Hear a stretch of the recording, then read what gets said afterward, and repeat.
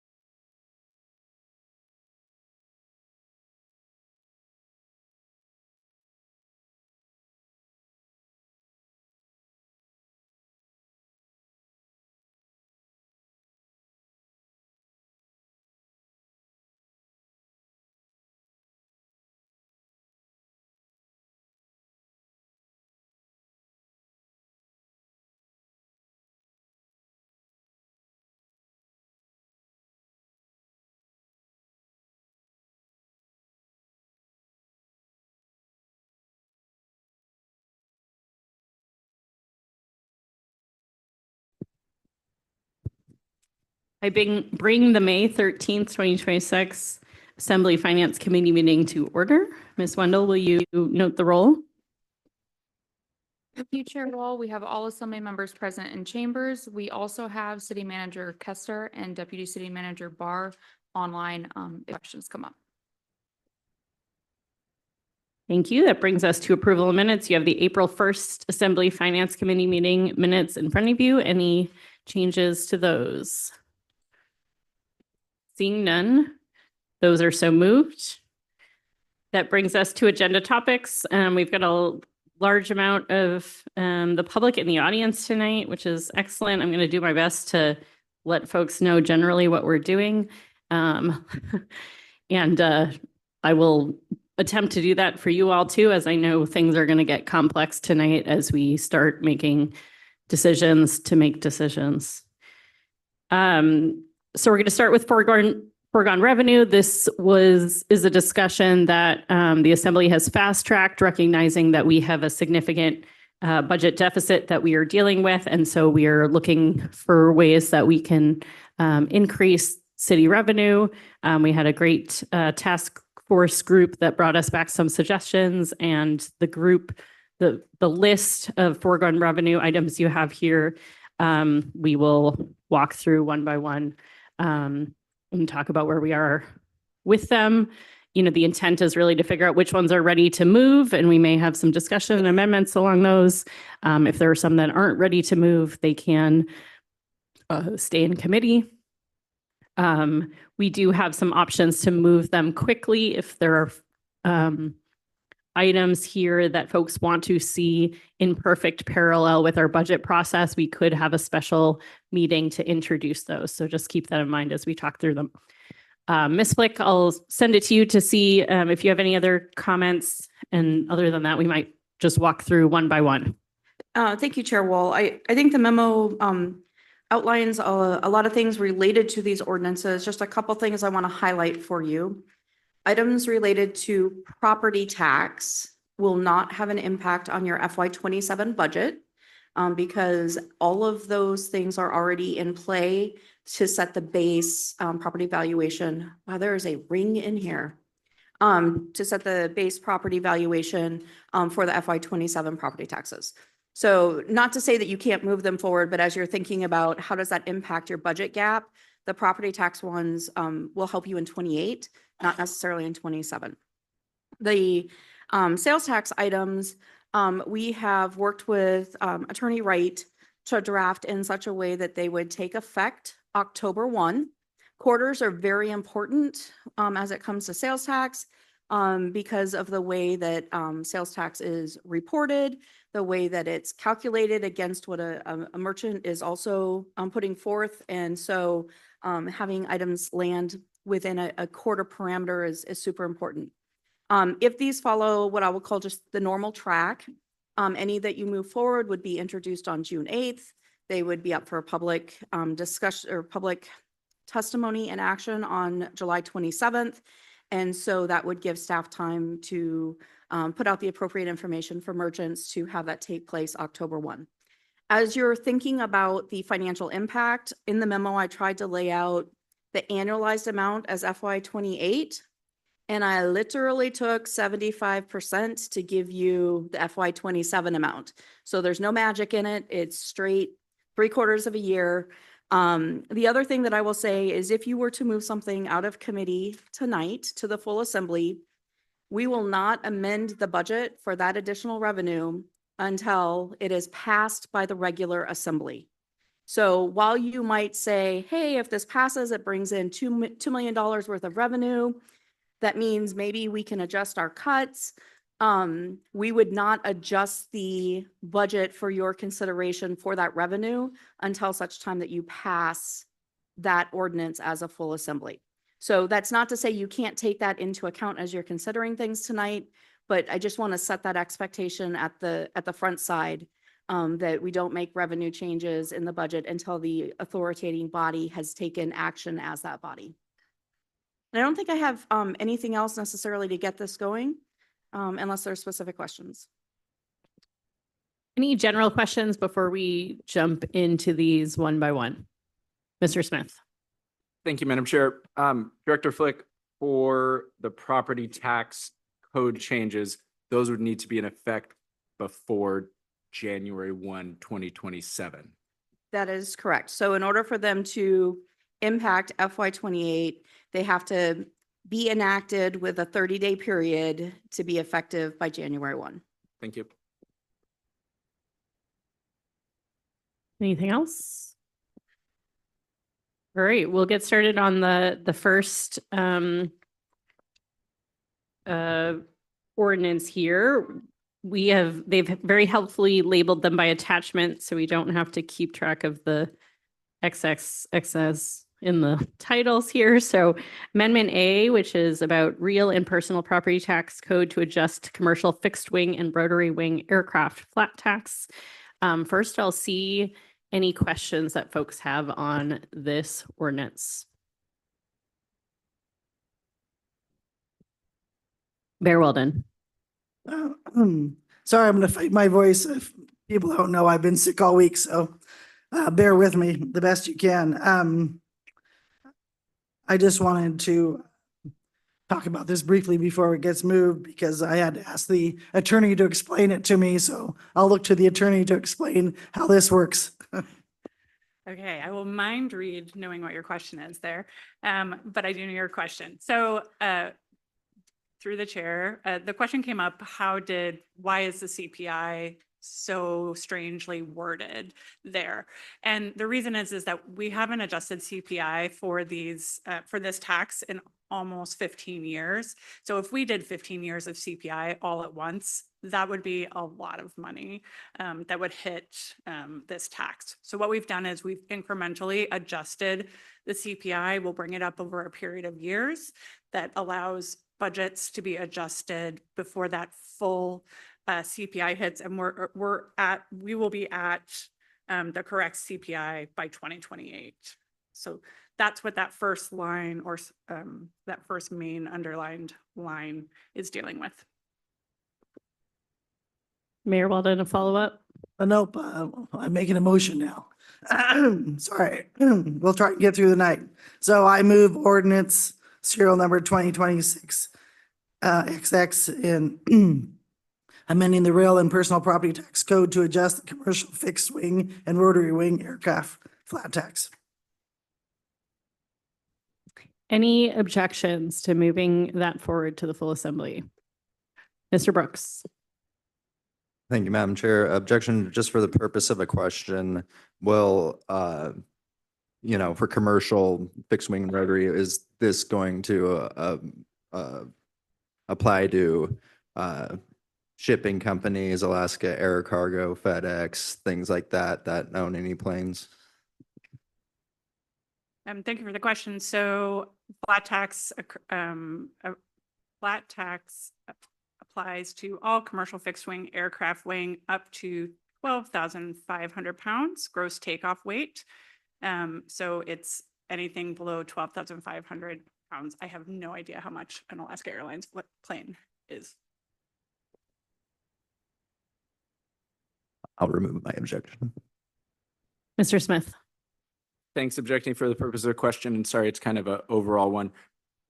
As we move forward, if we move forward any of these property tax code changes, will they naturally be timed because they have a lot? We don't need to pass them until the fall, and sales tax will be prioritized because of, okay. Yeah. Will they be timed in that way, or are we gonna like chunk them all together? Or I think the mayor gets to make that choice if I believe, well, maybe staff have an answer to that question. So thank you for the question. Unless directed otherwise, we would introduce this at the next assembly meeting. And the manager and the mayor look at those agendas.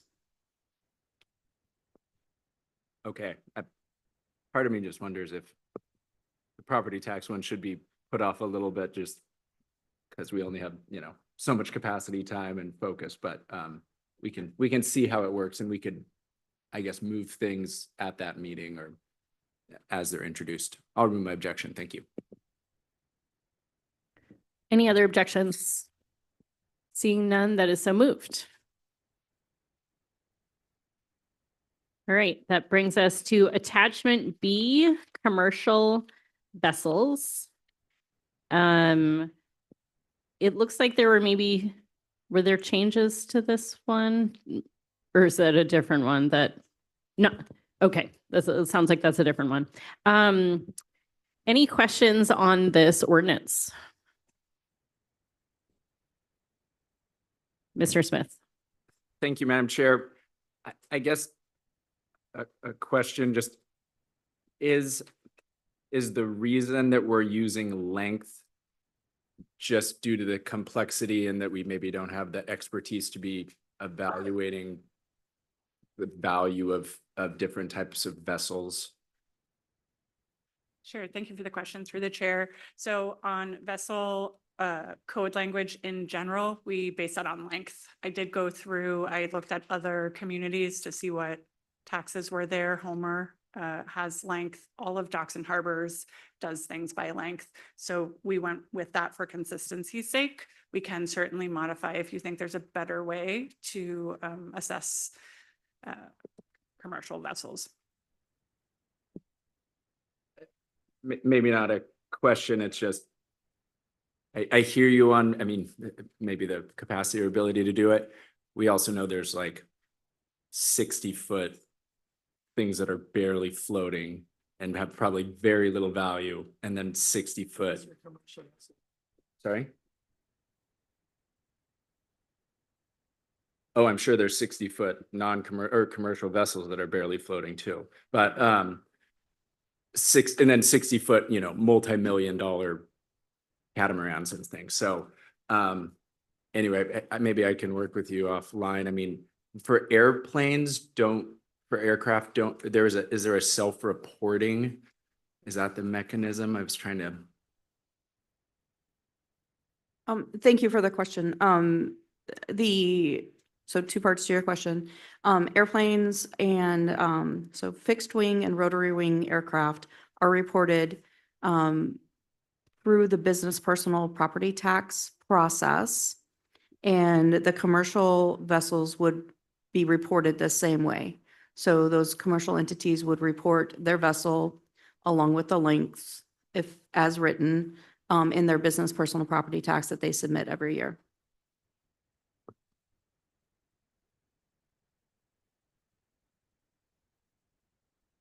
And sorry, just on the last part, well, I can follow up too, but I had thought that like fixed aircraft it's not a self-reported. So business personal property tax is self-reported. Right. And both the aircraft, fixed and rotary, are based on weight, not on the value of the aircraft. And so the commercial vessel was modeled similarly, except that boats are typically managed via length. Thank you. Ms. Hughes Candies? Thank you, Madam Chair. Question on the table on page 2 of the ordinance. The length and tax rate that we have those at, where were the numbers for the rate pulled from? Yep, thank you for that question. So they came from two places. What we did is we looked at Homer to see what they use for commercial vessels, and it was actually lower than this. So then we adjusted it based on, we looked at that the rotary wing and the fixed wing to look at the spread. So fixed wing goes from $0 to $1,400. And I don't think that's in your packet, but $0 to $1,400. And then rotary wings start at $540 for the smallest rotary wing, and they go up to $2,750. So these are a little lower at the high end, but that's the spread. You absolutely can adjust that. Follow up? And I just want to make sure that I'm tracking on that. So this one, we talked about barely floating, and we just talked about wings. So there was not a similar municipal example with things that float versus things that fly. There was not. Okay, thank you. Mr. Brooks, then Ms. Hall. Thank you, Madam Chair.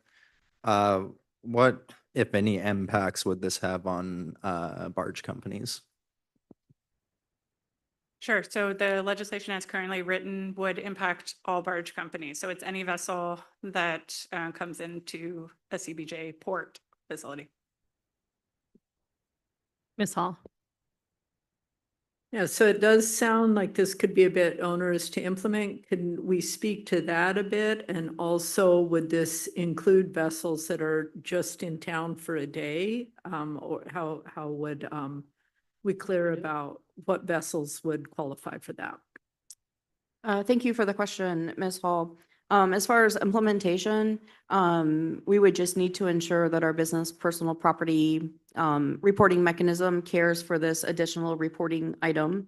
And the aircraft, both fixed and rotary, have certain requirements around them about where they're housed, where they're maintained, how long they're in Juneau, if you will. And so those same kind of application of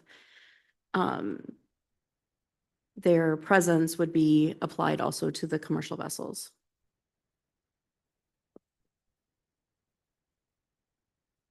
I'll ask a question on as a follow-up to that. Does that mean that definition is not defined in code and it's kind of practice, or is that something that we would actually have to define for vessels? Just a moment. We can look. So just give a sec.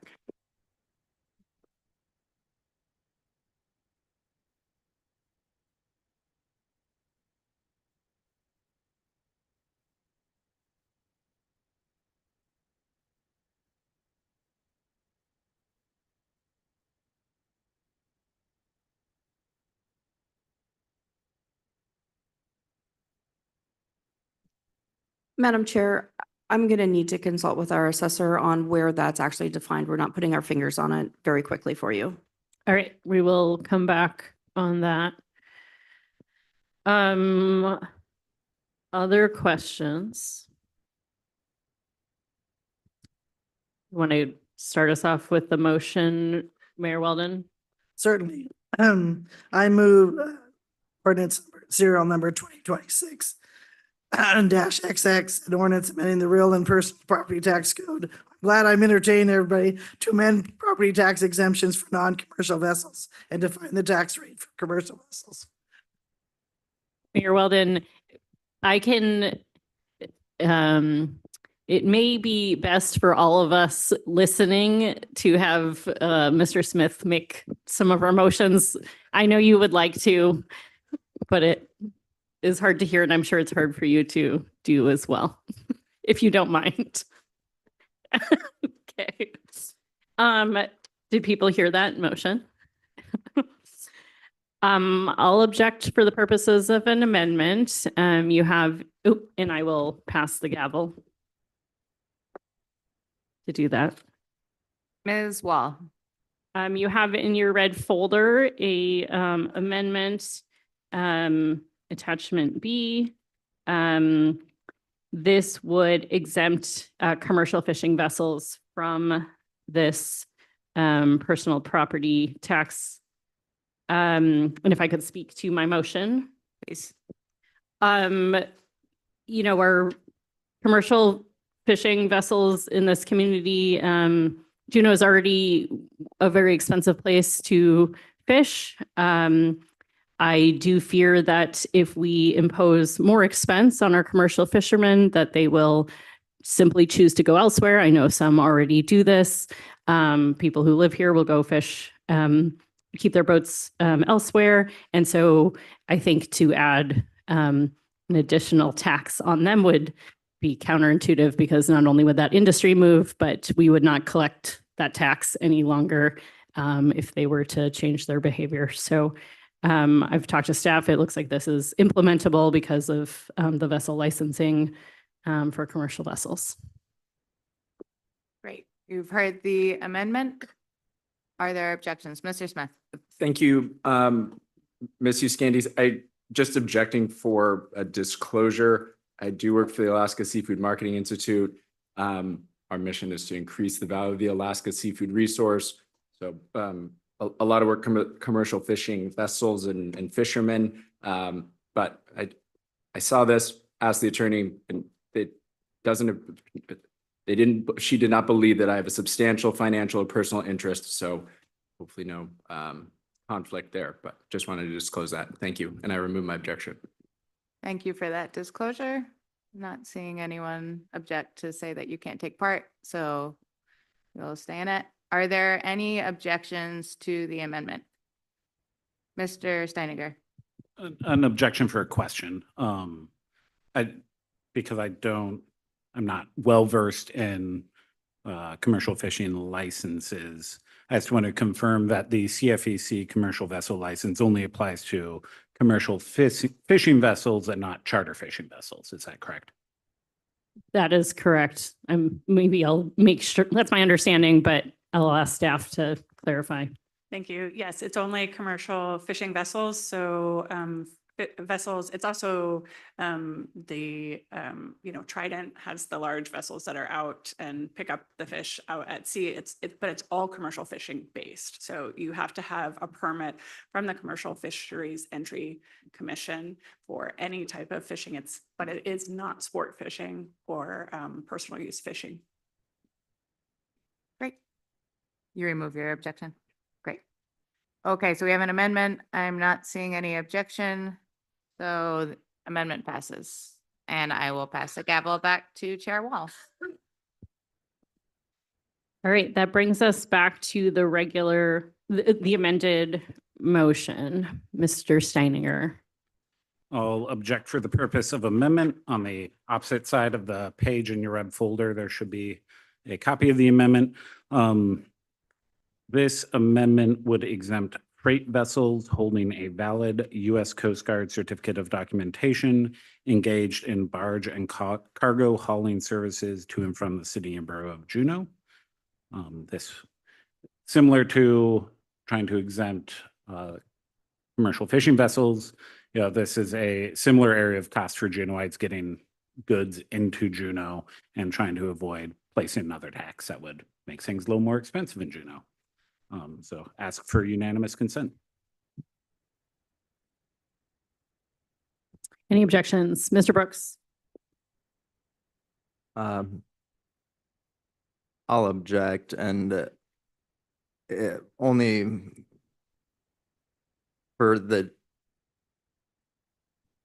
separation that with the commercial fishing boats, that is a really hurting industry that's taken a lot of financial impacts because of things outside of its control with nature, on top of things within legislative control. But the barge companies have been doing pretty well in profits, and there's even a new barge company coming into town because it's such a profitable market within this community.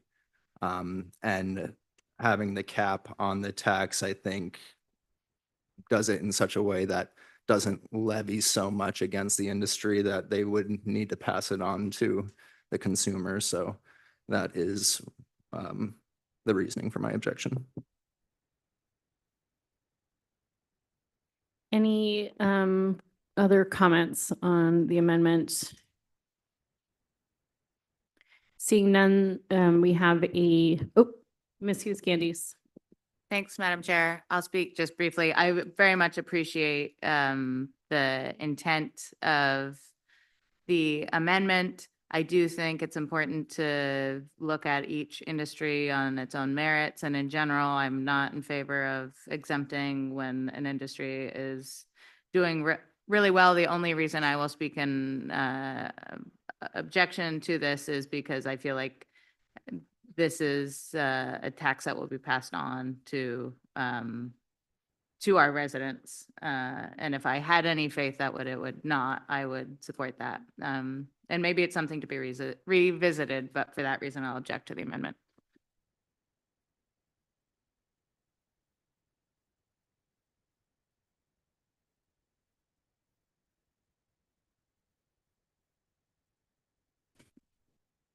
Probably won't be the first time. I support this amendment, which is why it was part of our memo.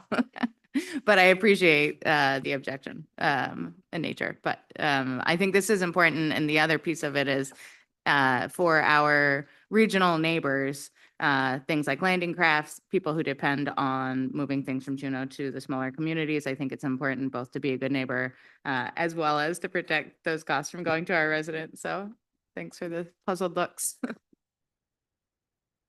Maybe Mr. Kelly or Ms. Hall? No, I was just going to ask for clarification from Ms. Candy's comment. All right, we have an amendment and we have objection. Ms. Wendell, will you call roll? Thank you, Chair Wall. On the amendment to the motion to include exempting freight vessels with a valid United States Coast Guard certificate of documentation engaged in barge and cargo hauling services to and from the City and Bureau of Juneau, as reflected in the proposed amendment on packet page 72. Assemblymember Steiniger, Yes. Assemblymember Brooks, No. Assemblymember Smith,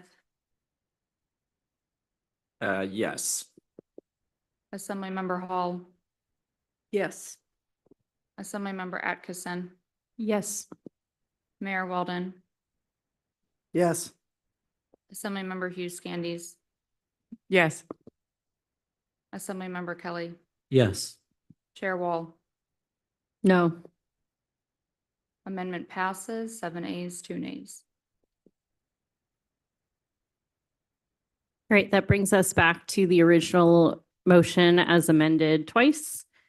Any other objections? Oh, So we have the answer to your question, if you want that before you vote. So, yes, please. okay, so for tax status, it has to have been, so it's whether it's usually, normally, or regularly kept within the city of CBJ. But for those intermittent items, it's kept or used within the CBJ for 90 days or more during the 12 months immediately preceding January 1st assessment date. So 90 days or more, or regularly kept here.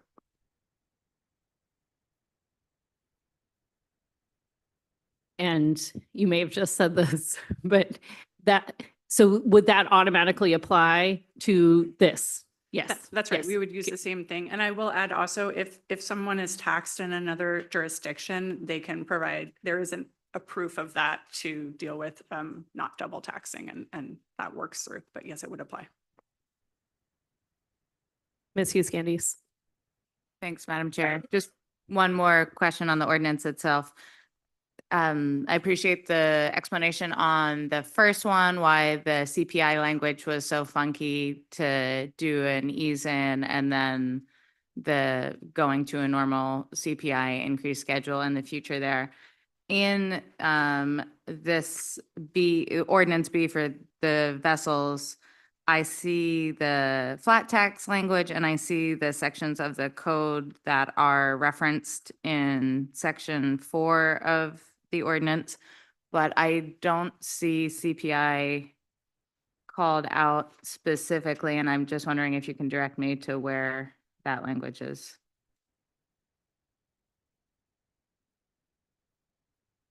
Thank you very much for the question. I think it needs to be added. It's not anywhere else in code, and we don't have it here. Okay, thank you. That is, was the intention of the committee.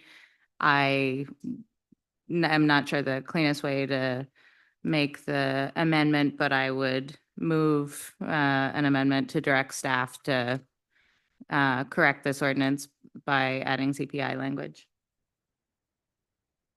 Any objections? Ms. Hall? I guess this is a objection just for another clarifying question. Attorney Wright mentioned that if they were taxed in another jurisdiction, they wouldn't, and showed proof of that, they would not be taxed here.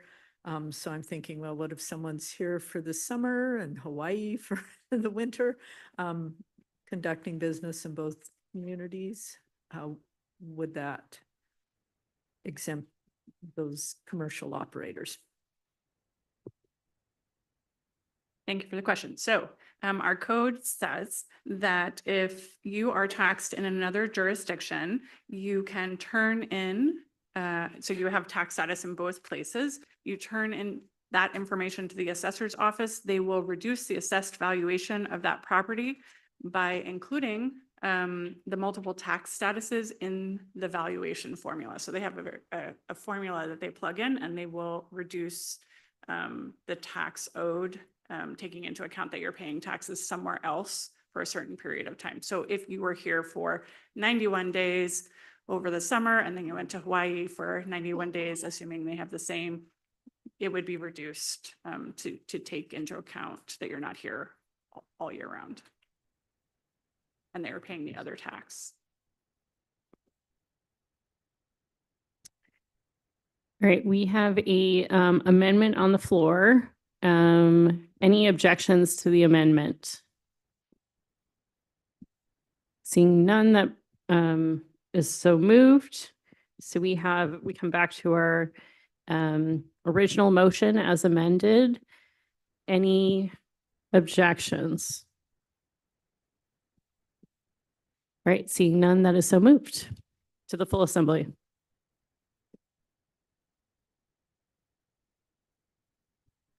All right, this brings us back to, brings us to the ordinance amending the uniform sales tax code to increase the cap on single goods and services. And we have two versions of this that I'd suggest we talk about at the same time. We have a attachment C1, which would change the cap to $30,000, and C2 that would remove the cap altogether. Questions from the body on either of these draft ordinances? Mr. Brooks. Thank you, Madam Chair. I would just, speak in opposition of removing it completely for similar reasons to the exemptions proposed for the. Sorry. Are you getting to a question, Mr. Brooks? Otherwise, please hold your comments until we get questions answered. I'll hold the comment. Ms. Hughes Candies. Thanks, Madam Chair. Question for staff on C2. The recommendation from the committee was to completely remove the exemption or raise the cap. So that's C1 and C2.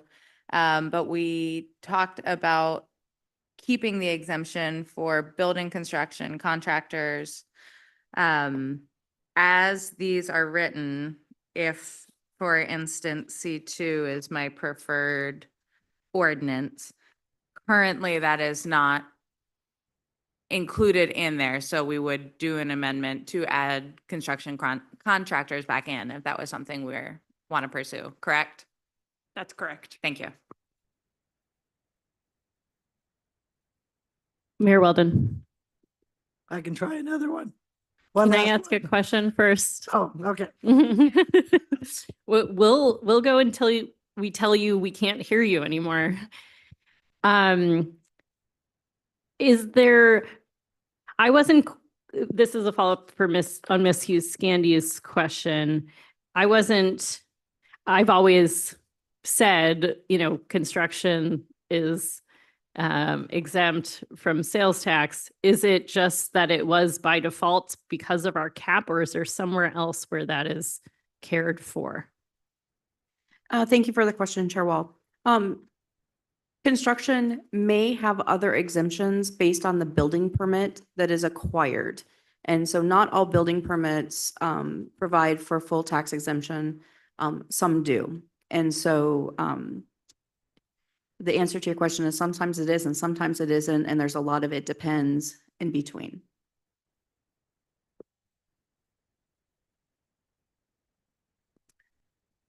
Any other questions? Okay. Mayor Weldon. Thank you for your patience. I'm glad I'm delighting you. I move ordinance number 2026-XX as laid out in attachment C1. Thank you, Mr. Kelly. I'll try to speak to that if I may. We have a sales cap right now that I think is at $15,000. And instead of blowing it out of the water, I think we should move a little slower. And that's why I said, let's double it and see what the ramifications are. And that's all I'll say. Objections to the motion? So Mr. Kelly, Mr. Brooks, the Ms. Candies. Go ahead, Mr. Kelly. Thank you. I appreciate the mayor's intentions of wanting to slow this down. However, I think we are faced with the budget deficits that could have immediate consequences. And I think the purpose of trying to come up with these revenue ideas would be to mitigate those. I think simply doubling the cap would probably, we don't have documentation here one way or the other because there is no data about whether doubling the cap would have an impact. We do have data on whether or not removing the cap would have an impact. I think I would prefer to go with something where we do have data and where it could help our situation with the deficit in a defined way. Mr. Brooks. Thank you, Madam Chair.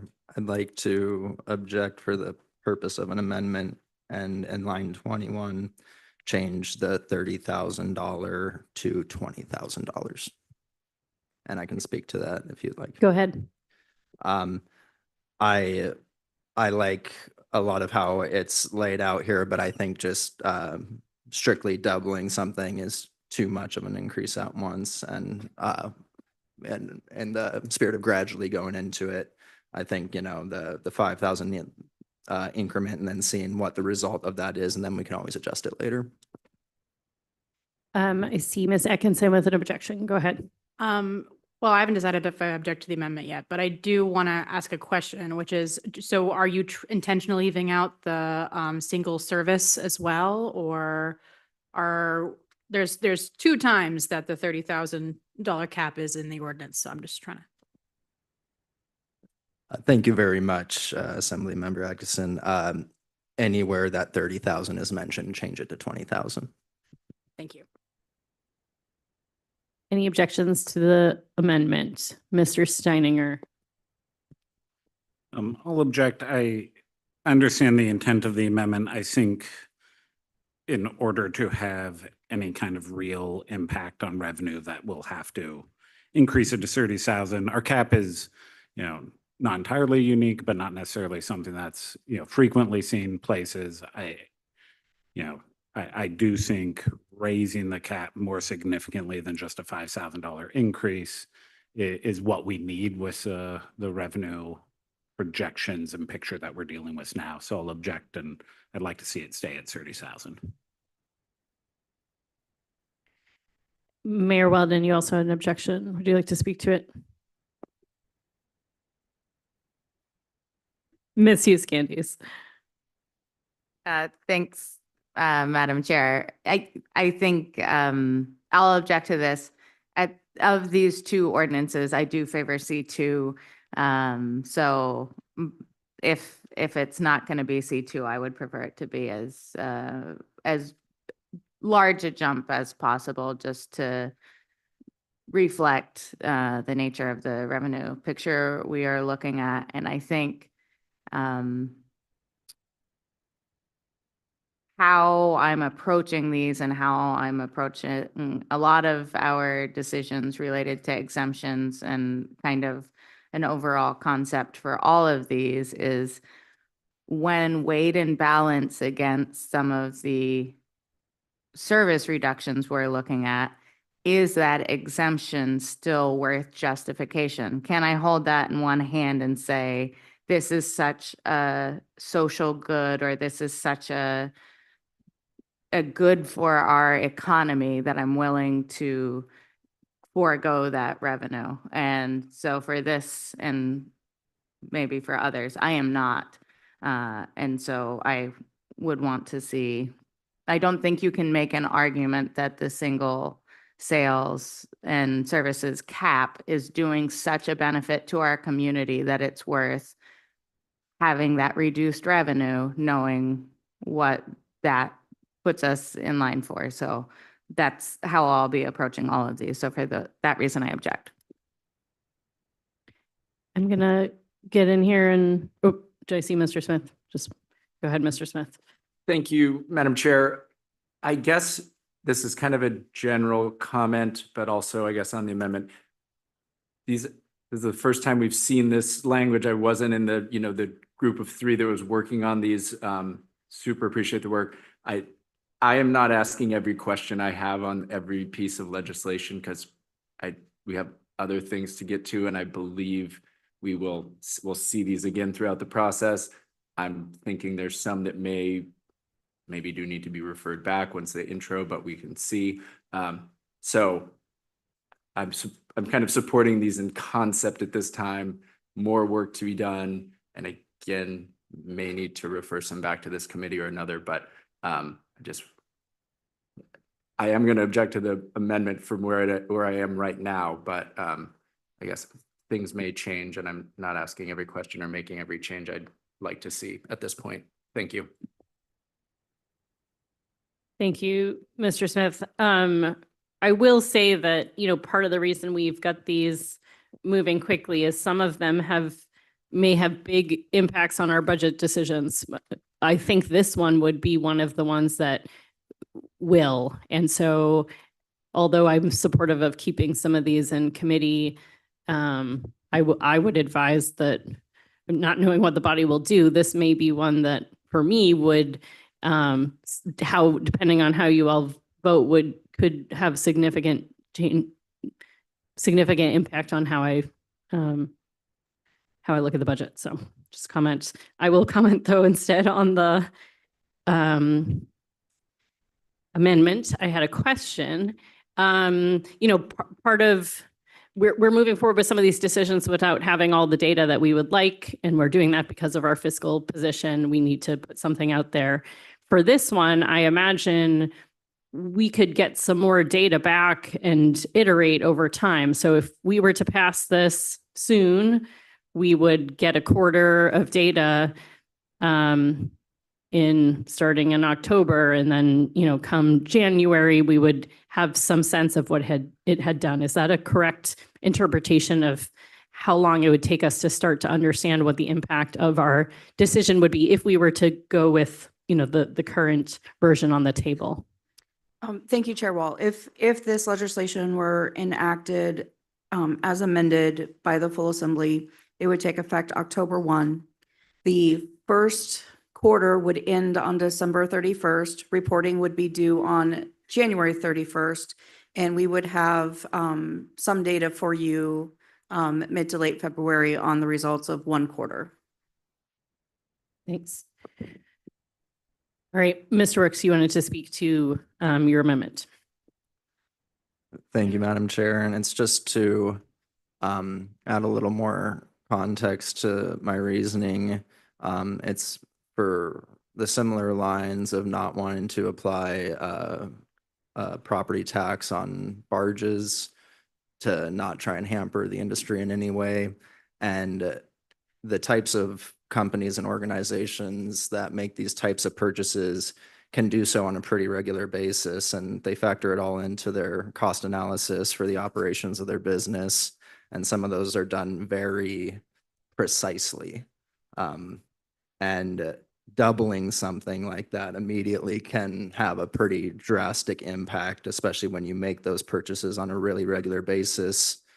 We'd also had received a email from the Grand Portage mine that is being worked on out near Amalga, and that's nearly a $300 million project to be invested in the community, and they factored that exemption heavily in their cost analysis, and it factored into what makes the project so viable. And for that reason, I wanted to do it more gradually, see how the companies fare up until that point of which we can bring it up again.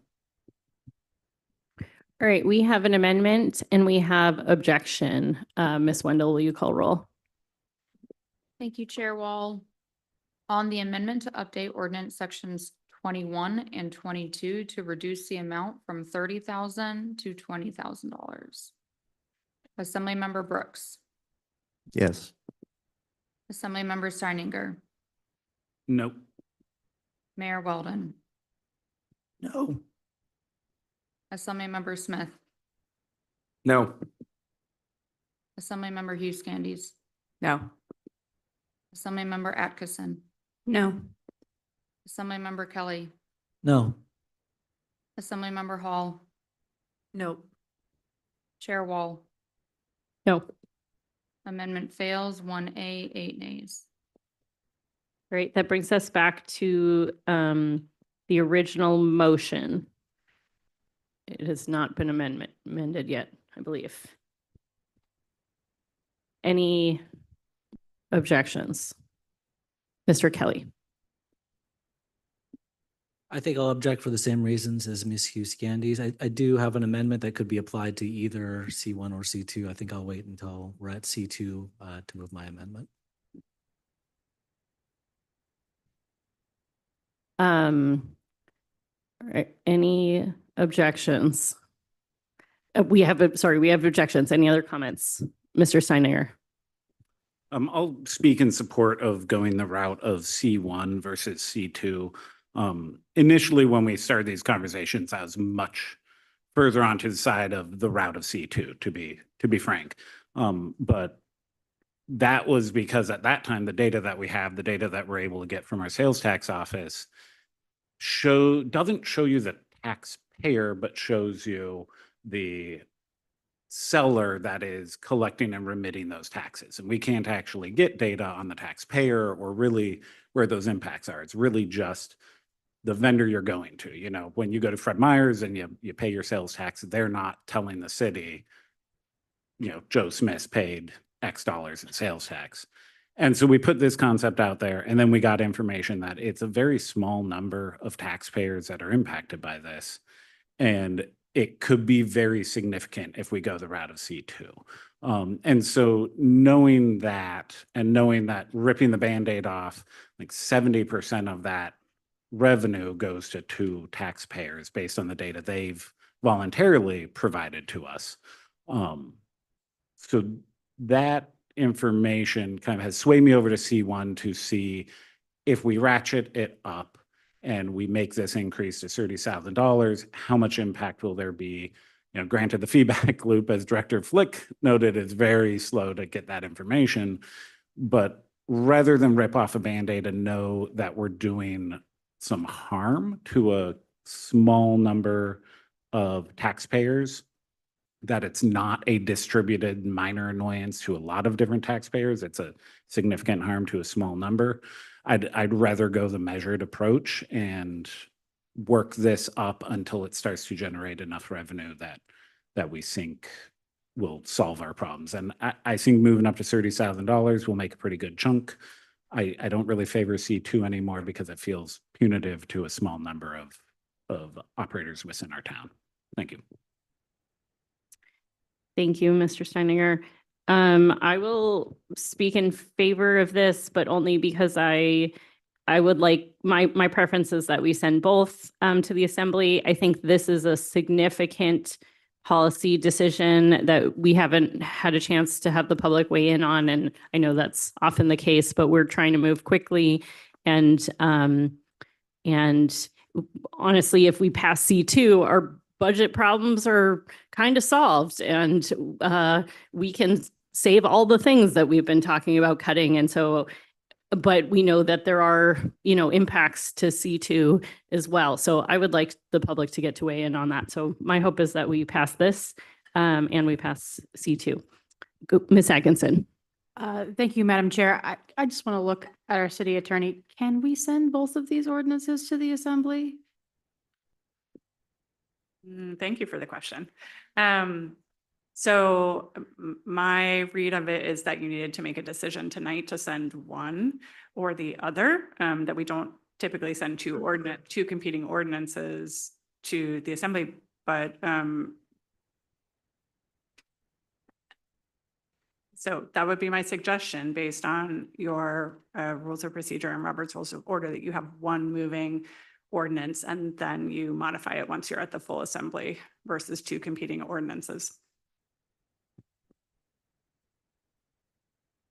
Ms. Hughes Candies. Thanks, Madam Chair. Follow-up question on that. Ms. Wright, my memory, spotty though it is that we have sent two versions of an ordinance before to the assembly with even two different, knowing that to stay on track with two different dollar amounts, knowing the rules around when you have a top line dollar amount, how you can't change the title. So, and I would have to, I would have to do a little digging to find you the situation, but I'm sure that it could be found.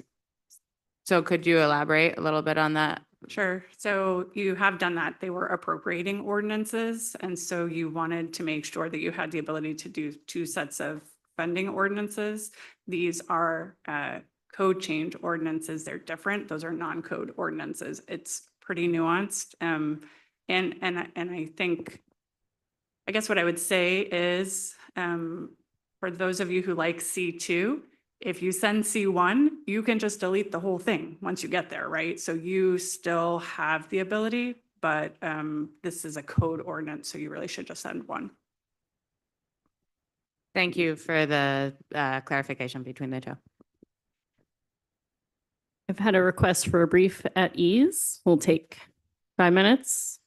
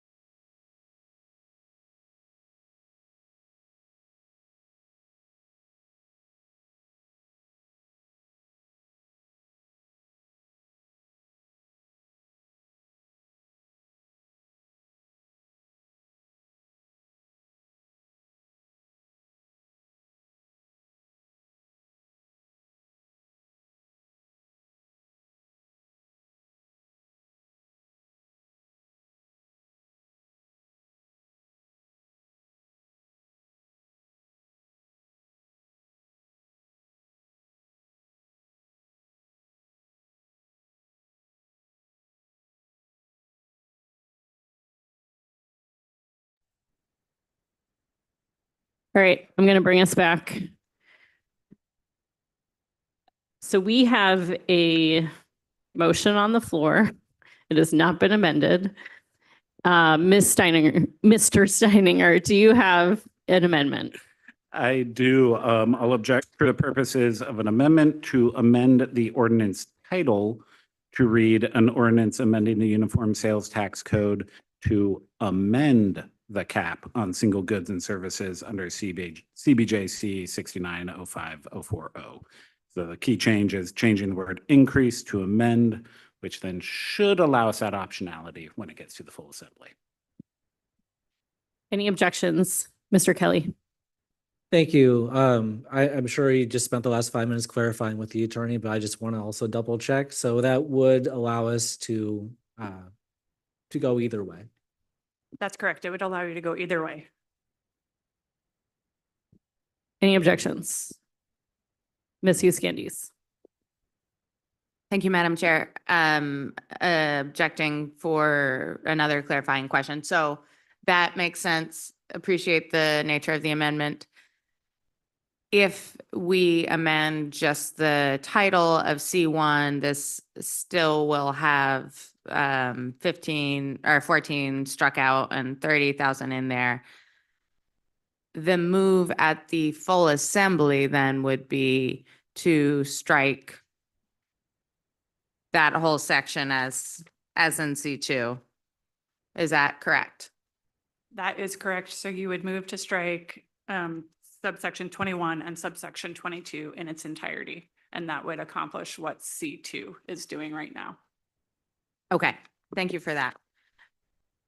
I guess then just a comment, I don't have an objection to a title change that keeps the options open. Then I just start to ask, I appreciate the quandary, for instance, that people who are not on that working group are probably feeling of wanting to ask more questions, wanting to make more amendments themselves. I just ask myself, you know, what is the best use of our collective time right now? Do we have the argument now over this piece, or do we have it there? But certainly I don't object to keeping my options open. So with that, I remove my objection. Any other objections to the amendment? Mr. Brooks? Thank you, Madam Chair. I'm just not in favor of moving C2 forward. I think it would have too much of a negative impact on industries. All right, Mr. Kelly? Thank you. I would object. I think we should be making a decision tonight. I think the decision that we end up making tonight will affect how some of the decisions that we're making in the next agenda item, which has to do with cuts. And to have a little bit of certainty as a body going forward that we do need to make these cuts or that we don't need to make these cuts. Actually, I think it has potential impact on more than just the next agenda item. So being how impactful that is, being how quickly we need to make these decisions, I would rather that we finalize these decisions right away. So it would be my preference that we go with C2, and that we decide that tonight. And so I do not want to go forward with something more ambiguous at this moment. All right, we have amendment and we have objection. Ms. Wendell, will you call roll? Thank you, Chair Wall. On the amendment to change the title from an ordinance amending the Uniform Sales Tax Code to increase the cap on single goods and services under CBJC 690504 to an ordinance amending the Uniform Sales Tax Code to amend the cap on single goods and services under CBJC 690504. Assemblymember Steininger. Yes. Assemblymember Brooks. No. Assemblymember Atkinson. Yes. Assemblymember Hall. Yes. Mayor Weldon. Yes. Assemblymember Hughes-Candies. Yes. Assemblymember Smith. Yes. Assemblymember Kelly. No. Chair Wall. Yes. Amendment passes 7 ayes, 2 nays. All right, that brings us back to the original motion as amended. I will say, I mean, Mr. Kelly's point is a good one, that knowing where people are at is helpful. for me, it was, I don't actually know, and I won't know until I get public feedback. And so I'll make the next decisions I want to make, the next decisions we have to make tonight with that uncertainty in mind. But I will say, if there's anyone here who wants to speak to the group about where you're at, so that we have a sense, if you do know, that this might be a good time. And go ahead, Ms. Iascandius. Thanks, Madam Chair. I think you all know where I'm at, so I don't have to waste too much time there. I think I completely agree with what Mr. Kelly is saying, which is this number was the largest number that came out of the foregone revenue working group, and it completely changes when we will flip to later in our packet and we see what the projected fund balance is currently. That completely changes that situation. So that is the motivation for me in wanting to go all the way to the removal of the exemption. I also think that in the way that there is that slow feedback loop of getting data, there is nothing that, if something feels catastrophic, stops us from saying, oops, this was too far, we're going to pull it back and we're going to reinstitute a cap. There is nothing in our process that would prevent that. So for those reasons, and because in the budget survey, one of the things that was a popular choice from the people who went through the community workshops was supportive of new revenue. They would rather see us find new revenue than close goods and services that they see as valuable. People have said what they value and what they would be willing to see us go after. So to me, this is like, you know, a very attractive looking fruit for all those reasons. It is also, again, when I think of the impact on who is this impacting, when we got more data about who this is impacting, it is very compelling to me that, yes, this is impacting somebody that I think I am not okay with giving them an exemption and closing our community facilities. I would rather that they don't have that exemption. It is not something that I see as a community good. So those are all my reasons, but it'd be really helpful if you all are very much C1 feeling tonight, then that'll help me to know, you know, make an amendment, fail it, be glad that C1 went through, consider that still a win, and then know that I'm going to have to make more cuts because C2 didn't happen. So that would just be helpful to me. Anyone else who, while this is on the floor, would like to make a comment? Mayor Weldon. I'll try to make a comment. Sorry, I'm for C1. I'm not for C2. I think it's too catastrophic of a cut to do one at a time, because we can always go back and make more if we have to. Ms. Hall.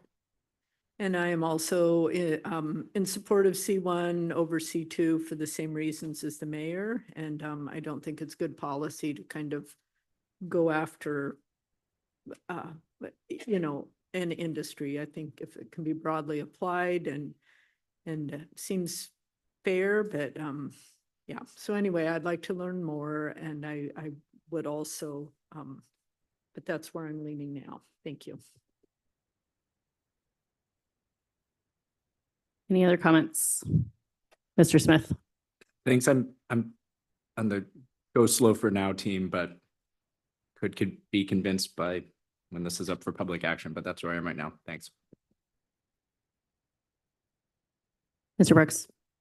Thank you, Madam Chair. And, you know, with these discussions and decisions that we're making, we have to be very careful of the precedents we're setting, because in earlier decisions to give exemptions to barges and commercial fishing boats, and now saying that this type of exemption applies to an industry that doesn't need it. Now we're deciding who's paying enough and who's not paying enough, and getting out of that even application. And that's why I think, you know, going with C1 is a lot more, has a lot more grace allowance, and, you know, allows us to perform the services to the community and also support the industry at the same time. All right, we have a motion on the floor as amended. Any objections? All right, seeing none, that will head to the assembly. I actually will, maybe I asked the question. I'm assuming that people would want to fast track this so that we are deciding on it at the same time as the budget. Is that, Mayor Weldon, would you like to make a motion to make that happen? Because otherwise we will, if we don't make that motion, we won't be acting on this till July 18th. No, before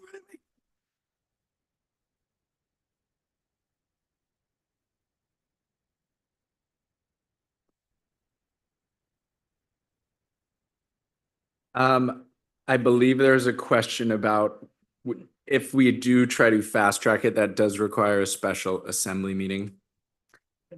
Deputy Mayor Smith, it would require a special it would require a special assembly meeting in consultation with the city clerk. It was proposed that that special assembly meeting take place between May 21st and May 26th to allow for proper noticing of the special meeting. And just note that that's a Thursday through Tuesday. So that's the day after our next Finance Committee meeting. And it's a Thursday through a Tuesday, and Monday's a Memorial Day. So we would likely try to work with you that Thursday or Friday. But that gives us time to notice properly with titles and such. And I think the idea would be to do a lunchtime Zoom so that we don't have to do this whole thing. Mr. Kelly.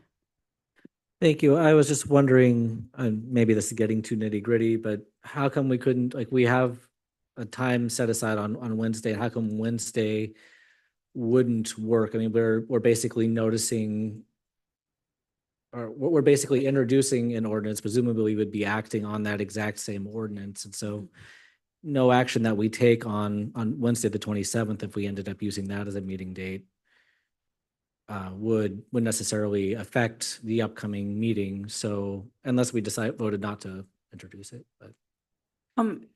I will attempt to answer the question, and we do have our city clerk in the room if I completely foul this up, but it has to do with noticing. So if we wanted to do a special meeting prior to the Assembly Finance Committee meeting next week, we would have already needed to post that by close of business today to get proper notification through media and places that we need to advertise that. So the difference being, and if I think I understand your question correctly, we've noted on our calendar, May 27th is the last day to make amendments to the budget before it's presented to you on June 8th. Those titles and everything are already part of noticing to that meeting. The details of the numbers in the ordinance could be adjusted through the Finance Committee meeting on May 27th, if so needed. But these would be, we're talking about for these ordinances, introducing new ordinances to the public, and it has a more stringent public noticing process.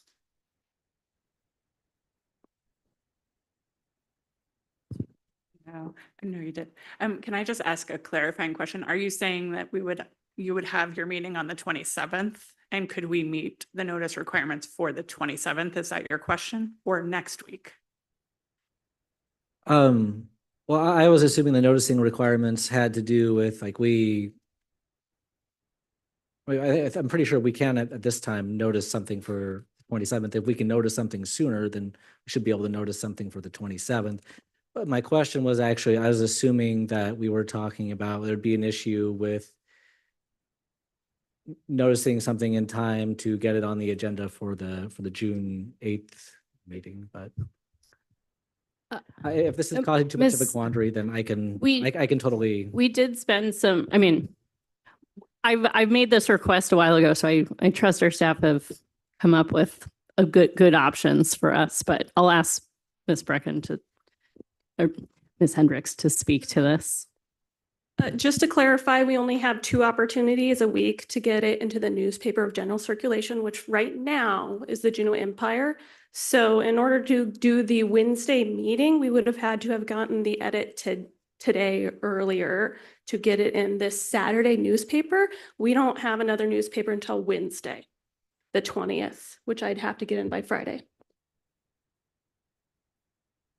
For the 27th, we can get public notice in time in the Saturday, the 23rd newspaper. Mr. Smith. I'll try a motion on something that I think I just heard, and that's to introduce the sales tax cap amendment ordinance at a special meeting, a special assembly meeting on May 27th.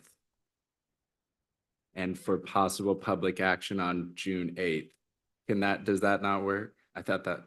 I think it would work.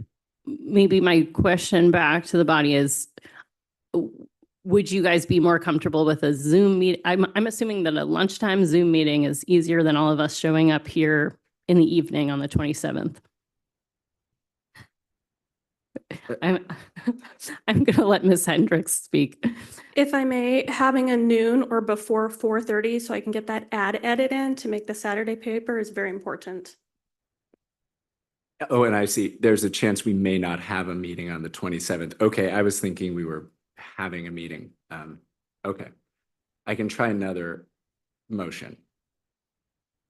I move that we introduce the sales tax cap amendment ordinance at a to be determined special assembly meeting sometime between the 21st and 25th or whatever those were, for action on the June 8th assembly meeting. And I ask for unanimous consent. Any objections? All right, that's so moved. Thanks for figuring that out. If there's anything else we want to move fast, we can stick on that same schedule. I'm going to give us a 10-minute break. So come back in 10 minutes.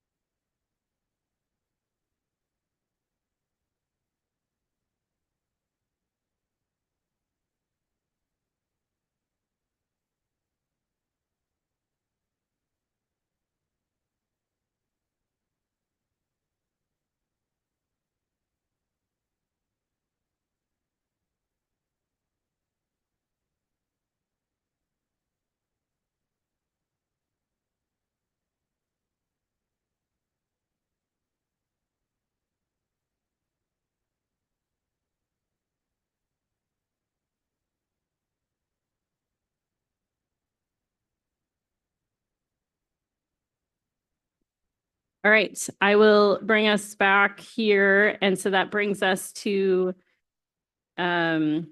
attachment D, which is labeled. So it's on page 34 in your packet, but there is a corrected copy in the red folder item. All right, so this is the retail sales by nonprofits and governments. Would staff provide an explanation of what was updated? Yes, I can. So I incorrectly included bingo with lotteries and pull tabs as not exempt. Bingo is supposed to be exempt. The foregone revenue team wanted bingo to be exempt. So in the subsection 15, it now reads thrift stores, raffle tickets, bingo, silent auctions, etc. will be exempt. That is the only correction. Ms. Hall, question. To declare a potential conflict, Chair Wall, I would like to let you know that I'm on the Board of Directors of St. Vincent's, which has a thrift store as part of their operations. And I have spoken to the city attorney previously about my participation, and it does not constitute a personal or financial conflict unless you all disagree. Thank you. Maybe I'll ask you a question for the attorney. I would expect all of us to have a relationship with a nonprofit in town.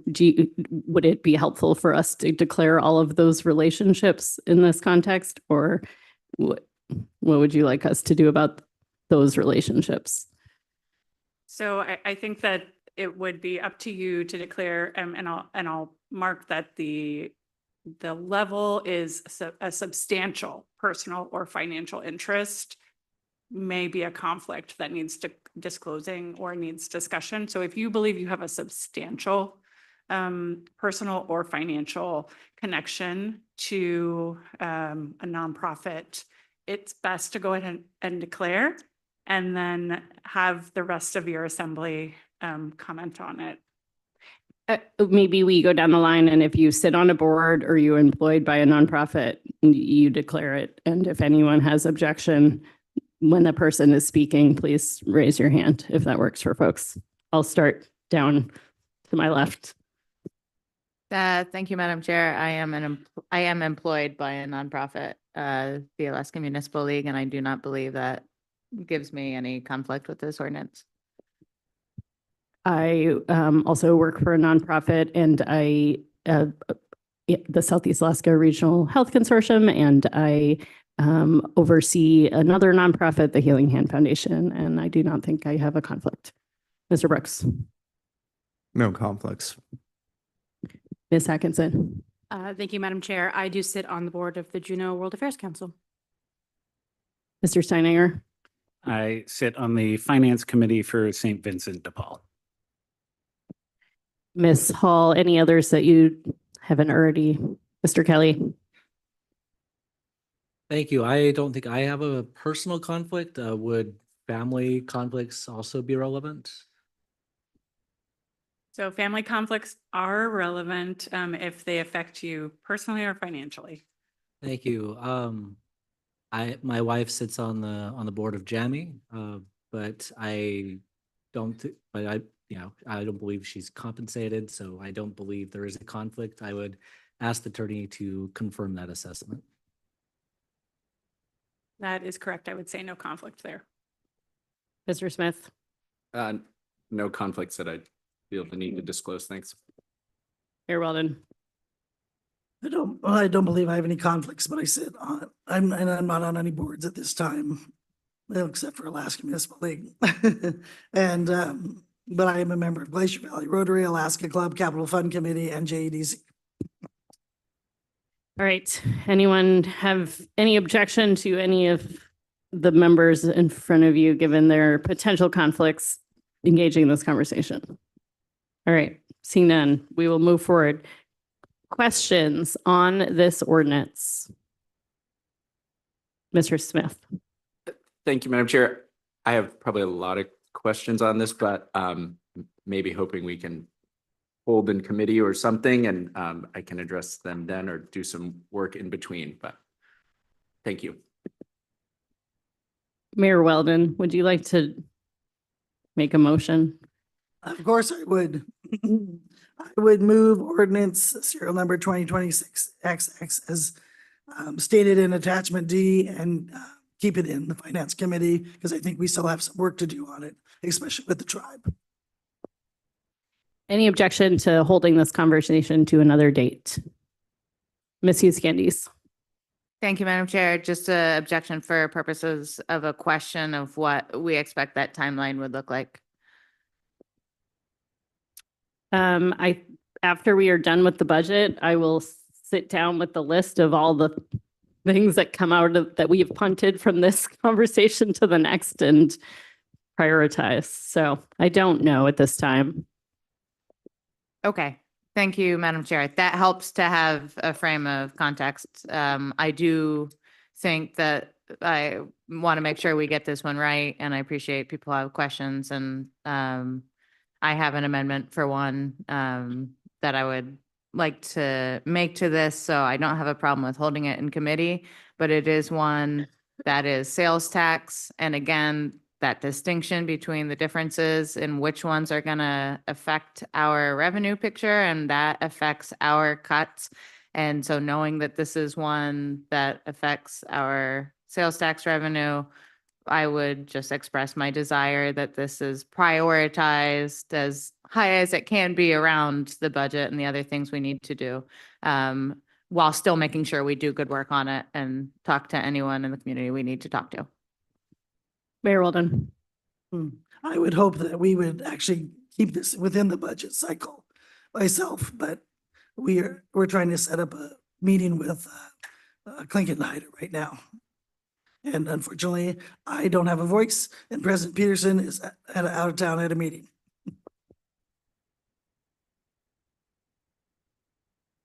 I'm not sure we can get action before we pass the FY27 budget without more meetings. And so maybe we can take action before the next sales tax quarter, but just to make it clear that if we hold in committee, we would be not changing the FY27 budget for now. Okay, seems like everyone understands that. So any objections to the motion? Mr. Brooks? I think, we should be making some more solid decisions to be moving forward in this process, and still, instead of putting it right down to the wire, I'm sure that we can move forward to the full assembly and then make the adjustments as needed at that time, knowing that there's some changes to be made for other considerations, but knowing that it could be a large contributor to addressing the issues and shortfalls that we'll be experiencing, keeping the momentum on these big ticket items, I think is important. All right, we have a motion, we have objection. Any other comments? Ms. Wendell, will you call roll? We may object for one more question. Go ahead. Sorry for being a little slow on the draw there. My question is, hearing Mr. Brooks say that it is true, there are other ones that we're keeping at a pretty reasonable clip, and I'm trying to think what is reasonable that we might be able to have the meetings that we need to have, which are not yet scheduled, and still get this to where it would have some impact. What would be, could staff tell me dates about what, if it's not within the budget cycle, because maybe there is more desire to keep it moving than I realize. What would be the drop dead date, I guess, for like the next sales tax quarter? Thank you for the question, Ms. Hughes Candies. The body could introduce this on June 8th. Having said that, you would have to meet on May 27th in order for us to get it on the agenda and properly noticed for June 8th. And then your next regular assembly meeting is currently scheduled for July 27th, where you could take public testimony and action. You could introduce it in July with action in August. It looks like maybe August 17th is the regular assembly meeting in August. If passed at that time, it's pretty short turnaround to have people implement it October 1. We'd have to, I'd want to talk with my sales tax team about their confidence in making that appropriately noticed. But it may need to be effective January 1 instead of October 1 if we don't kind of follow the process that we did on the previous one, which would be to introduce at a special meeting and then get it going. Mr. Smith. Thank you, Madam Chair. Maybe I can try an amendment. I'd amend the mayor's motion to introduce this ordinance and then refer it back to the Finance Committee for further work and discussion. And I'll ask for unanimous consent. Any objections? Mr. Brooks. Thank you, Madam Chair. Is objection for the purpose of a question. If we don't take action on this, then we can't consider it into the types of reductions that we need to make, correct? That is correct, Mr. Brooks. So thank you. And this being one of the big ticket items, by not taking action on it, that means that we have to make bigger reductions. Are you maintaining your objection to the amendment? Yes. Okay. We have an amendment and we objection. Any other comments? Mr. Steininger? Sorry, just to clarify, introduce it at the June 8th assembly meeting or at the special assembly meeting?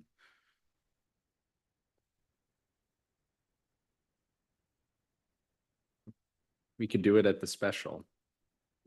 I don't know. I guess I have a comment.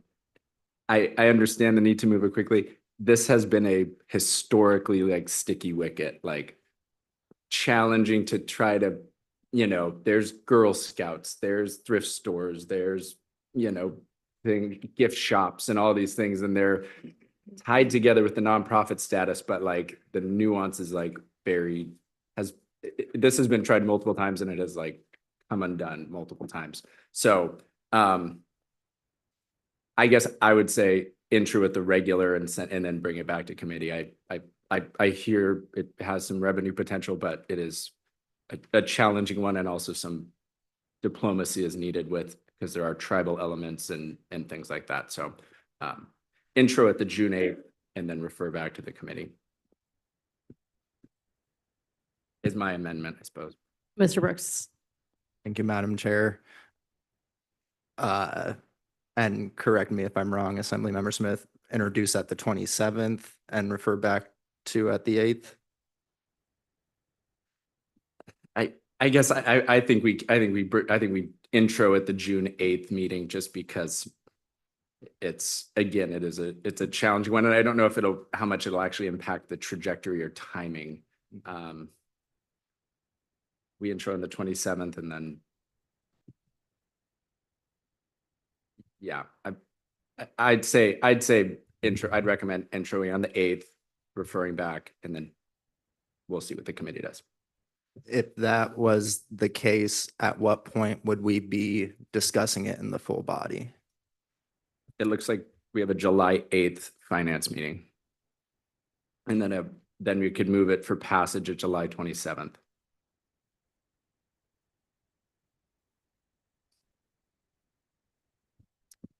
All right, I have an amendment and I have an objection. Mr. Brooks, I'm assuming you still are holding your objection. Ms. Hughes Candies. Thanks, Madam Chair. I'll just briefly speak in support of the amendment. I appreciate trying to thread the needle, keep it on somewhat of a forward momentum. And I appreciate that we want to do this right. And I agree. I've seen a lot of work on this done historically, but I'm hoping we can build on that. And then the important thing is just to make sure we're speaking with our tribal partners and that we care for anything that is not currently cared for in here. So appreciate the amendment and I will support it. All right, Ms. Wendell, will you call roll on the amendment? Thank you. On the amendment to the motion to introduce the ordinance at the regular assembly meeting on June 8th and refer it back to the Finance Committee for further work and discussion. Assemblymember Smith, Yes. Assemblymember Brooks, No. Assemblymember Kelly, Yes. Mayor Weldon, Yes. Assemblymember Hughes Scandies, Yes. Assemblymember Atkinson, Yes. Assemblymember Steininger, Yes.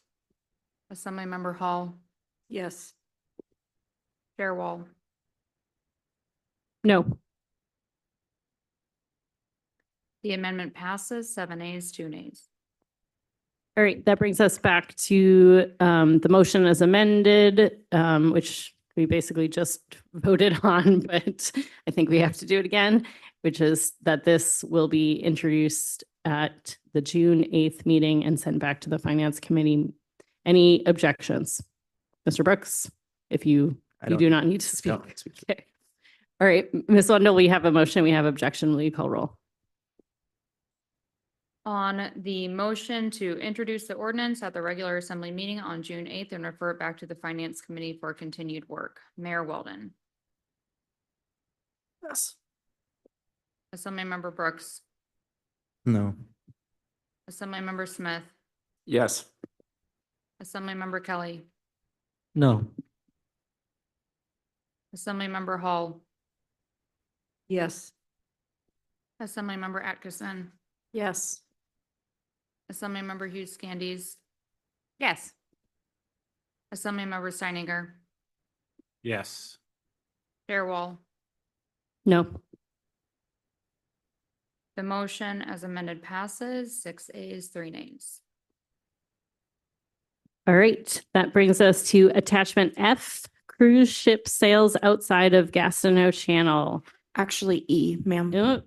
E, property tax exemption on historical property repairs. Questions on this ordinance? Mr. Smith? Thank you. I guess, I don't know if it's a question or maybe a comment. I'm wondering if instead of needing removal, it needs updates and other ways to, encourage historic property repairs and rehabilitation, but we'll move forward without that. And I can.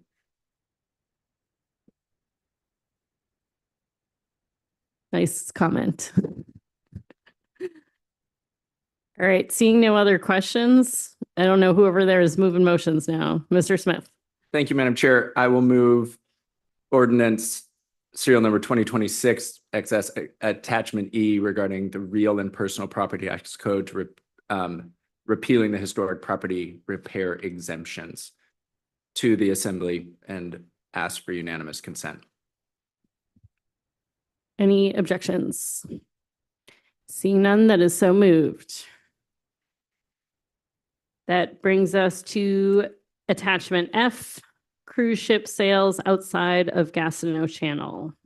Any questions on this ordinance? Mr. Smith, do you have a motion? Thank you, Madam Chair. I move ordinance serial number 2026-XX shown on attachment F regarding uniform sales tax code, modifying geographic parameters for the sale of goods aboard cruise ships. And ask for unanimous, and move to the full assembly and ask for unanimous consent. Any objections? Seeing none. Oh, yeah. Thank you, Ms. Flick. Your brain might be exactly where my brain was going. Go ahead. If I could ask for clarification or maybe a motion, without any other action, this will be introduced on June 8th. So if there's a desire to have it included with a special meeting, I don't know if you want that as a special motion or as direction. Mr. Smith, go ahead. My thought was just that they would just be introduced in regular order unless maybe otherwise specified. That's kind of just maybe to keep it easy, but people are welcome to amend that if they want. All right, your motion is to June 8th and any objection, introduce at June 8th. Any objections? Ms. Candies? Thanks, Madam Chair. I think I just need to make sure that I'm tracking which ones are getting fast tracked, if that's the right way to think about it versus which ones are not. We know for the property tax code, those affecting property tax, that it doesn't matter so much when they're being introduced because there's a much longer on-ramp before those would become relevant. This one, again, is sales tax. For our special, we have our single item, is that correct? And right now, that is the only thing that is single item. Or that is the only, sorry, that is the only thing that's on the special. That's correct. Okay. And then Madam Chair, I would object for purposes of an amendment to Mr. Smith's motion, and I would move to intro at the, move it to the special meeting instead.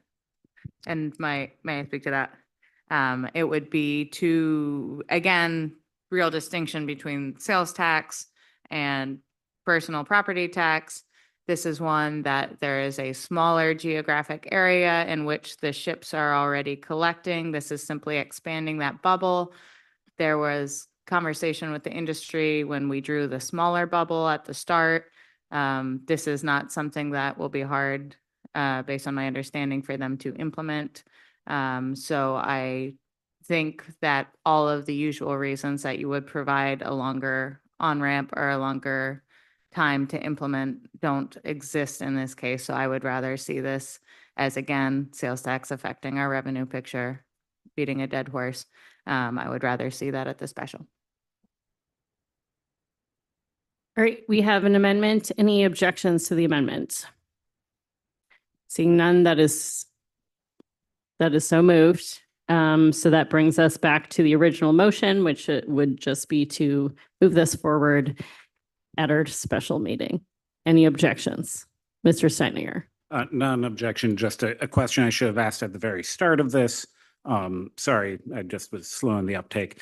When I'm looking at the map, and I'm asking this question because we've had a situation in recent memory where a crudely drawn circle on a map was taken as gospel by somebody. And so when I look at this map, we just have a circle around Douglas Island. But when I read the ordinance, it speaks to the waters differently. And I just want to confirm that the waters this would apply to would extend all the way from Douglas Island to Admiralty Island, and that this is not kind of an arbitrary cutoff in those waters where this red line goes.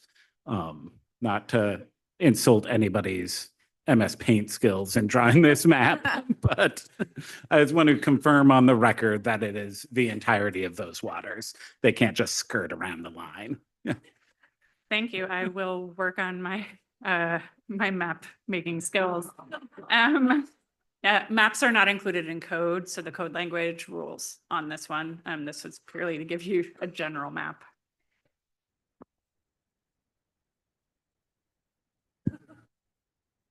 Mr. Kelly, did you have an objection? I had an objection for the purposes of the question, but I figured it out on my own. All right, we have a motion. We have no objection. So that is so moved. All right, we move to attachment G, commissions paid to sales agents for tangible personal property other than real property. Questions on this? I'll ask a question about the timing. We talked about the difference between property tax and sales tax. These ones that are related to commissions, both G and H, are those sales tax timing? That is correct, Chair Wall. Those are both related to sales tax. Okay, thanks. Mr. Brooks? Just under that definition of the negotiated sale or lease of tangible properties, like, does that would that mean that jewelry sales now fall under the taxable category? Or can you speak to that a little bit, please?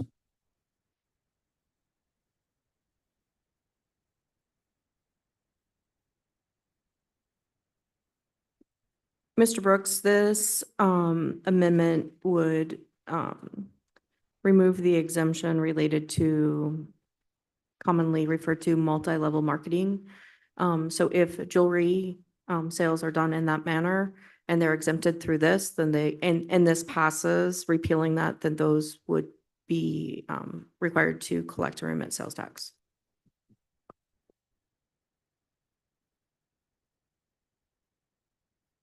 Any other questions? Mr. Smith, would you like to make a motion? Thank you, Madam Chair. I move ordinance serial number 2026-XX as shown on attachment G regarding repealing exemption of agent commission for negotiated sales or lease to the full assembly and ask for unanimous consent. Can you specify date? June 8th.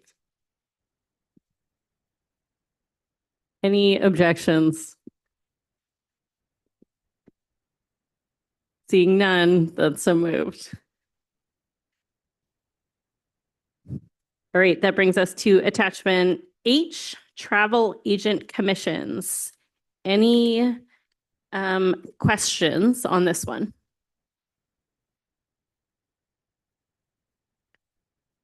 Mr. Smith, would you make a Thank- motion? Thank you, Madam Chair. I move ordinance serial number 2026-XX as shown on attachment H, which would repeal the exemption of commission charged by an agent of travel, lodging, or tours to the full assembly on June 8th and ask for unanimous consent. Ms. Hughes Candies with an objection. Thanks, Madam Chair. I wouldn't object for an amendment to move it to the special. Any To speak to it for the same reasons that I spoke to previously. objections to that amendment? Just lots of eye rolling. Mr. Smith. I don't want to do this, but I'm going to. I object because I'm like, these are commissions charged, for people that is part of their income. I guess I don't see I can't imagine this as massive amounts of money and that they should, we can undertake this in regular order and don't need to like fast track it. It's not going to move the needle at all. Ms. Hughes Candies. Thanks, Madam Chair. I will speak to it then. If the memo we have from Director Fleck on the impact for 27 and 28 for this one is for 9 months, 375,000 for FY 28, 400,000 to 500,000. Those are numbers that correspond to service reductions we're looking at for services that we've heard overwhelmingly from the public that they don't want us to cut. And again, in the budget exercises we did with the public, they said, go look at those things that generate new revenue so that we can keep these services. The overarching thing, I think, with all of our exemptions, it's key to remember that these are not areas that we are now looking to target. These are tax breaks that were in code because ostensibly they serve some public purpose. So the public purpose has to be great enough for I would say the political body to say this is such a public good that we want to give this industry or this type of job a tax break. So when I look at those numbers, those are enough for me to say that I would prefer to fast track it because that corresponds again to numbers of things that I know people don't want us to cut. So that would be my justification. We have an amendment and we have objection. Mr. Smith. Just a question. if we introduce these and pass them at regular order, they'd still go into effect on October 1. So fast tracking it, does that actually create any difference in terms of revenue? Thank you for the question, Mr. Smith. Either way, they would go into effect October 1 unless the body changes that element of the code. I think that the difference between taking public testimony and action on June 8th is that you have direct information about the impact of your revenue in the upcoming fiscal year, as opposed to not having that information when you're making your budget decision on the June 8th meeting. Thank you. I just want to say I was looking at the wrong line when I said it wasn't going to change the needle. I see the numbers now. That's significant. I will be fine to remove my objection so we can keep going. Very good. I'll remove my objection. Thanks. All right, we have an amendment. We have no objection. So that brings us to the motion as amended, which would move this to the assembly at our special meeting. Any objections to the motion as amended? Seeing none, that's so moved. Last, nope, just kidding. Second to last, penultimate foregone revenue ordinance. Attachment I, property tax hardship exemption. Questions on this?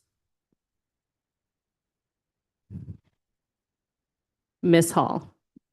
Yeah, it could, a little clarification. It seems like, are we raising the value of the home?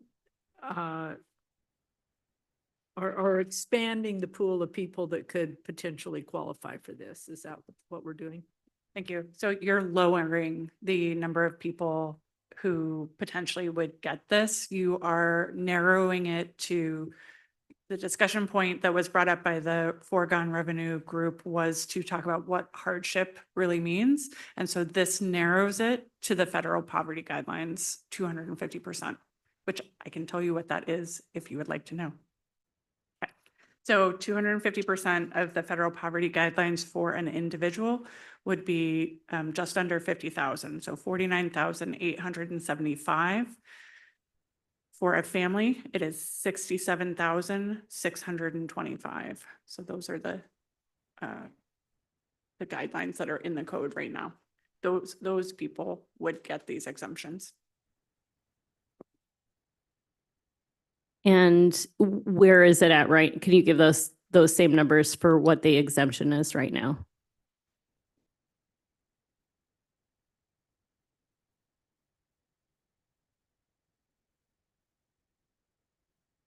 So currently it's right around 111,000.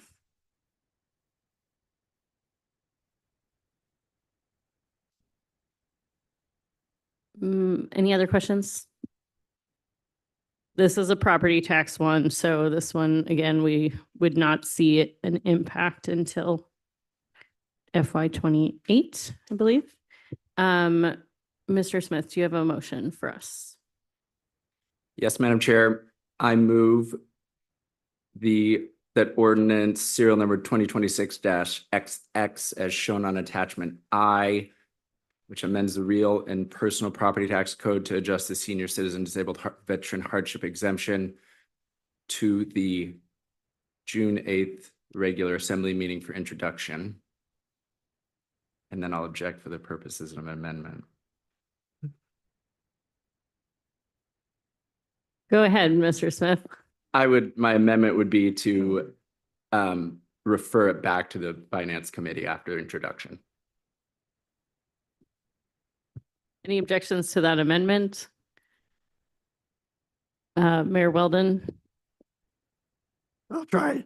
We discussed this in detail at the foregone revenue committee, and it's just a definition of hardship. And $111,000 wasn't seen as hardship. So I would object. Mr. Smith?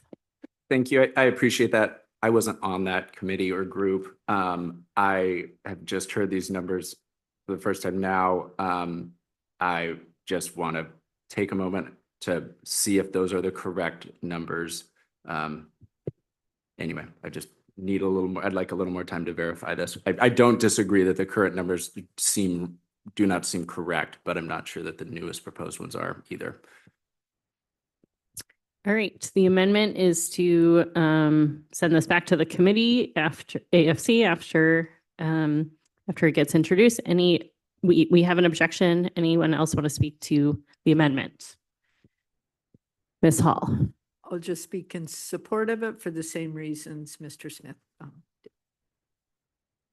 Mr. Kelly. I'll just speak against it. I think we have time to do the verification we need before it's introduced and acted upon. So I think I already know where I stand on it. So I don't think I need to see it referred back to finance. All right, Ms. Wendell, will you call roll? Thank you, Chair Wall. On the amendment to the motion to refer the ordinance back to the Finance Committee after introduction on June 8th. Assemblymember Smith, Yes. Mayor Weldon, No. Assemblymember Brooks, No. Assemblymember Steininger, Yes. Assemblymember Hall, Yes. Assemblymember Hughes Scandies, No. Assemblymember Kelly, No. Assemblymember Atkinson, No. Chair Wall. Yes. The amendment fails, 4 ayes, 5 nays. All right, so the motion as amended is to send it to the Assembly for introduction on June 8th. Any objections? Mr. Brooks. I'd like to object just because I don't think that this should move forward. And I think what we need to accomplish can be done so with the other methods. All right. Any other comments? We have a motion and we have an objection, Ms. Wendell. On the motion to move ordinance 2026-XX attachment I to the full assembly for introduction on June 8th. Assemblymember Smith, No. Assemblymember Brooks, No. Assemblymember Atkinson, Yes. Assemblymember Hall, No. Mayor Weldon, Yes. Assemblymember Hughes Scandies, Yes. Assemblymember Steininger, Yes. Assemblymember Kelly,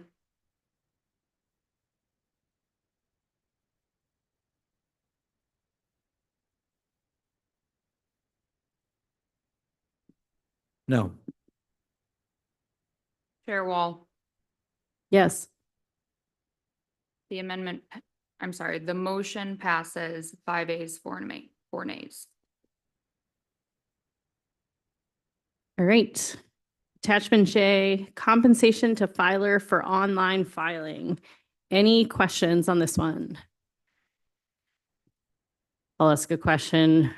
Presumably at some point this was created because we thought it benefited the city to pay people to file online and that there was like a good financial reason that made sense. Is there a financial reason that this doesn't make sense anymore? Thank you, Chair Wall. My understanding, I wasn't here when this was put in place. We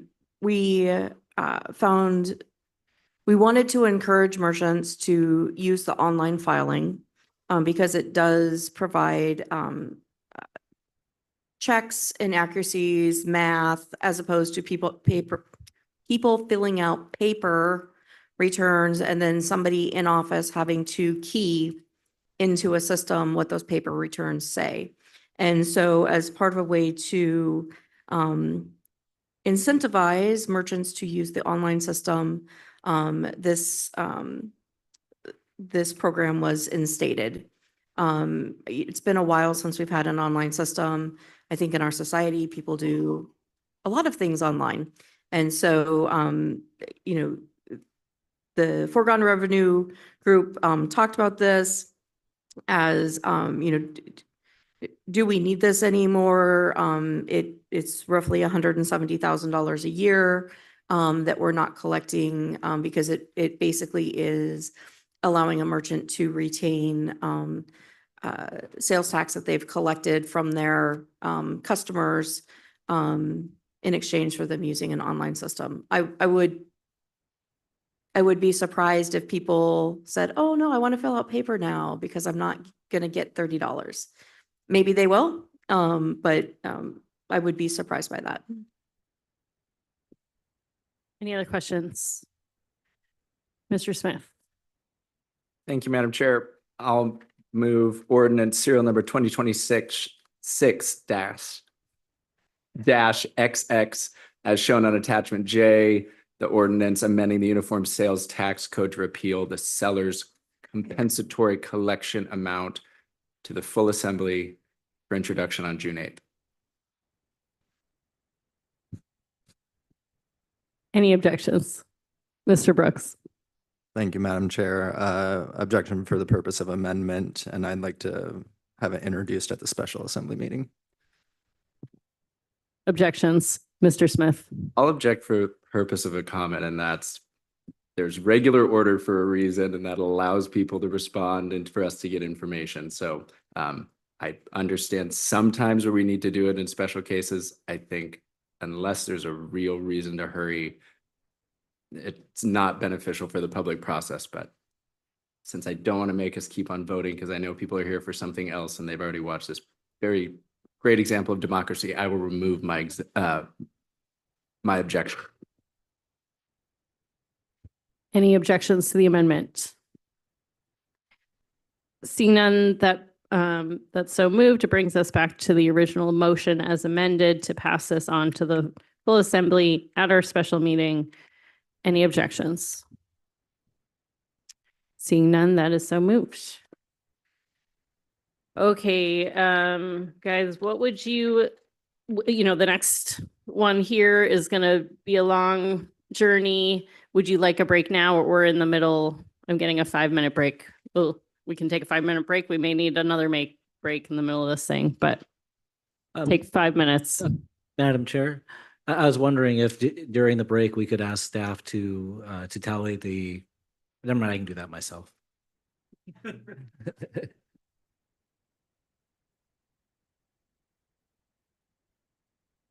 5 minutes.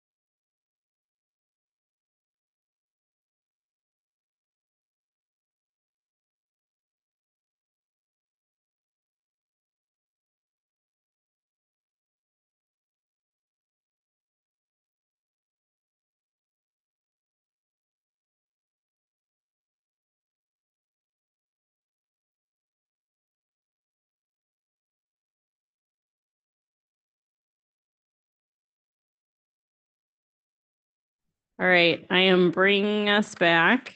We have moved from agenda topic 2 to agenda topic 3, service reduction continuation. So as we all know, there are lots of different ways to go through this budget process, and people can make amendments to the budget up until we try to pass the budget on June 8th. I've been working with a few of you on kind of a proposal for how to walk through this conversation tonight and next week. We have a list in front of us of all the items that when you all were asked, come up with $2 million worth of cuts, what would you do? Those are in front of you. My proposal tonight is that we, and this can change, but that we work tonight to reduce this list with the idea that next week we take on the quote unquote pending list, which is basically a series of almost final decisions that we will send to the full body for action as a complete budget. And so the idea would be if you want to leave something in consideration for the final budget, you would be voting yes to move it to the pending list tonight. So as an example, there might be something on here that I'm not sure. I may vote to reduce it, or I may not, and that depends on some of the revenue things that we talked about tonight, or it depends on other cuts that the body makes. And so if I want to leave that thing in consideration, I would vote yes to send it to the pending list. In addition to it gives us a shorter list to work with, it gives the public a better understanding of which things we are taking seriously right now so they can focus their advocacy. And so what I would like to do is we actually have some items at the end of this list that are revenue. And because we just talked about revenue, I'd like to start with those items so that we can see whether these revenue items are still in the consideration of the group. Some of these things might not, might be things we tackle in a few years. Some of them we might want to tackle during the budget. I'm going to pause there and see if you have questions on what I'm hoping we're going to do tonight. Mr. Kelly. Thank you. I'm a little unclear. Like if we want to keep something in consideration, we move it to the pending list. Usually the pending list, it's my understanding, is items that we are considering funding, but this is a list of things we're considering defunding. So if we're voting yes to move something to the pending list for further consideration, is that for considering cutting it, or is that for consideration and continuing to fund it? Good question. It depends on the item, but the motion would make that clear. So as an example, I'm going to take the first item on this list, and the motion would be moving the reduction of the JDC grant, which is how it's presented here, to the pending list, so that if nothing happens, what's in the city manager's budget stays. But if the body takes action on that pending list item, that grant would be reduced. The opposite would be the case for if a revenue item is to move forward. That would be on the pending list in the opposite direction, if that makes sense. Mr. Brooks. Thank you, Madam Chair. So the things that don't make it on the pending list tonight are done here? That's a good question as well. What I would say is nothing on here would be dead, but the idea would be we're saying right now that we don't want to tackle them as part of the FY27 budget process. You all can do what you like. And if on the last day you want to pull something that died tonight and put it on the budget, that's within your right as an assembly member. But we're trying to give each other and the body a better sense of where this thing's going to end up. And there are things on here that we probably might want to tackle 6 months from now. And so if it gets voted down tonight, in 6 months, it can come back again. Good questions. Anybody else? And if this doesn't work, we can try something else. Okay. So we are going to start with these revenue items, and I think what I'm going to do is I'm going to ask the mayor for some motions to begin us with as we get deeper into this process and we get to the items that are maybe have less votes originally. We will kind of open it up to the body and say, is there anything else you all want to move to the pending list? But because there's only a few items here on the revenue, I think we're going to just start there, and I'll ask the mayor to see if she can kick us off. I'll certainly try. So again, on the revenue side, I move that items 35 through 38 are held in committee.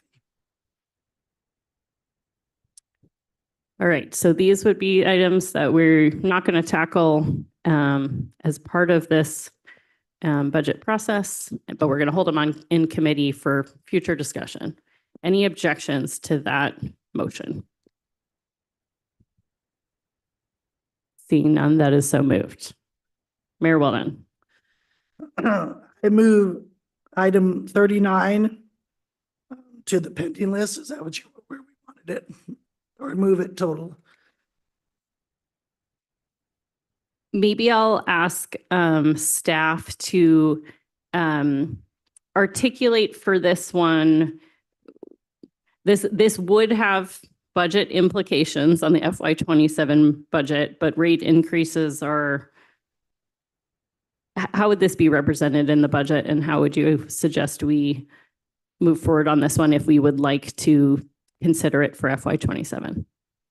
Thank you, Chair Wall. On this particular one, which is utility rate increase to offset the general fund support or decrease general fund support over 5 years, I would work with Manager Custer to, if you want to consider this more, I would say move it to the pending list. And we would work with Manager Custer and Director Koch to define what a precise action would be to implement for FY27. I see Manager Kester's hand as well. Anything you want to add to that? We're bringing her over as a panelist, so it'll take just a second. Thank you. Yes, there's $1.7 million in the capital improvement plan for the underground utility infrastructure. So if the assembly wanted to move forward with increasing utility rates, that $1.7 million could be freed up for other uses. And Chair Wall, if I could add to that, if memory serves correctly, we do have transfer from the two utility funds to capital projects. So we could look at directing those to replace general funds. All right. Mayor Weldon, do you want to Yep. clarify? So I would move item 39 to the pending list. I'd like to speak against it. So Go ahead. to increase this utility rate basically goes against one of the ballot measures, which was take the sales tax exemption off utilities. It makes it even, and the purpose was to try and save money. I think we can care for this in other ways, perhaps a water sewer bond. All right, we have a motion. We have objection. Ms. Hughes Candies. Oh, no, it's contagious. Thank you, Madam Chair. I'm going to speak in support of this, and I will couch that by saying I'm in support of keeping this alive and in support of digging into it a little further. I'm not saying pounding the table like, let's increase the utility rates. This is definitely the way to go, but I think it's something that is absolutely worth keeping alive. I appreciate the thought behind the ballot measures that the mayor brings up. However, when I think of the utility rates and I think of how we set utility rates, I think everybody was on this assembly, and if that's not correct, apologies. Yep, okay, Mr. Brooks, you are free and clear from this, but we had a consultant and we had rates that we were supposed to set for the health of the utility. And all of this, I will definitely say that due to the utility not increasing its rates far, far beyond any of our time for at least a decade and maybe decades, has now put us in this situation where we are decades behind and we are constantly playing catch up. I do not think it is, and so we are decades behind in keeping a normal pace of utility rate increases.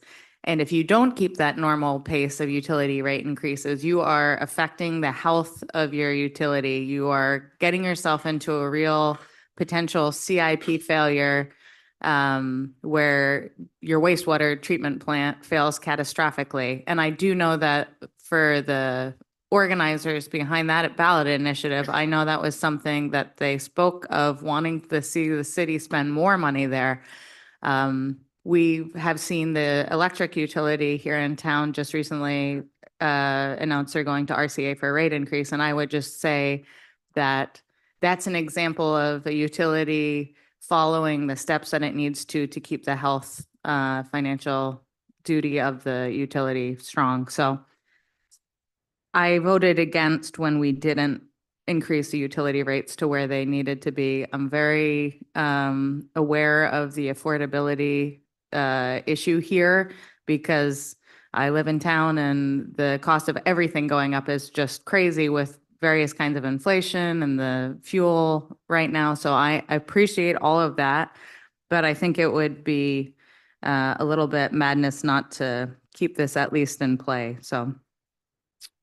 Well, and the only thing I'll say is in exchange for us saying that we weren't going to raise those rates to where they were supposed to be, we said over the next 5 years, in addition to everything else we have going on right now financially, we're going to find 10 million, I believe it is, of general fund to put into the utility. So that's another thing that's hanging over our head. So I just think I don't want to be one of the assemblies that was far, far beyond my time that didn't do what they needed to do to keep the wastewater utility running and water utility. Thanks for your indulgence. Mr. Brooks. Thank you, Madam Chair. And I just have a objection for the purpose of a question. And because I can't remember if it was last year or 2 years ago that there was the approved rate increase to happen over the next 4 or 5 years. If something like this gets enacted, would it happen after those increases are done, or would they compound on top of the ones that we're already being subjected to? Thank you, Mr. Brooks. I believe that action was done by ordinance. And so if there's a change to the rates, it would have to be an ordinance brought forward. We would work with law, go back and review if it could be an amendment. So to just change the rates starting at a particular time, or if there would be a need to wait longer.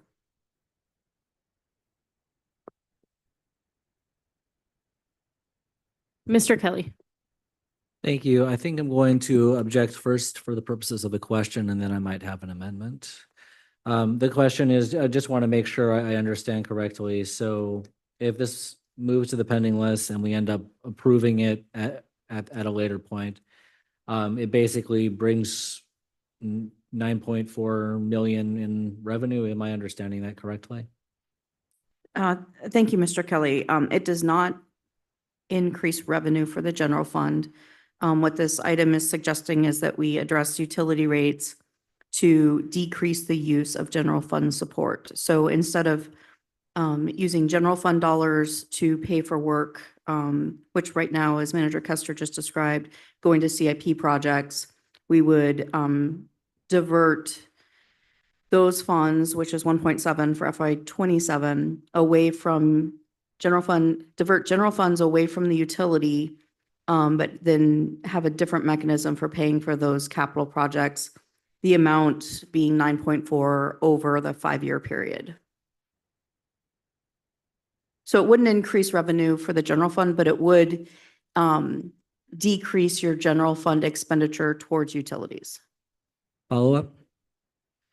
And so that would decrease that expenditure to 1.7 million for this year? That is correct. 1.7 is allocated this year to capital projects. That 1.7 comes from the 3% sales tax. So while it goes to a project, it's part of that 1% of the 3% that right now goes to roads and street regular repair. Okay, I don't think I'll make my amendment, but I'll maintain my objection.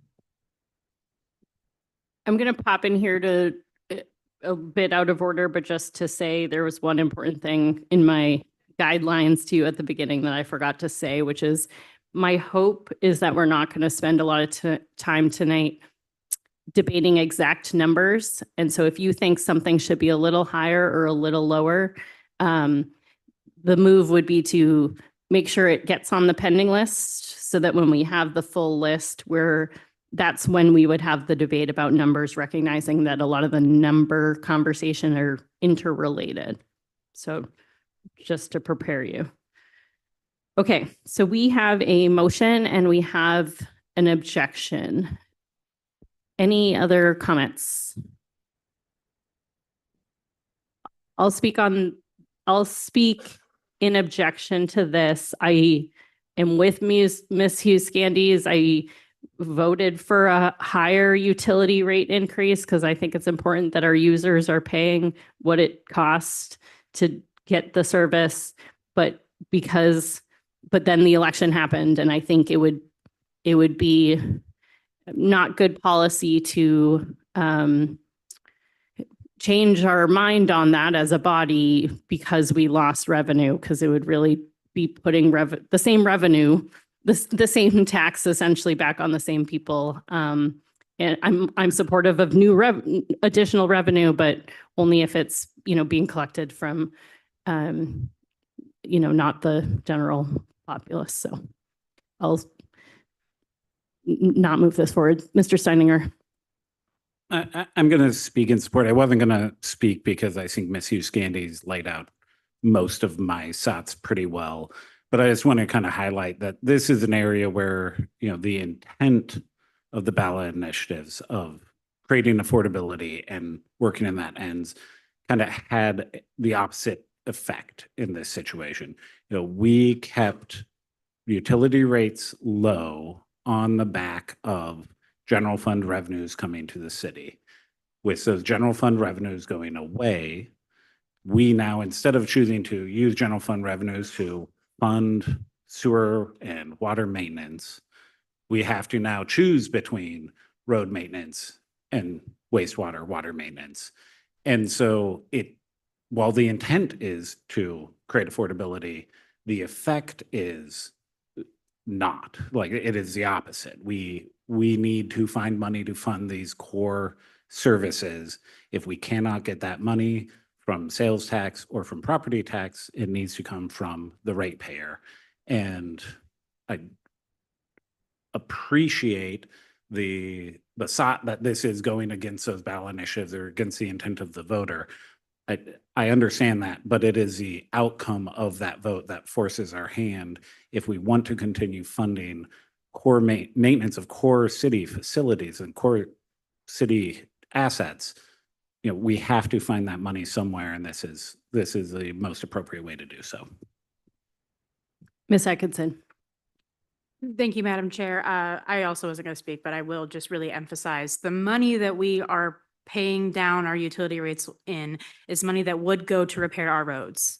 So we're using money for another core service to fund a different core service. And without the general funds to make that work, we really are doing less capital projects. We're doing less maintenance of current facilities. And that's just in the long term, regardless of what happens with cuts and things like that, we need to be able to drive on our roads and we need to be able to turn the faucet on.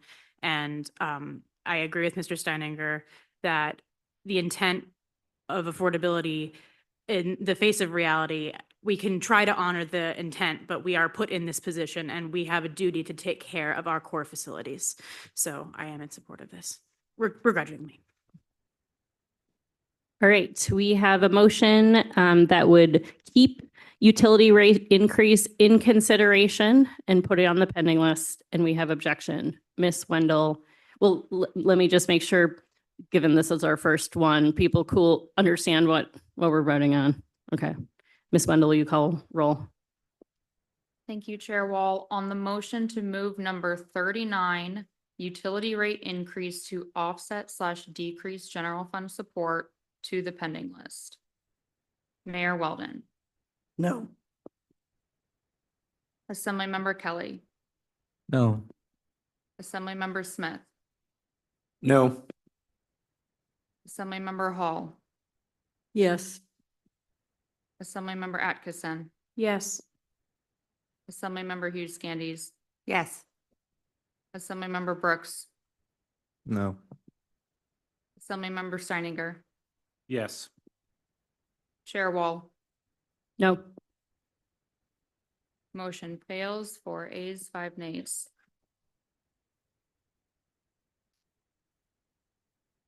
Mayor, Mr. Smith. I guess maybe just a point of information or something. If there's just one item or if there's just been one person, I mean, should we let someone move that? Because there could be some where if nobody moves it. That is going to be the intent with the other ones. I was just trying to keep people organized by moving these last two quickly, if that's okay. Of course. Thank you, ma'am. And then we will not be going through 34 motions or 42 motions tonight. Unless you all choose to do that. Mayor Weldon, you want to just move these last two revenue ones and then we can get to the more exciting things. So I move item 40 to the pending list. I'd like to speak in favor of it. Not only would it save in operating, but it also gives us revenue. And literally the Douglas Fire Station is a very expensive storage unit for a fire truck and an ambulance. And I think we could find somewhere else to store those. We have a motion. Any objections to moving this to the pending list?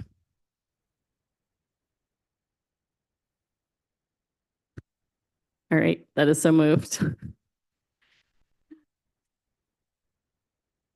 All right, next one.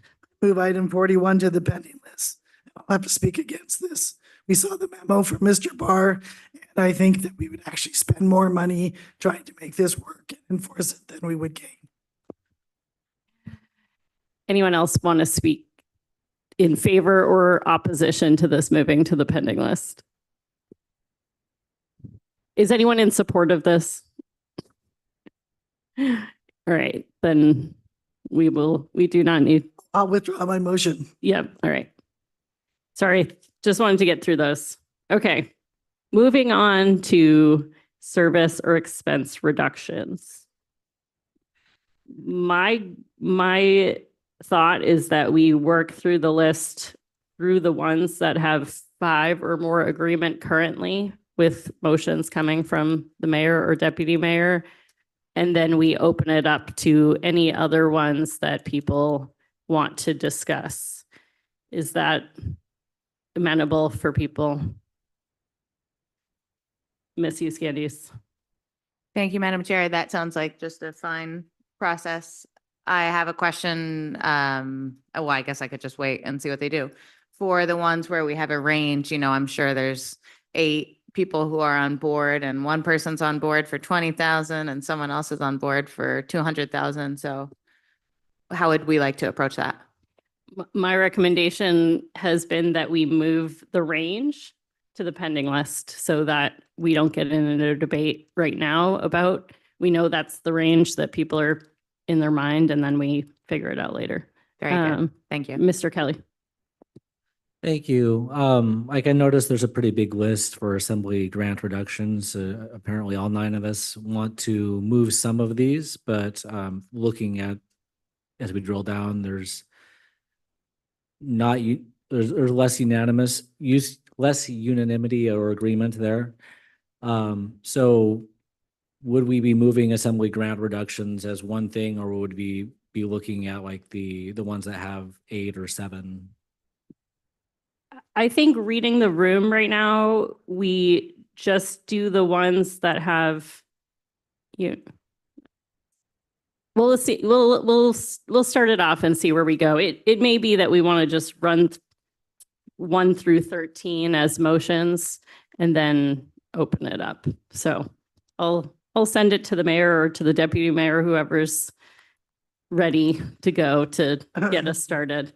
I'll start and then we will pass on. I can tell. So I move item 1, reduce a limited GEDC grant 40K to 440K to the pending list. Mr. Kelly. Just to save time, I won't speak to my objection. Ms. Huskindis, did you have a comment? Oh, sorry, I thought I saw your hand. No, I support this. I'll also object. All right, we have a motion and we have objection. Ms. Wendell, will you call roll on moving this reduction to the pending list? On the motion to move item number 1, reduce JEDC grant to the pending list. Mayor Weldon. Yes. Assemblymember Kelly. No. Assemblymember Steininger. Yes. Assemblymember Atkinson. Yes. Assemblymember Hughes Scandies. Yes. Assemblymember Smith. Yes. Assemblymember Brooks. Yes. Assemblymember Hall. No. Chair Wall. Yes. Motion passes 7 ayes, 2 nays.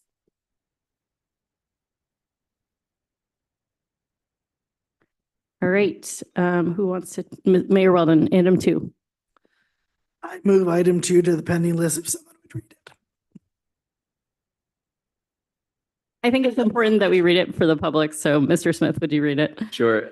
Item number 2 is reducing travel Juno grant from hotel bed tax in a range of $50,000 to $700,000. Do we have objection? Seeing none, that is moved to the pending list. Mayor Weldon, item 3. I move item 3. I'll be the mayor whisperer here. Which item 3 is reduce Juno Community Foundation grant between $100,000 to $300,000. Objections. Mr. Smith. Thanks. I'll object here. I obviously tough budget situation, but these are grants that are they go out to our key social service providers doing, very important work. There'd be negative consequences for us, for our community, for our neighbors if we do away with these. To me, this is just not an area where I'm willing to make reduction this year.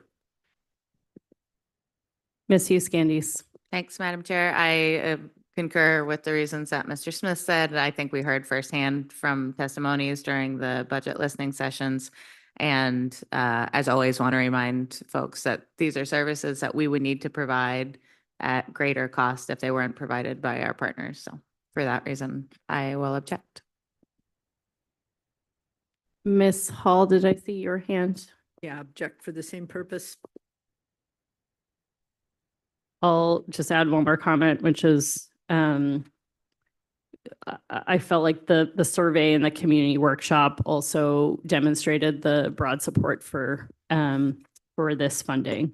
Mr. Brooks. I'll object for the purpose of comment. The Juneau Community Foundation has over $100 million in the bank. And if there's anything within this that isn't the mandatory type of services that we need to provide for our community, it's not going to be something that cripples the organizations if we remove the grant. Move my objection. All right. Mr. Smith. sorry, I don't mean to belabor this. There are differences in the different funds within the Juneau Community Foundation. The full endowment is not accessible for these uses. If we reduce these grants, I believe there will just be less money for these organizations. The Community Foundation may be able to help a little bit, but I don't think we can count on that. But anyway, doesn't sound like they're, maintain my objection. All right. We have a motion and we have objection. Ms. Wendell, will you call roll? Thank you. On the motion to move item number 3, reduce Juneau Community Foundation grant to the pending list. Mayor Weldon, No. Assemblymember Smith, No. Assemblymember Atkinson, No. Assemblymember Brooks, No. Assemblymember Hall, No. Assemblymember Hughes Candies, No. Assemblymember Seininger, No. Assemblymember Kelly, No. Chair Wall. No. Motion fails. No A's, 9 nays.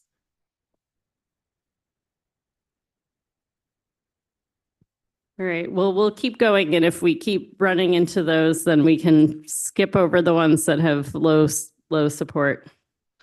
So I move item 4, Heat Smart, reducing grant by the $20,000 to the pending list. And if I may speak to this, I have said all along that they need to charge for their services. And after talking to someone from Heat Smart, they said that they could probably raise $20,000 by charging, which is where that number came from. Any objection to moving a reduction to Heat Smart by $20,000 to the pending list? Seeing none, that is so moved.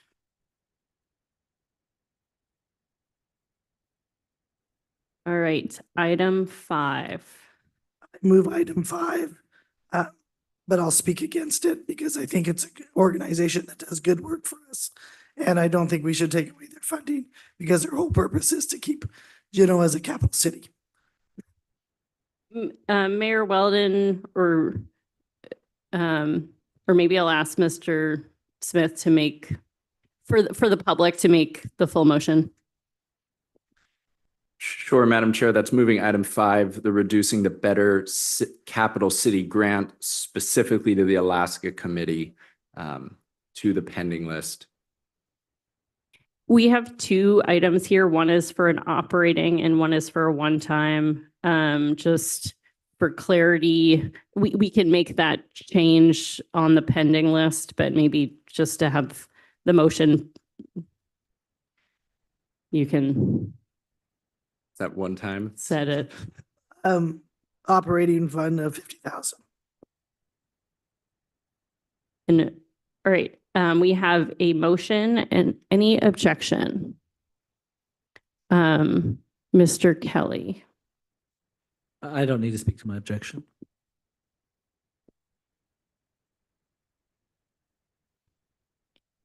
All right, we have some objections. Mr. Smith. Thank you. I serve on the Alaska Committee.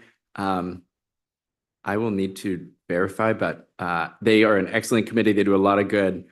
I believe they have a few $100,000 in reserve. My sense is that they could take a slight reduction. I would make it a one-time reduction. We're just in tough times, and they have reserves to need to do activities. Those activities include like a capital move or other kind of votes, but those thankfully haven't come up and maybe don't appear to be coming up in this election. So I would support a one-time reduction to the Alaska Committee. Ms. Atkinson. I wasn't going to say anything. I just do not support it. The moving the capital may not be a current looming this year threat, but it is always something we need to be vigilant on. And this is, I know we are in a fiscal crisis, but this is money that matters a lot to this community. And I think it's a small price to pay for the work that they do. So I will maintain my objection to moving this to the pending list. Ms. Hughes Candies. Thanks, Madam Chair. I'll speak briefly in support of this. I think just also to share where I'm coming from, for some of these things, it's a matter of knowing what's going to add up to that number that we need it to add up to. And I think this is entirely reasonable to keep on the table. There's no doubt that I could probably look at this whole list and say, these are all organizations that do good work and have good purpose. But so that will not dictate these decisions. It will be about where we need to determine where we can make cuts. So I'm in support of keeping this alive for a reduction. Mr. Steininger. I was going to object to this, but based on the comments from Mr. Smith, I think keeping it alive, and I'd like to get some more information on what a one-time reduction, if it truly would be non-detrimental to the organization and their efforts, because like Ms. Atkinson stated, I think what they do is incredibly important, but also if, you know, a $50,000, $100,000 one-time hit helps us stabilize some of the amenities that also make Juneau attractive for legislators and their staff when they're here, to make them feel welcome and comfortable, that might outweigh the money to the Better Capital City Committee. I'll speak in support of this motion for many of the same reasons as my colleagues. Like all of these organizations, they do good work. When we looked at their finances, I was very convinced that they can continue to do the good work that they do without the level of city support that they get. And Ms. Atkinson said this is, an organization that's really important to the community. I think there are some people who feel that way, who are very involved, and there are others who have no idea what it is they do and what goes on in terms of the work that has to happen to make sure this stays a capital city. And so when I think about what I saw in the surveys and the advocacy, when I think about what the public would choose to spend these dollars on, this would not be at the top of the priority list. All right, Mr. Smith. Thank you, Madam Chair. I believe the motion was for an operating reduction. I would move to amend the motion to make it a one-time reduction. So it would just be for FY27. And we could, of course, a future assembly could reevaluate that for FY28, but just for a one-time reduction. Motion. Any objections to that amendment? All right, that brings us back to the motion as amended to reduce, to move to the pending list, Alaska Better Capital City grant to the Alaska Committee by $50,000. We have objections. Ms. Wendell, will you call roll? Madam Chair, if it makes a difference, I remove my objection. I believe we still have objections. So Ms. Wendell, will you call roll? On the motion to move item number 5, reduce the Alaska Committee grant by $50,000 as one time. Mayor Weldon. No. Assemblymember Atkinson. No. Assemblymember Smith. Yes. Assemblymember Kelly. Yes. Assemblymember Hall. Yes. Assemblymember Hughes Candies. Yes. Assemblymember Brooks. Yes. Assemblymember Steininger. Yes. Chair Wall. Yes. The motion as amended passes 7 ayes, 2 nays. All right, Mayor Weldon, item number 6. I move item 6.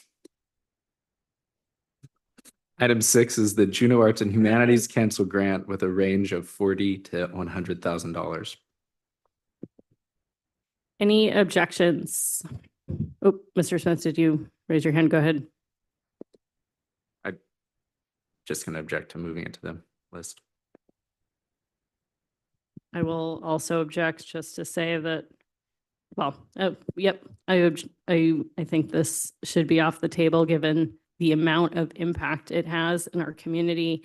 We have heard from so many people about what keeps them in Juneau. And the arts are one of the things that keep them in Juneau. And I think what we spend here is small compared with the impact it has on the community. So I'm not ready to get in that debate.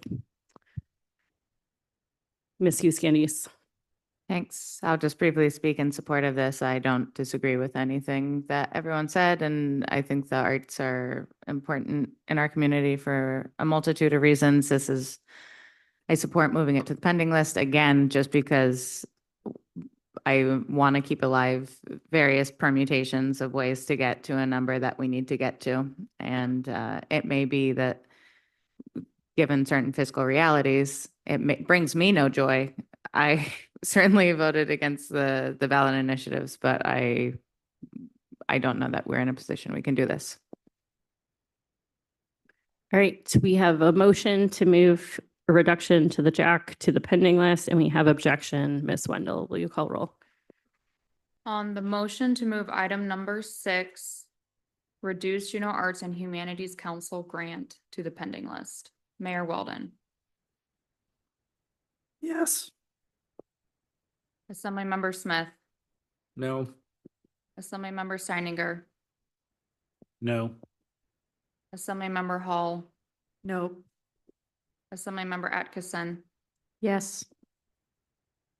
Assemblymember Hughes Candies, Yes. Assemblymember Brooks, Yes. Assemblymember Kelly, Yes. Chair Wall. No. Motion passes 5 ayes, 4 nays. Item number 7. I move item 7 and would speak against it if I could add a voice. Item number 7 is the Small Business Development Grant. This is the glory of being the deputy mayor, by the way. All right, Mayor Weldon, you're not going to speak to your objection, is that, but we can tell from your face what you're thinking. Okay, anyone else want to speak or object? Mr. Brooks. Thank you, Madam Chair. I'd like to object just because it's a relatively small grant and the amount of work that's provided by it is pretty impressive and substantial. So I don't think it'd be one that would have a greater benefit to removing the funds from. Ms. Hall. I'm going to support this because there are small business grants in JEDC, so it seems duplicative unless someone can tell me otherwise. Ms. Hughes Candies. I'll speak in support of it for the same reasoning as before. Keep the options open, and because a reduced city outlook means that you provide reduced services, and small business development are potentially based on the survey results are not something that I heard that people were looking for overwhelmingly. Mr. Smith. Thank you all oppose the motion. My understanding is that this grant actually goes to supporting the center and the staff that works there. It's not going out in other grants. It's supporting someone who can help people find these other grants and things. My understanding is like without the support, which the other things don't come into play, and therefore you like lose the whole position and the support that small businesses are getting. Interesting point on if there are some synergies with JDC, but I mean, my understanding is, yeah, this is kind of a person for working the Small Business Development Center or something. So it's different organization. So we'll oppose. All right, we have a motion and we have objection. Ms. Wendell, will you call roll? Thank you, Chair Wall. On the motion to move item number 7, reduce small business development grant to the pending list. Mayor Weldon, No. Assemblymember Brooks, No. Assemblymember Smith, No. Assemblymember Kelly, Yes. Assemblymember Hall, Yes. Assemblymember Atkinson, Yes. Assemblymember Hughes Candies, Yes. Assemblymember Steininger, Yes. Chair Wall. No. Motion passes 5 ayes, 4 nays. All right. Last assembly grant reduction line item number 8. Madam Chair, I was going to suggest if someone wanted to do this, they could make the motion. If someone wants to do this, will they make the motion? Ms. Hughes Candies. Thanks, Madam Chair. I'll do it just so we take care of it. I would move the eliminating the League of Women Voters grant to the pending list. This is a very small dollar amount. This is a grant that was added for the first time last year. This is a very, very worthy and a very long-standing program that the League of Women Voters has done forever without CBJ support. And last year was the first year they got CBJ support. In light of our revenue picture, I would recommend that it go back to being provided without city support. So for that reason, I support moving it to the pending list. Any objections, Ms. Atkinson? Thank you, Madam Chair. I'll be brief. It is a very important program, and having seen it this year firsthand, I would say that that very small amount of city support did a lot of good for the program, and I think it really improved the kids' experience and certainly the experience of the volunteers who are running the program. So I would object to cutting that very small amount of city funding. Mr. Kelly? I think Ms. Atkinson spoke pretty much to my same objections. Yeah, I think the League of Women Voters does a lot of good voter education and helps to inspire a more informed voting populace. And I think Ms. Atkinson spoke to my objections as far as this particular program. So that's it. I'll speak in support of this motion for many of the reasons Ms. Hughes Candies spoke to. I objected to it last year, not because it's not great, but because because we can't be everything to everyone and just help out good projects. Some of these other things, we are core funders that the organizations rely on. And I would not put this one in that category. Okay, we have a motion and we have objections. Ms. Wendell. Thank you. On the motion to move item number 8, eliminate League of Women Voter grant to the pending list. Assemblymember Hughes Candies, Yes. Assemblymember Atkinson, No. Assemblymember Kelly, No. Assemblymember Steininger, No. Mayor Weldon, No. Assemblymember Smith, Yes. Assemblymember Brooks, No. Assemblymember Hall, Nope. Chair Wall. Yes. Motion fails, 3 ayes, 6 nays. All right, we just have a few more that we're going to go through motions. And then we'll see where everybody else is on other things that had less support the first time we ranked these. So Mr. Smith or Mayor Weldon, go ahead, Ms. Hughes Candies. Did you have a question? Thank you, Madam Chair. I was just going to be clear because I've had a lot of questions about this list from the public. We didn't rank these. These are everyone's list. So something might be on this list that you didn't see, you didn't think of. Yes, ranking them, we have a number of assembly member agreements. And so that's what I was referencing, is that some of these are listed by how many people said this is on our list. Who all had the same idea. Yes, who all had the same idea. Okay. So item number 9. Mr. Smith. Thank you, Madam Chair. I move item number 9 with the option to move facilities maintenance to Marie Drake, and sell Mount Jumbo Gym. Savings of operating of $60,000, hard savings, potentially 130 in soft savings, I do believe due to some transportation. I won't go too much more into it, but that's the motion. Any objections to moving that to the pending list? Mr. Kelly? So I assume, are we also moving the one-time savings from selling the facility for 2.5 million?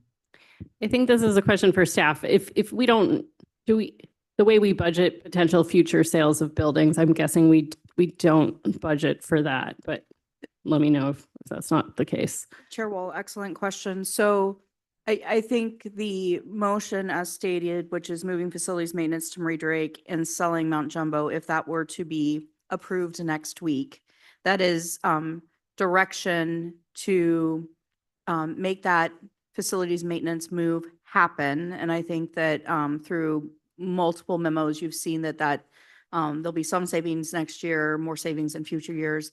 We would not budget revenue of 2.5 million, but that would be direction from the assembly to the manager to start the process of selling Mount Jumbo, which we know will take time. Mr. Kelly, do you maintain your objection? No, I don't. Thank you. All right, seeing no objection, that motion is so moved. Which brings us to item 10 and 11. Maybe we can tackle those together or however. One at a time. Okay, one at a time. Whoever wants to. Would move item 10, Mothball Augustus Brown, and I would speak very much against it. I think we need two pools. We have high usage and we are surrounded by water. We just did a whole bunch of renovations to Augustus Brown, and the voters have shown time and time again that they want two pools.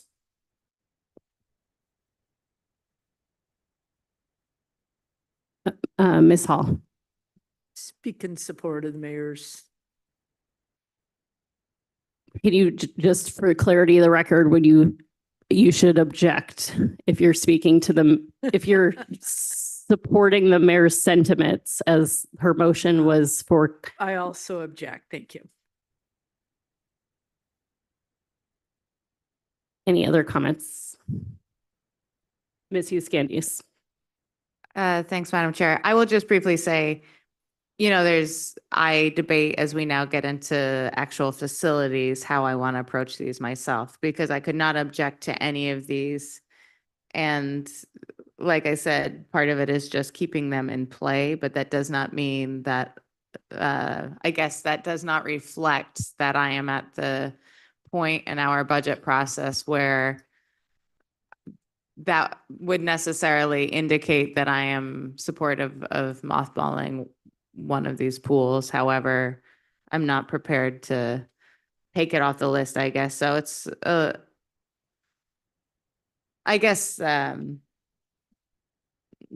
no real question. Internal struggle as to how to approach the rest of the list. It's fine. Mr. Brooks.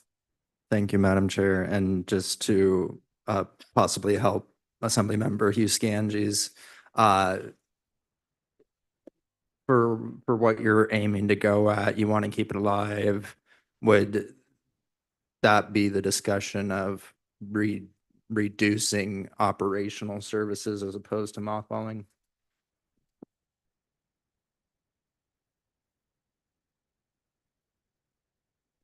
It's a good question. I don't think when we see that represented, we know that there's some reductions in the manager's budget. I would say that there's several different ways we could take this. I think if you want to put something else on the pending list other than mothball, it would probably be easier just to get that motion out there. If that's.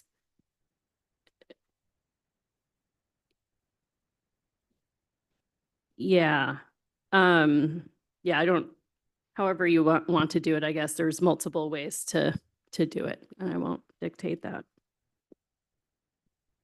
I'm gonna speak in support of this motion to put this on the pending list. Let me be clear, not because I want to and not because I don't want two pools in Juneau. I think, you know, we just passed some motions to the pending list of things that we can reduce. They will not be enough. They will definitely not be enough next year.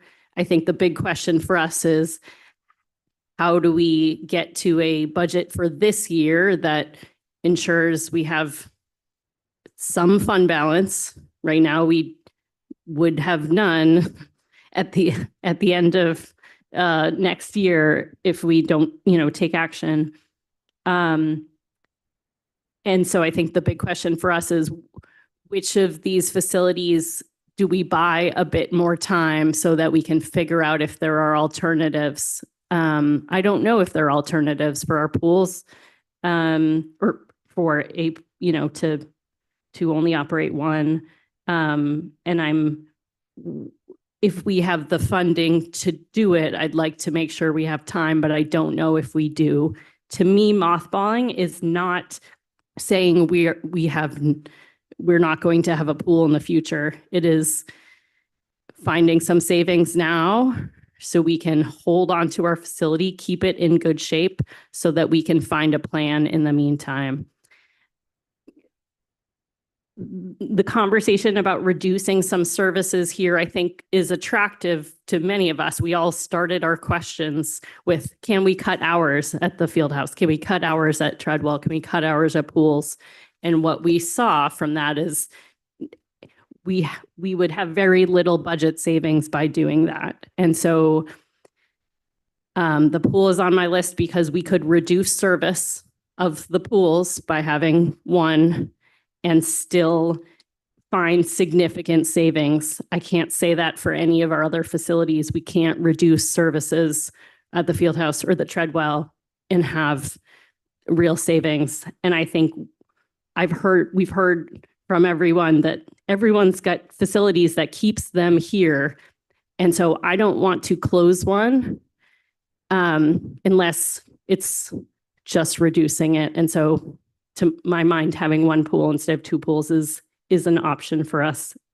I don't know how I would vote if it will depend on the other decisions we make, but I just think we're in a position that we have to consider it. And I will say that if we don't consider it this year, then we need to take action as soon as the budget is done to figure out what the community is going to do before next year for all of our facilities. Because this is a list of things that we came up with for $2 million of cuts, where our deficit is much, much larger. And if we had asked this group to come up with actually filling our deficit, it would be a scary list. So, okay, well, that's where I'm at. Ms. Atkinson.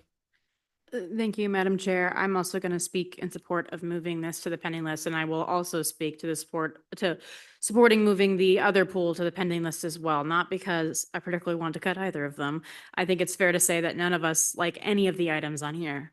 Well, maybe some of us like a few of the items, but if we all voted against everything we didn't like, we would not come anywhere near $2 million of cuts. And we have to start looking at the total at the bottom of our calculator here, and we're just nowhere near there. And when I look at the items left in terms of amount of operating savings we receive, the pools are quite large, and they're one of the few quite large ones on this list. So it's just something to be mindful of, and that's why, unfortunately, this motion does have my support.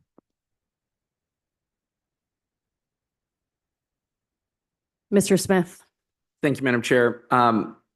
With the current motion with the mothballing of Augustus Brown, I'll vote against moving it to the pending list. I agree with your sentiment that this could be a very real thing that is happening in from the FY28 budget. I don't believe we have to do it this year. And there may be something that we need to think about depending if this does not make the pending list, if we need to direct staff or others to look at different operating type arrangements with third parties or something to reduce costs or whatever. But with the current motion to mothball Augustus Brown, I will vote against, be opposed. Thank you. Mr. Steininger. Yeah, it's interesting because I agree with basically everything that that Chair Wolf said, but it kind of leads me more in the direction of the statements that Mr. Smith just said in terms of voting against putting this to the pending list this year. But I want to be clear, as others have said, this is a likely conversation for 28. But I think in a lot of these budget conversations, there's cans that we're going to have to kick. We're not solving the whole problem this year. And I think as the community and as staff have realized, kind of had the reality of how to get to these budget reductions sink in, different ideas to save money, whether it's working with nonprofits, whether it's working in different ways, have started to percolate to the surface, but haven't had the time to really sink through. And I think if we were to mothball a pool this year, it does more damage than just, you know, keeping the facility warm. We lose staff, we lose capacity to bring it back online, and we lose some of that opportunity for some of the novel other things that are only starting just now to percolate, because I think it took the community, not just, you know, members of the community at large, but also people within CBJ, the time to kind of really think through and hear some of these ideas, to see as people started to realize the implications of the discussions that we were having, that we knew what those implications were back in October, but it's taken time.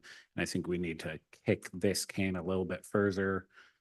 But voting not to put it on the pending list is not, I don't think people should take that as, oh, the pool is saved. I think there's still a lot of friction and risk there that we need to be aware of, but we need to take a little bit more time on this.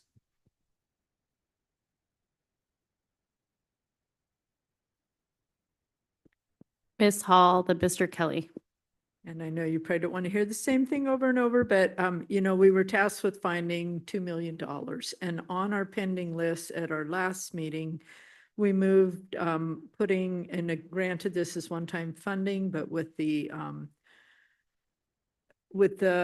intent to buy us a little more time, drastic measures to mothball one of our facilities, but we moved to the pending list 1.5 million in the Lemon Creek multimodal path and the Gastineau Avenue widening and turnaround, $1 million in that. So I you know, I would rather not go through the exercise of discussing mothballing one of our much used, very beloved facilities.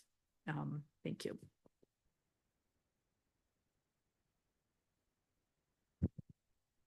All right, we have a motion and we have objection. Ms. Wendell, will you call roll?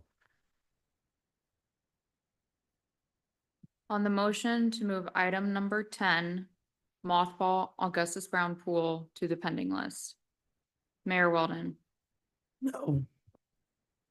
Assemblymember Hall, No. Assemblymember Atkinson, Yes. Assemblymember Brooks, No. Assemblymember Hughes Candies, Yes. Assemblymember Smith, No. Assemblymember Steininger, No. Assemblymember Kelly, No. Chair Wall. Yes. Motion fails, 3 ayes, 6 nays.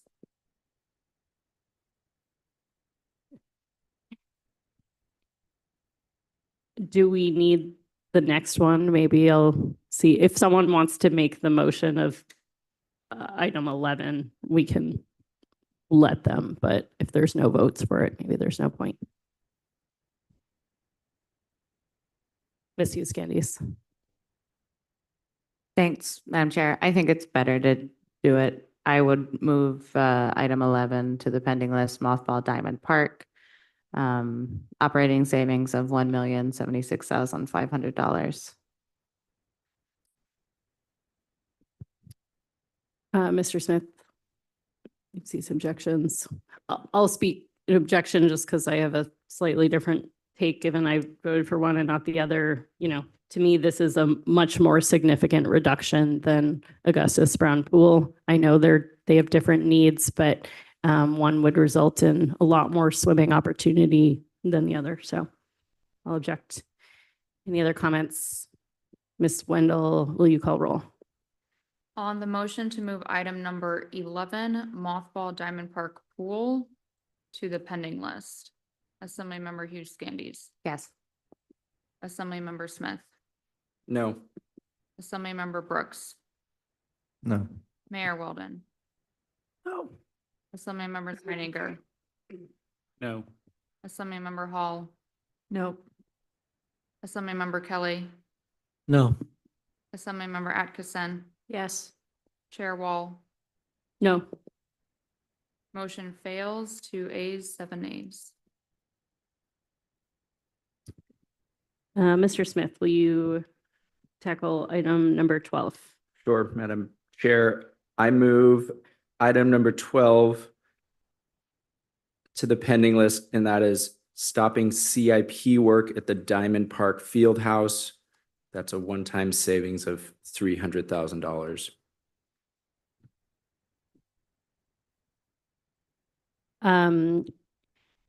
Objections, Mayor Weldon. Can I object for purposes of a question? Is that this year, fiscal year 27? Madam Mayor, there is not new money coming into Diamond Park Fieldhouse. This is existing CIP work that is not encumbered or wasn't when this list was originally put together. So if this is moved to the pending list, we will validate that 300,000 is still the right figure.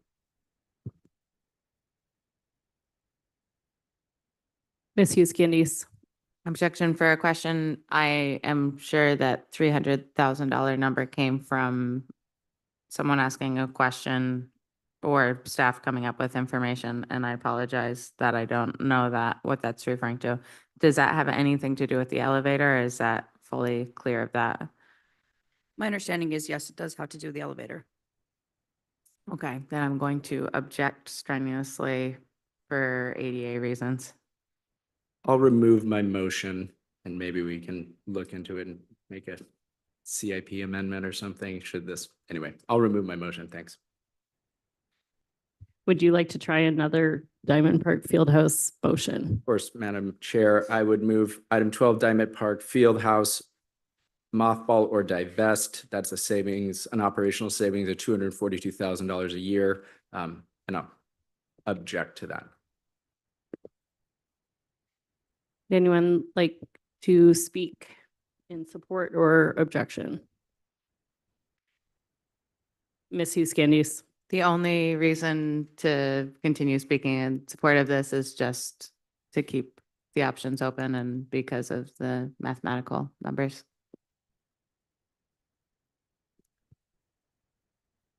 Mr. Kelly.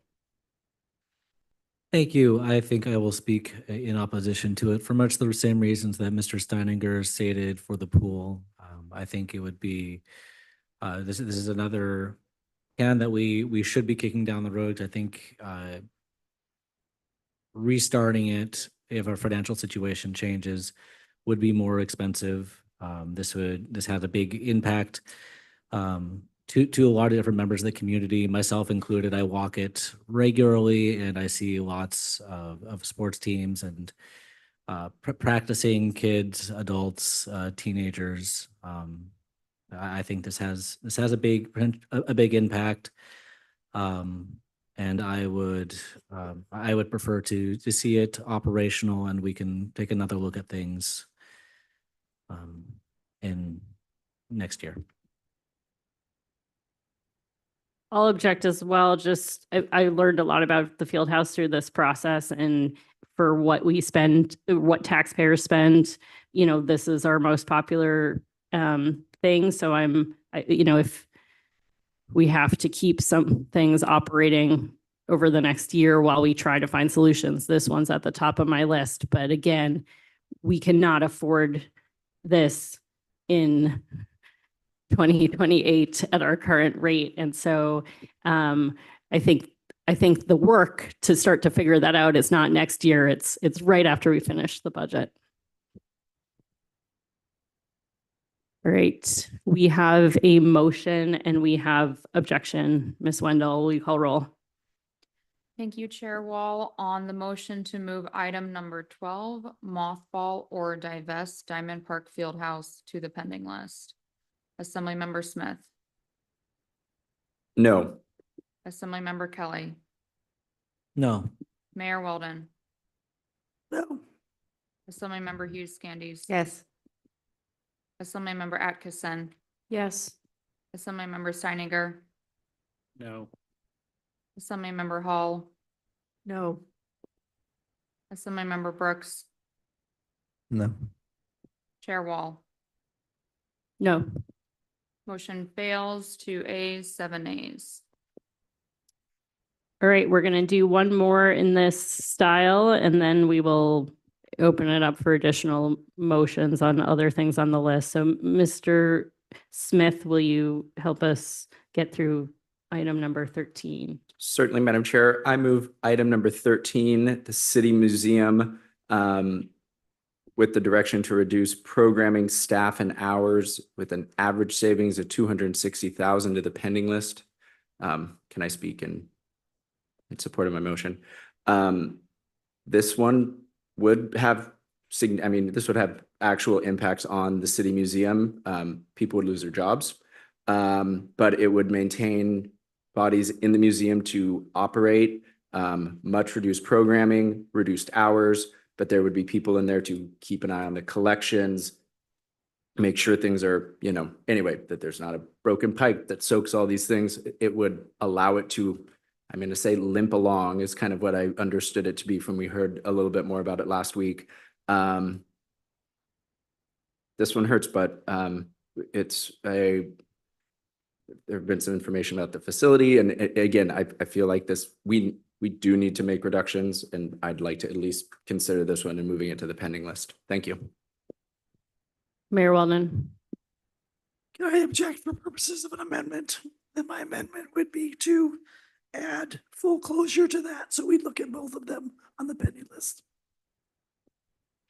So this motion would kind of expand the list of things on the pending list, think of it as a range, I guess, for reductions from 260 to 480, if you'll accept that friendly amendment instead of being specific to reducing programming.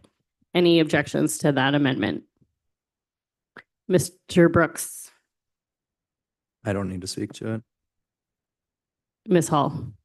No, I think the history of our community is really important, and I don't support shrinking what we're providing or the full closure. As I've said before, we can care for the 2 million in cuts and one-time spending while we figure out the revenue for future years. Ms. Hughes Candies. I'll speak in support of this. I think I would just echo what Mr. Smith had to say. We are still on, we passed the amendment. Is that correct? No. Okay, so we're still on the amendment. This is to expand the range, which I think we do have objection to. I'll speak in support of the amendment. I think we need to, as we consider the numbers, we need to have a few options to get where we're getting. Ms. Hall says that we've got enough one-time funding to do all this. When I look at the numbers, I do not. We started with an assignment to cut 2 million. We have significantly increased that deficit since we set that goal out, and we have significantly decreased our fund balance. And so I want to keep this on the table at the widest range we can. So next week we can talk about what this really looks like. All right, Ms. Wendell, we have an amendment and we have objection to that amendment. Thank you, Chair Wall. On the amendment to the motion to add full closure of the City Museum to the pending list. Mayor Weldon, Yes. Assemblymember Brooks, No. Assemblymember Smith, No. Assemblymember Kelly, No. Assemblymember Hall, Nope. Assemblymember Atkinson, Yes. Assemblymember Hughes Candies, Yes. Assemblymember Steininger, Yes. Chair Wall. Yes. Amendment passes, 5 ayes, 4 nays. All right, so we have a motion to move the city museum reduction to the pending list at a range of between 260 and 480. Again, this is just so that we can consider it next week. We can rerun all the numbers based on the changes that we've made. I know staff have been preparing so that they can give us a live update to what we do tonight and where we're at, so we all feel comfortable that we know. But when I look at the numbers, we have to be talking about a facility. And when I hear the feedback from the public of which things really get them to come here and stay here, the museum simply falls lower on the list of facilities. And so that's why it's a priority for me. Sorry, I started, arguing for something before I gave anyone else a chance to speak. So I apologize. We have a motion as amended. Do we have objection? Mr. Brooks, would you like to speak to your objection? Thank you, Madam Chair. I'm just not in support of looking into fully closing the facility, but I would be in support of discussing the reduction of programming and hours. Mr. Kelly? I am much along the lines as Mr. Brooks on this one. Does that mean you guys are objecting to, you're not objecting? No, I'm objecting. I'm objecting because of the passage of the previous amendment that opens us up to the full range. I would have not objected if it was just the original motion. Ms. Hughes Candies? Thanks, Madam Chair. I will just speak in support of this.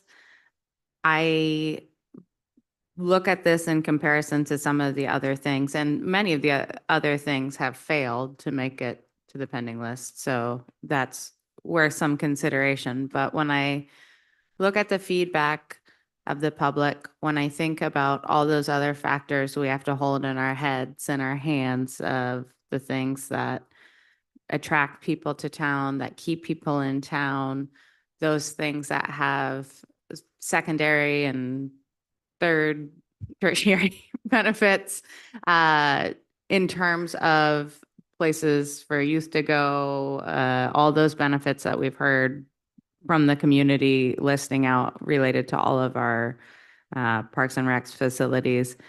When I look at this one, when I think of previous pending lists that the budgets were tight or I guess the budget sessions were tense, sometimes what someone might say was, that the city can't be all things to all people, and not all cities provide the same level of services because we're taking other people's money and then we're dividing it in the way that seems best to serve all of the needs of the community. And so if I'm looking for a place to squeeze, then this is one where I'm not sure that warrants that public investment. So I will support it. Ms. Hall? And I will continue to object to this just because I feel like at this time in our nation's history, cutting back on access to that history, maybe it's my age, but I know we don't have the hordes coming out to support it, but I think it's really important to preserve our history and to make it available to the public. Ms. Atkinson? Thank you, Madam Chair. There was a universe in which I did not support this particular item moving to the pending list tonight. And because we have failed to pass any big items tonight, I'm kind of put in a position where I do feel I have to. I want to remind everyone and that we got our fund balance near to zero, which is not something I have ever seen in my time on the Assembly, and it's a very scary thing. There are, especially considering the budget assumptions we asked the manager to put into this budget, it is far less flexible. The likelihood of supplemental requests coming mid-year is much higher than it has been in previous years.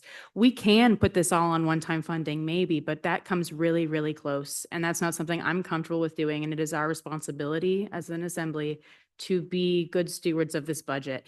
And it's painful that we have to do this, but this is one item that I think we simply have to put on the pending list because we need to get to a significant sum on the pending list.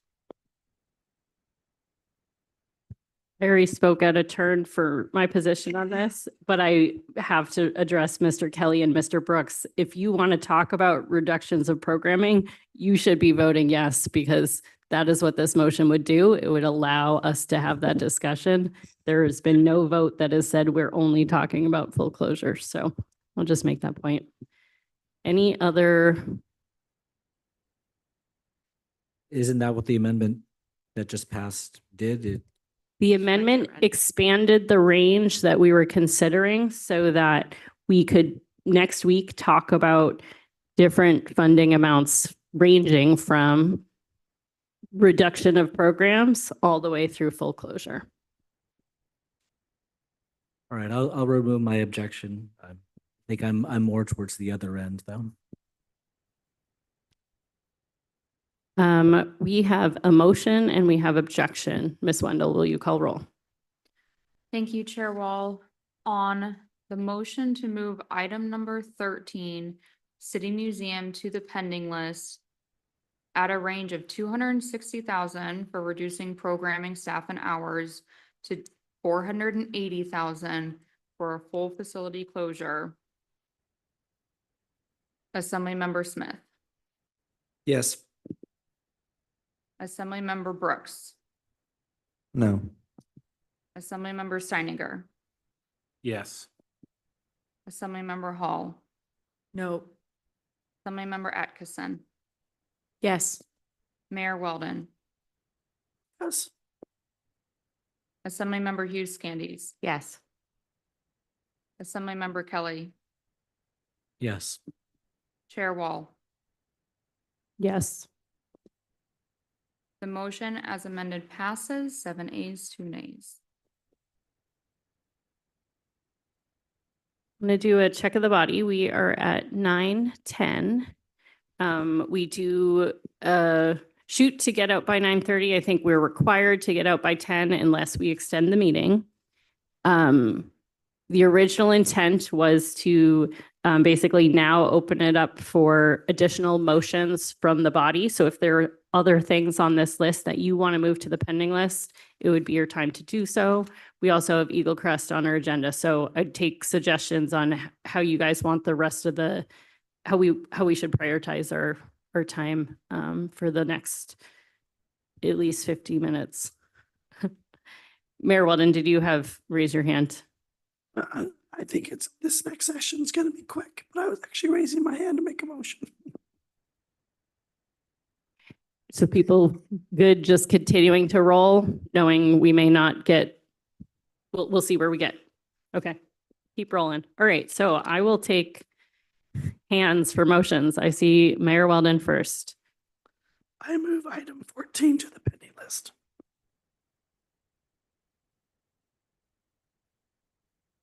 Mr. Smith, will you read that for us? That is the Jensen Olson Arboretum.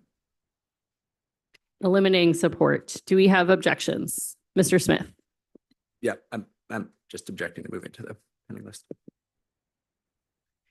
Anyone else want to comment?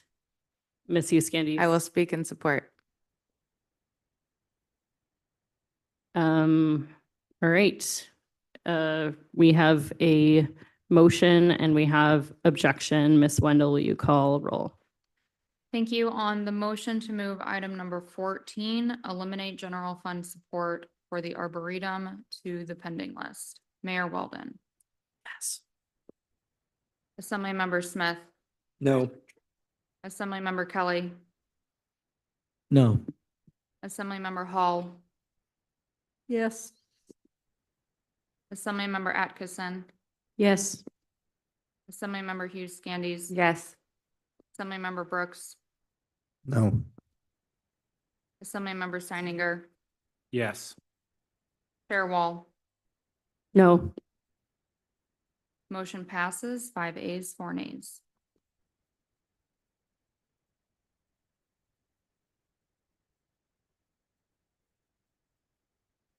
I had Mr. Brooks, then Ms. Atkinson, then Mr. Smith.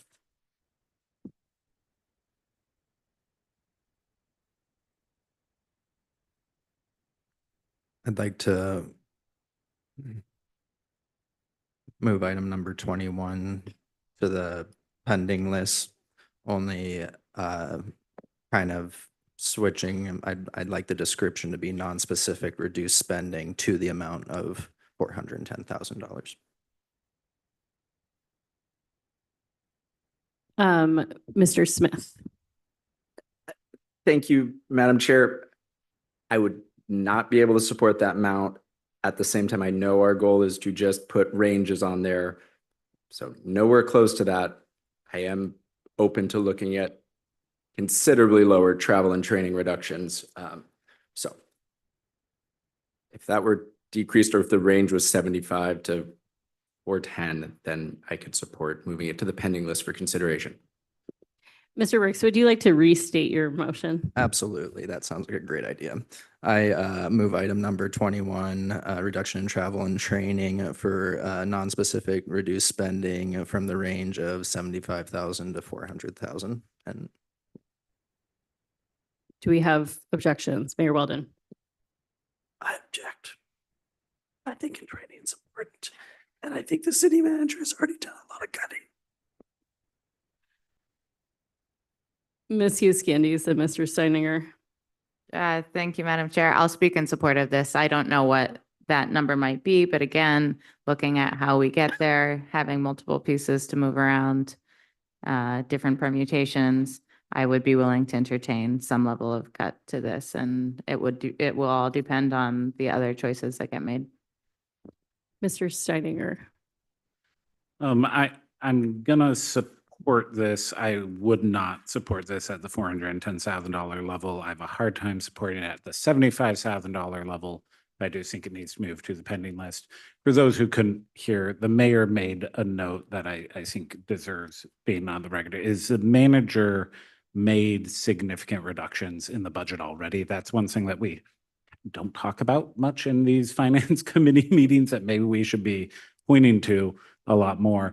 Is there have been a lot of reductions to these in the weeds budget items like travel and training, like commodities, like staff assumptions about filling positions, things like that, that the manager has made. And I think people need to understand that and hear that and see that.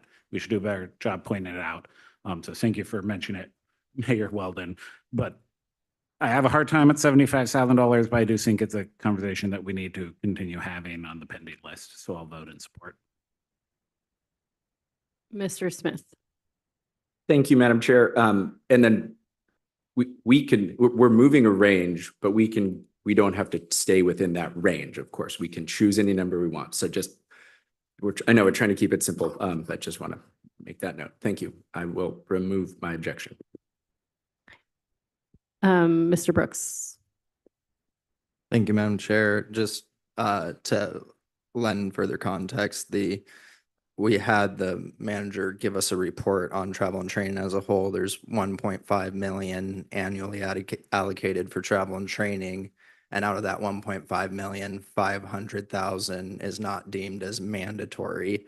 And even going to the highest end of that range, 400,000 still leaves $100,000 for non-required training and travel. Mr. Kelly.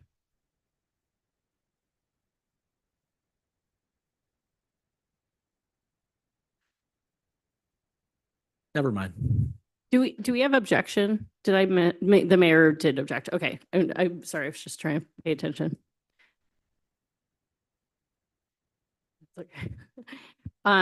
I'll speak against this and object. I do, think what the manager has already done is significant. We know this impacts our ability to recruit and retain our staff and to make them feel like they want to be here and to make them good employees and good at what they do. And if we hadn't already gutted this budget item, then I would be in support of looking at it, but we did, that's already in the budget, so.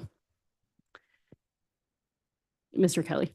Thank you. I think I will speak to. I think you spoke a lot to some of the similar points that I would make. I think one of the things that a lot of people do look at when they're looking for a job and being satisfied with that job is opportunities for professional training and professional development. And a part of that might involve traveling to different places to get that training and development. I think as far as recruitment and retention, having the travel budget we have now saves money. So I think I will be opposing this motion. Mr. Smith. Thank you for the second chance, Madam Chair. I guess just moving it to the pending list.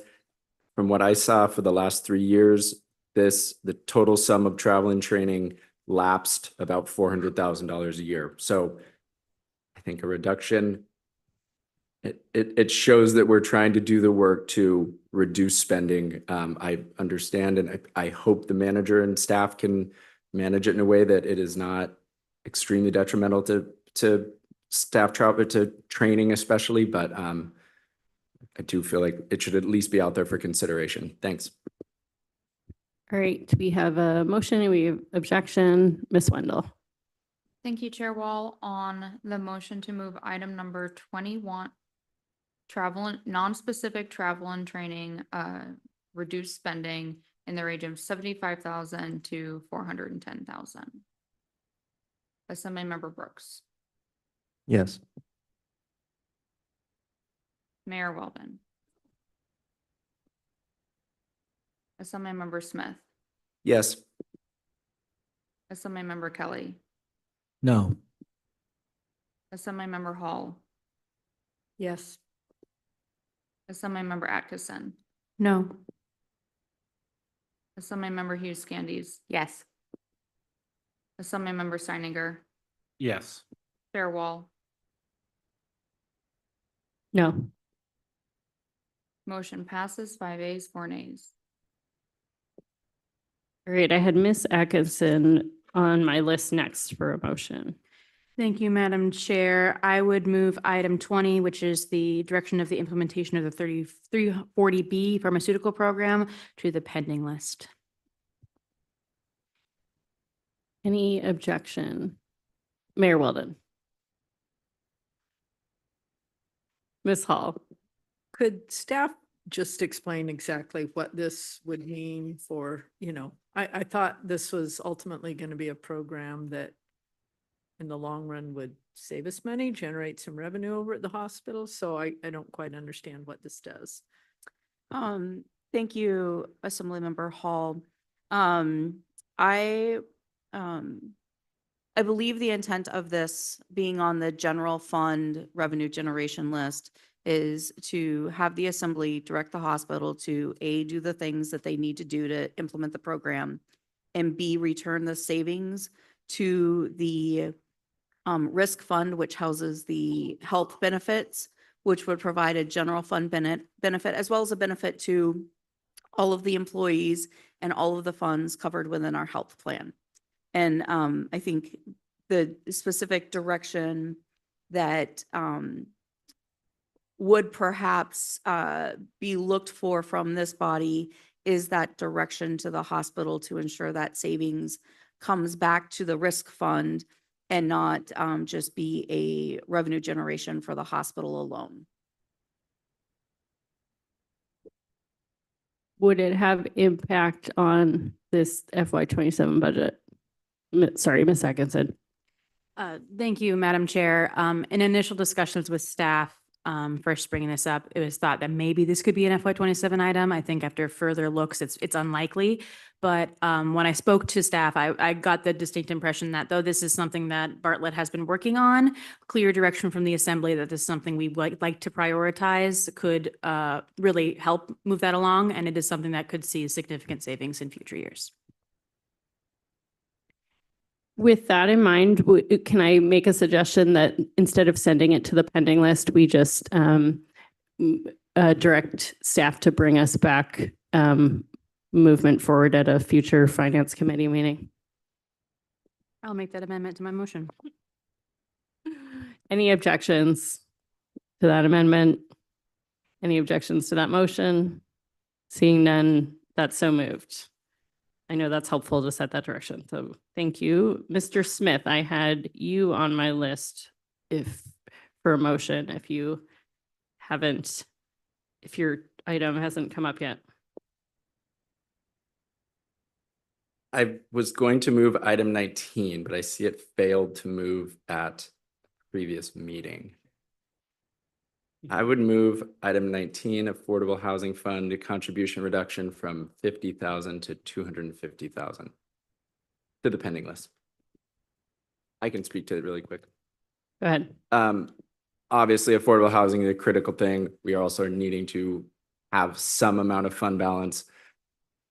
With this, my sense is that there could still be grants, like it wouldn't material affect the ability to issue grants in FY27. Again, it may just be a very small number, but I'm open to looking at it. Thank you. I saw objections from Ms. Hughes-Candy and Ms. Atkinson. Thanks, Madam Chair. I will object to this one. There is not a range. I think that I would be able to support moving this to the pending list. I think this would be a very short-sighted place to look for funds to move to the general fund.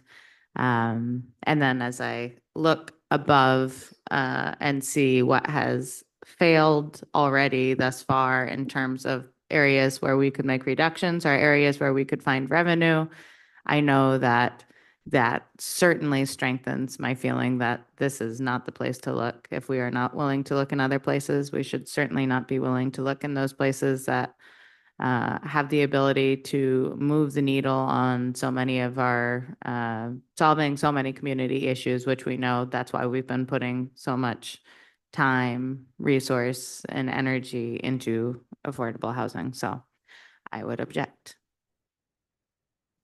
Ms. Atkinson, I don't need to speak. I'm a big fan of housing, so. Mayor Weldon. I would speak in favor of this. I hear what Ms. Hughes-Candy is saying, so I'm hoping this is a one-time thing. But we put over $1 million in that, and I think a slight reduction of that this year would work. I'll speak in opposition, for many of the same reasons Ms. Hughes-Candy's voiced. I used to work for someone who would always say, your budget reflects your values. And when I see the things that we have chosen tonight not to consider cutting and cutting this, it just speaks to values that I can't support. It is I hear you. It feels like a small reduction, but to me, it's about the message. Well, it's those dollars do work. They do important work, and it might feel small, but it makes a big difference towards our housing crisis. And to me, it's reducing this when we're supporting and even increasing some things that I think it's hard for me to have a straight face and say that that's a just way to approach this. All right, we have a motion. Oh, Ms. Hall. I'm just going to speak in support of this. I think we've had massive amount of public testimony supporting our facilities. I have not received mail or any public pushback on this. And I think, we're in dire situation and we don't want to, I think this is, again, I really support the Affordable Housing Fund. It can still continue to operate if we remove a little bit of the subsidy this year. Mr. Brooks. Thank you, Madam Chair. I'll speak in support of this. There are factors behind this type of fund that aren't necessarily available with the other ones, and that's the fact that a lot of the money that's dished out through it is in the loan format, and loan repayments are happening, which can allow the program to be able to operate at some capacity without the subsidy, and that's why I'd support it. Mr. Kelly. Thanks. I think I'll object for the purposes of a question. It's been my observation that when we look at the money that's coming back into the Affordable Housing Fund, that it's more of a trickle and probably couldn't sustain the fund without significant reductions for next year. Thank you for the question, Assemblymember Kelly. You're right, all the loans have some various structures. We do have anticipated in FY27 $143,000 of loan repayment funds coming back into the fund. So yeah, there is some money coming back in.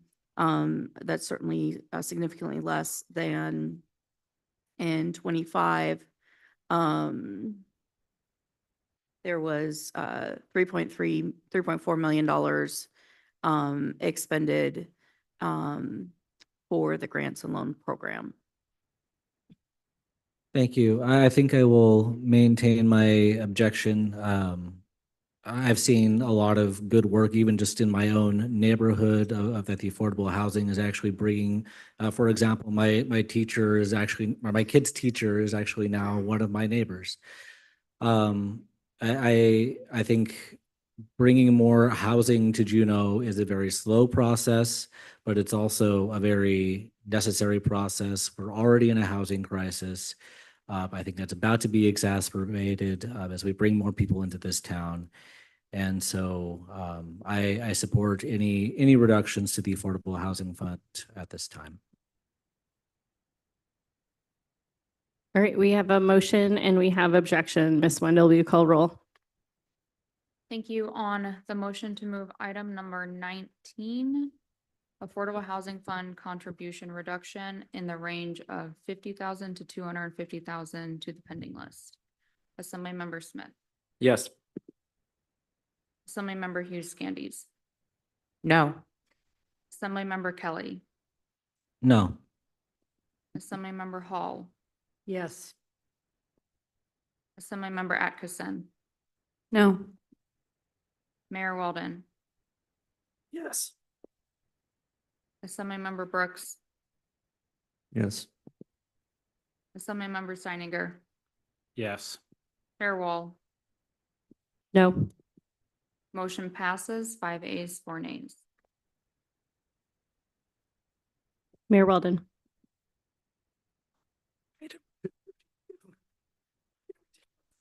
I think we have to show that we have some skin in the game, and so I think this should go to the pending list.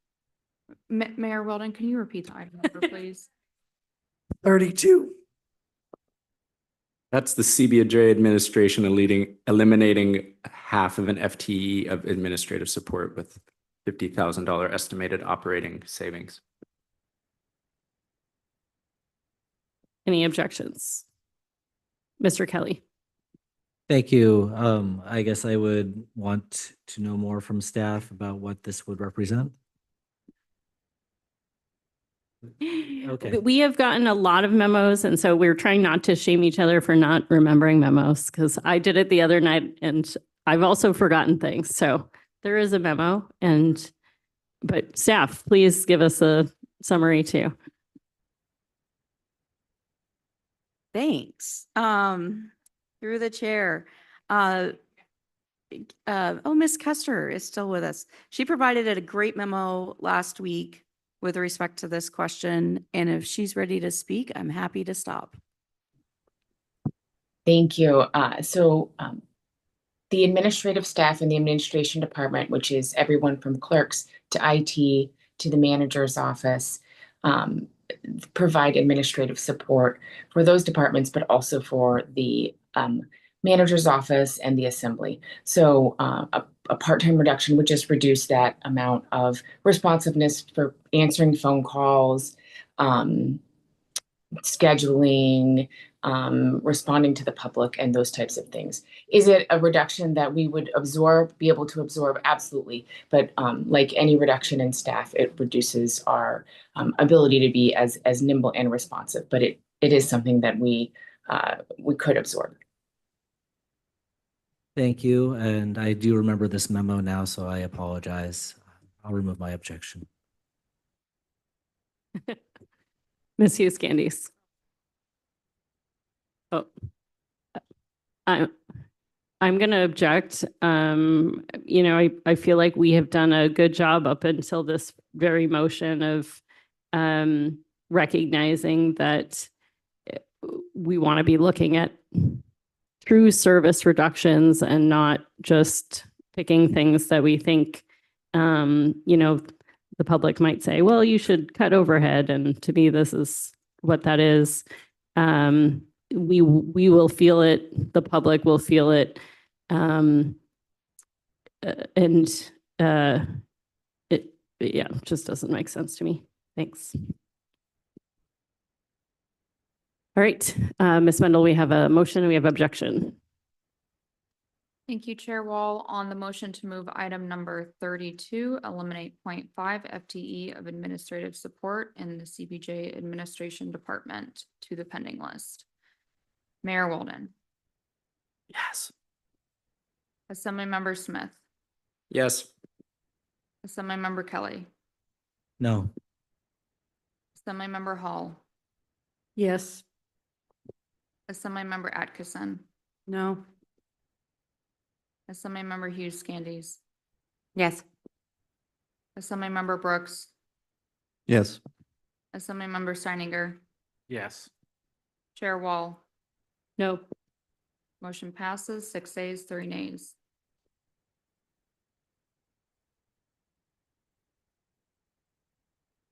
Ms. Hughes Candies, then Ms. Hall.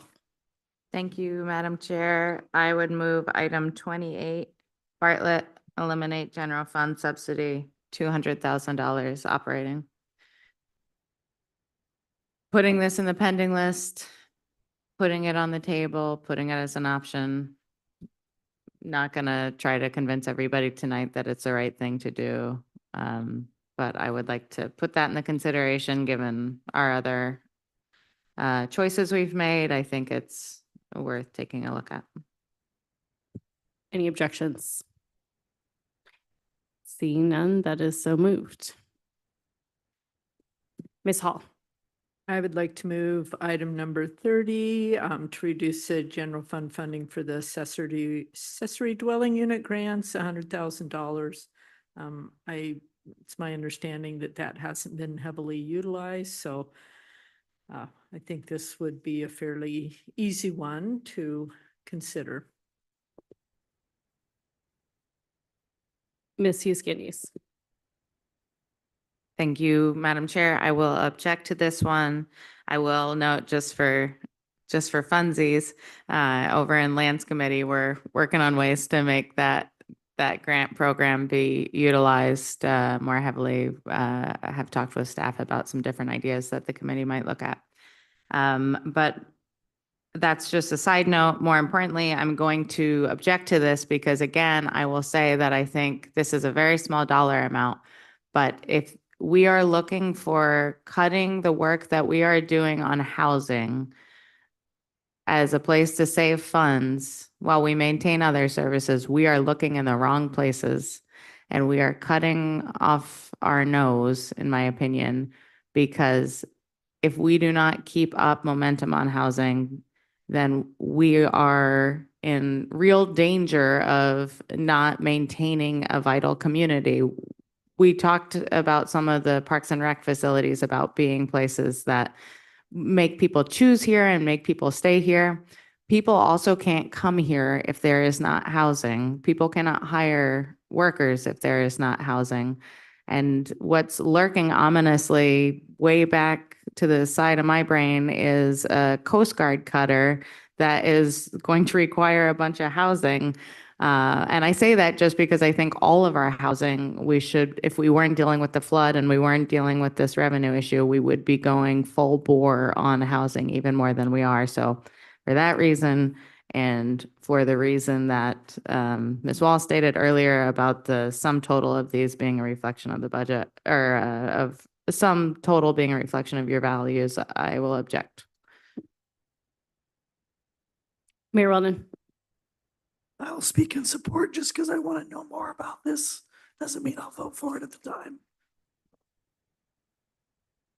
I'll object. I've looked at all the numbers that you all have looked at, and maybe and my read of the metrics are this is working. There are units being built that wouldn't otherwise be built. There are tweaks that can make it better. I think I hear the argument sometimes in the community that because we're in a housing crisis, it means the things that the city is doing isn't working. And from my experience on the assembly, that is not the case. We're in a housing crisis because it's very hard to build housing here. And all the things that we're doing are making it better. We haven't solved it, but to me, the fact that we're still in a housing crisis, despite all the work, means we need to be investing more, not that we need to be investing less. Thank you. All right, we have a motion and we have objection. Thank you. On the motion to move item number 30, reduce general fund funding of accessory dwelling unit grants to the pending list. Assemblymember Hall. Yes. Assemblymember Hughes Scandies. No. Assemblymember Atkinson. No. Assemblymember Brooks. Yes. Mayor Weldon. Assemblymember Smith. Yes. Assemblymember Steininger. Yes. Assemblymember Kelly. No. Chair Wall. No. Motion passes 5 ayes, 4 nays. Any other motions? Mr. Steininger. We move item 24 back to the pending list as a transfer of misdemeanor prosecution to the state. And I'll speak to my motion.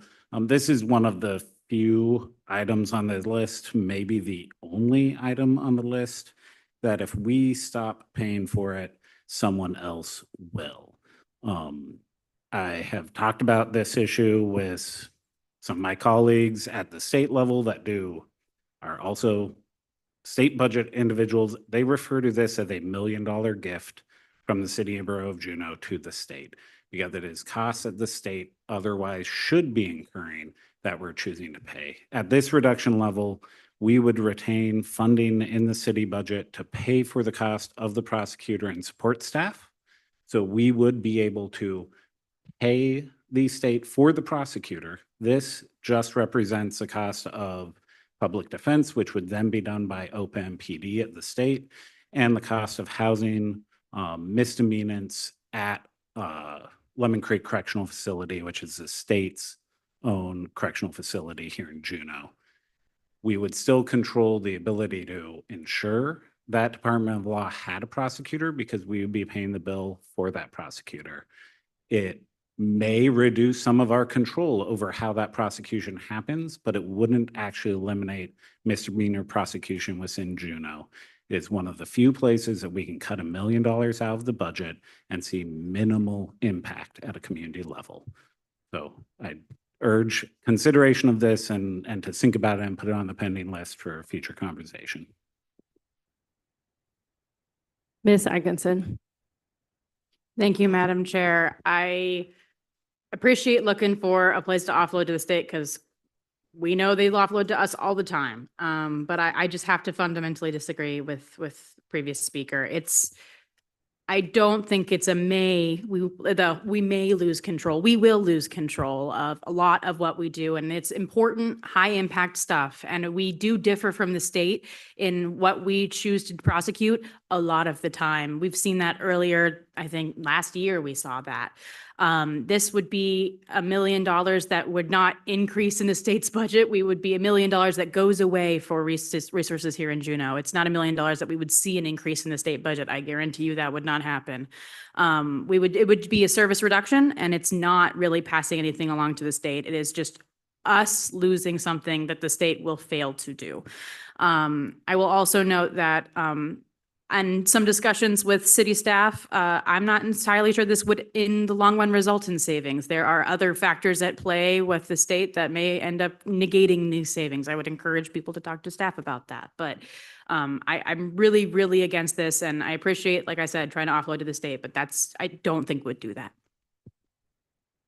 Mr. Brooks, I think I saw your hand. Thank you, Madam Chair.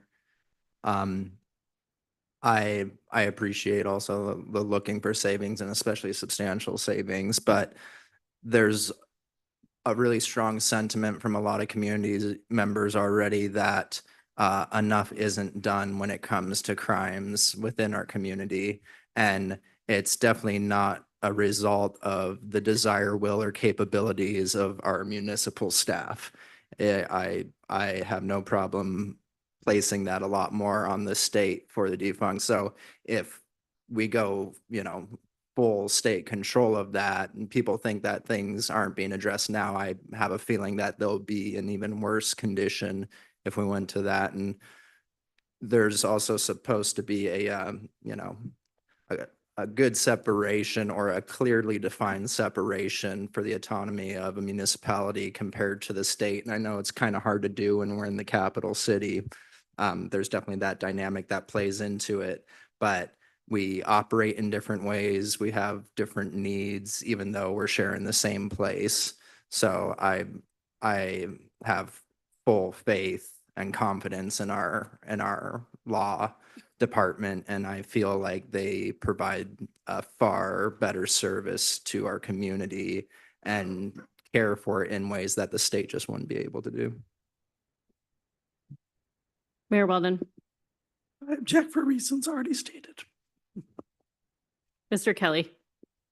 Thank you. I appreciate Ms. Atkinson raising the point that the state budget is not going to increase. So all that's going to really happen is that it's going to squeeze the prosecutorial resources that are going into prosecuting crimes. For me, when I was looking at suggesting my reductions here, I was focused very heavily on the responses we got in our community survey, and public safety was in the top 3. So I feel this would compromise our public safety, which is going against the wishes of the people, and so I oppose this motion.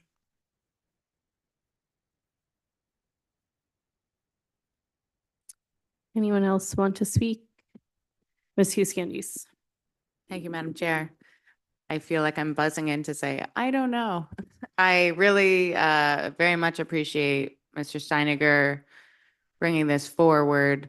When we were at, I think, our first meeting where we saw this full list, there were some items that we asked for memos on, and that was, I remember, a close vote. And I was one of the folks who wanted more information on this. I think between staff's answering questions at that meeting, I have real concerns about what happens when administration has very different priorities or values than Juneau does. That's a sticky position to be in. And I also, again, I keep looking back at this list and saying, this does not add up to very much. So, I don't want my hands to get forced into looking somewhere I don't want to. So I will just say that even if this doesn't make the pending list, I think this is something that we have to have some real consideration. I'm not sure how I'm going to vote. All right, we have a motion and we have objection. Ms. Wendell. Thank you. On the motion to move item number 24, transfer prosecution back to the state, which would include reducing law staff and contracts to the pending list. Assemblymember Steininger, Yes. Assemblymember Atkinson, No. Assemblymember Brooks, No. Mayor Weldon, No. Assemblymember Hall, No. Assemblymember Hughes Scandies,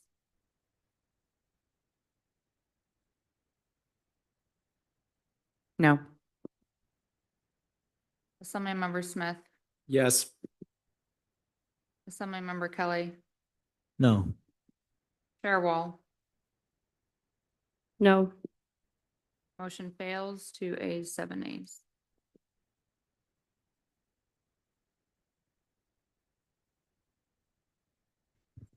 Any other motions? Mr. Brooks,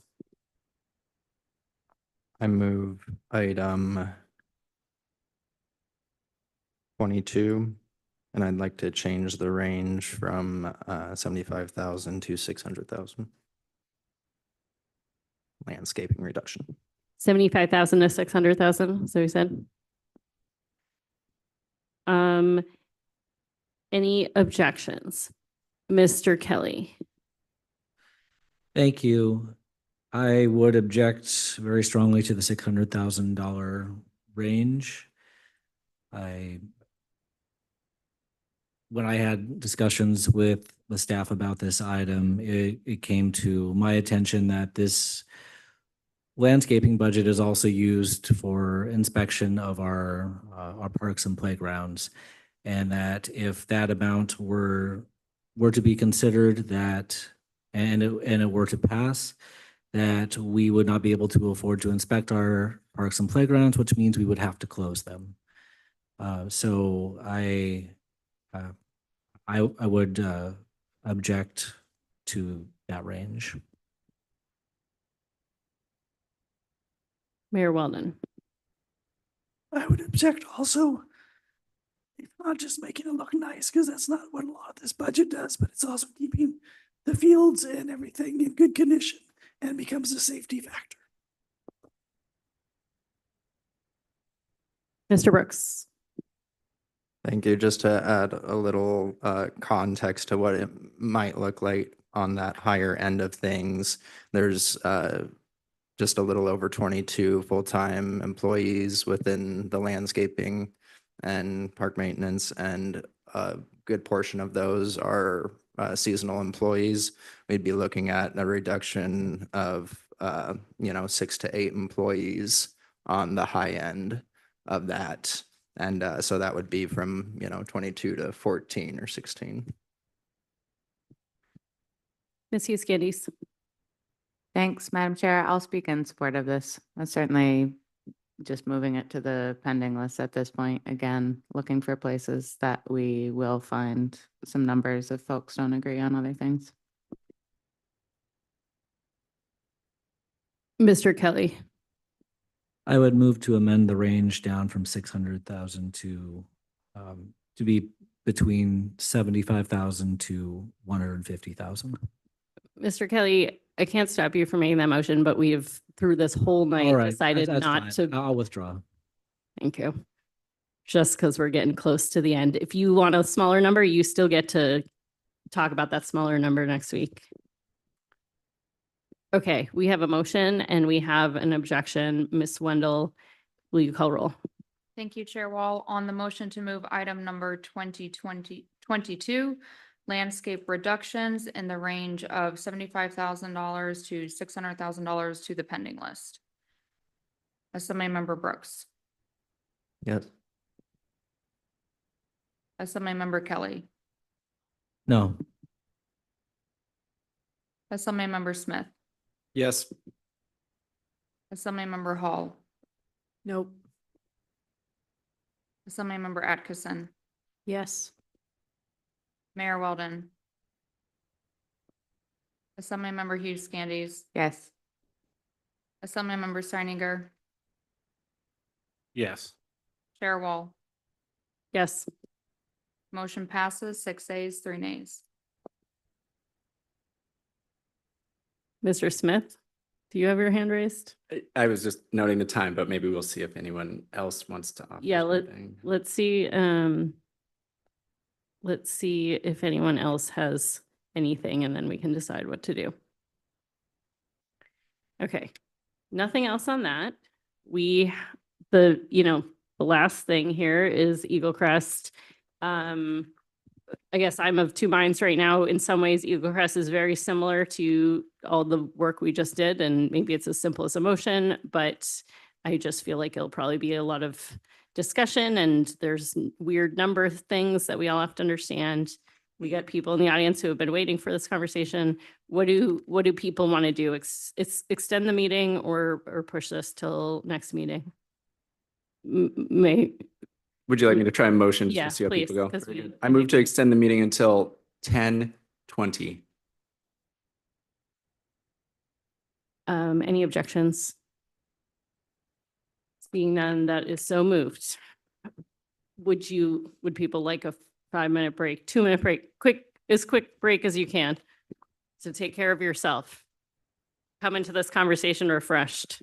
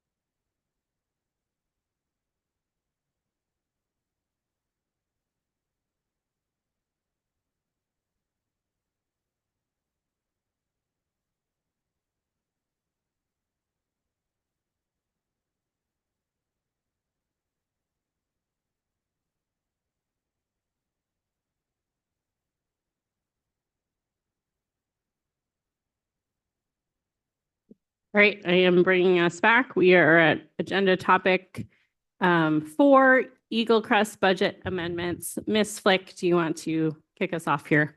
Absolutely. Thank you, Chair Wall. Congratulations on making it to item 4 tonight. Eagle Crest budget. So, like this is a replay of things that we talked about last week. The manager's proposed budget includes a budget for Eagle Crest. It is the Eagle Crest Board's original budget proposition. If you want a refresher, it's on page 57 of your packet.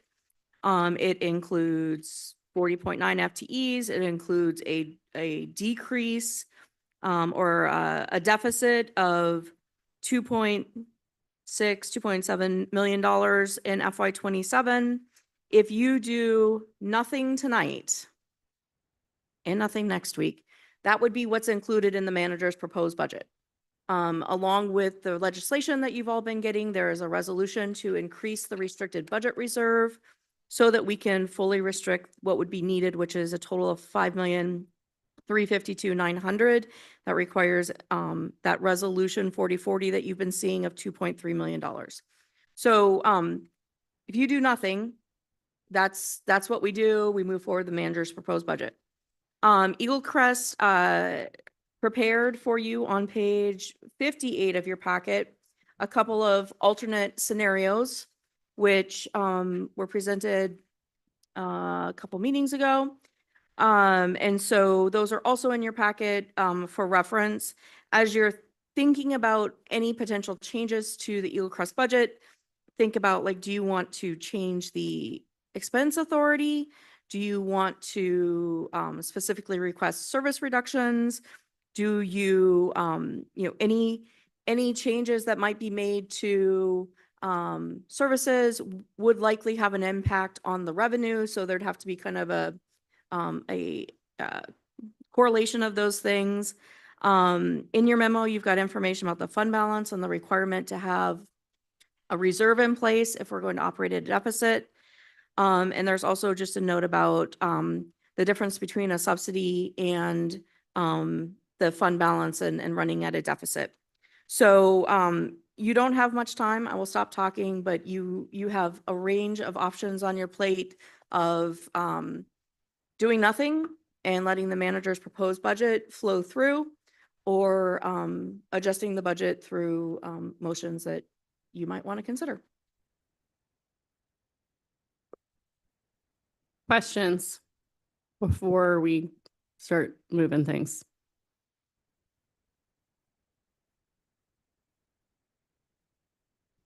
We'll go to a motion then, Mr. Smith. Thank you, Madam Chair. I would move that we accept the Eagle Crest budget scenario shown on page 58 with a 1.68 million GF contribution and no negative fund balance. And I can, Go ahead. speak.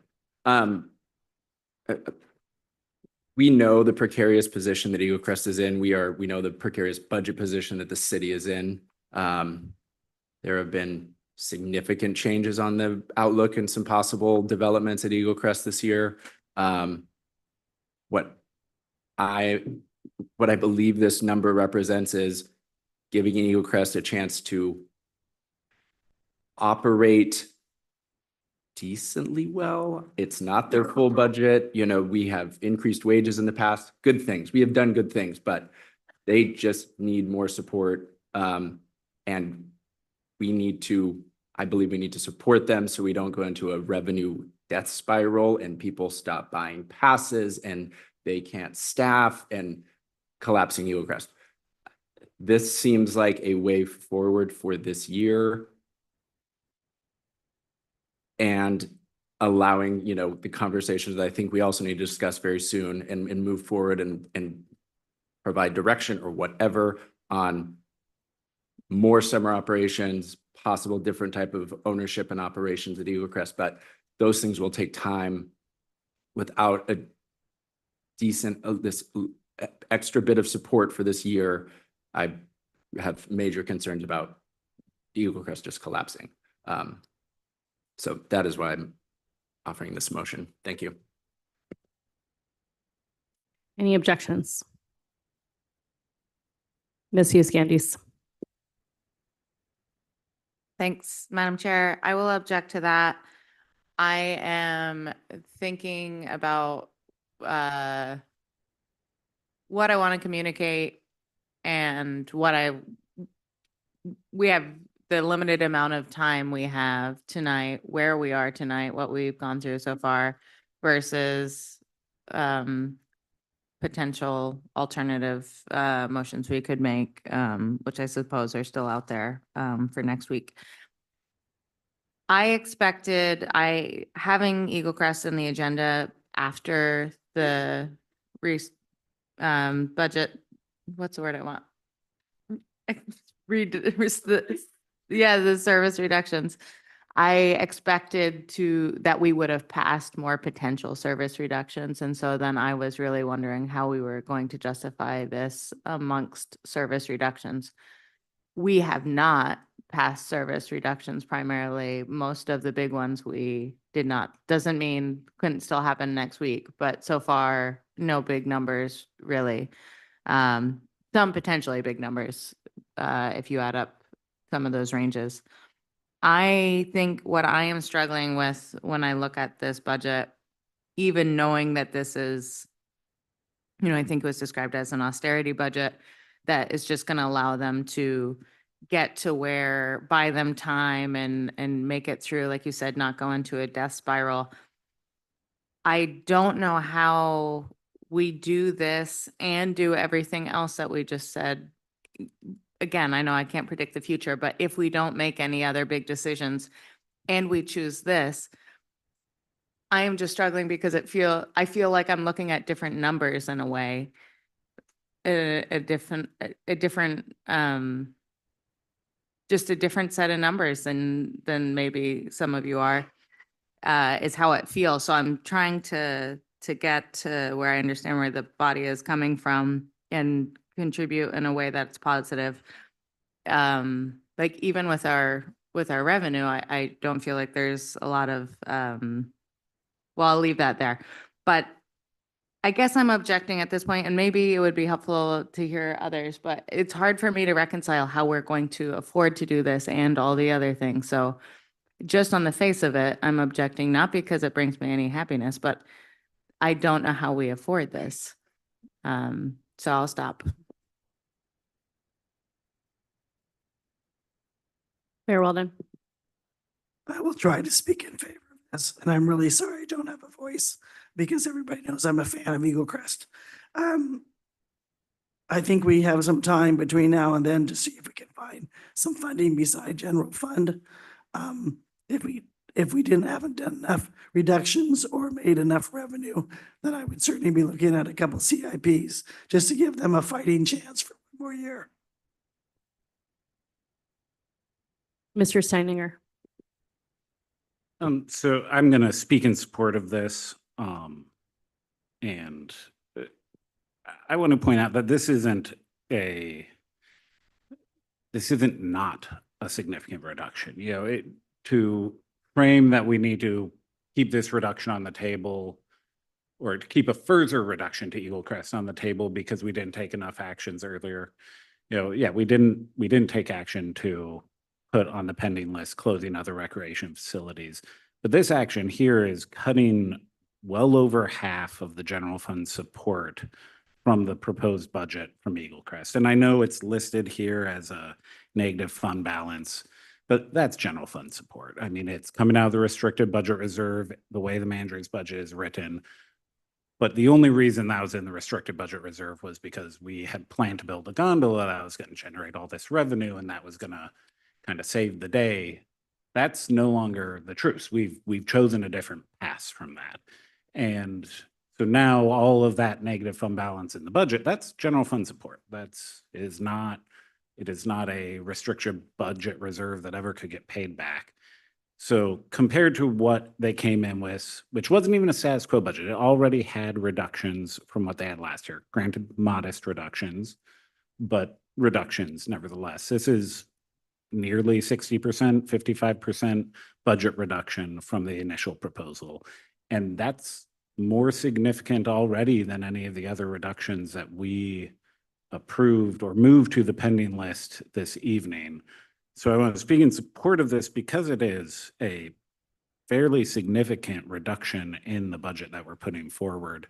It's not the budget I would want to see for Eagle Crest because it is very bare bones. They're gonna have a hard time with that budget. Like, make no mistake, it will make it more challenging for the people operating the mountain to make things work. But it is the only proposal we have here that doesn't almost guarantee the mountain shuts down.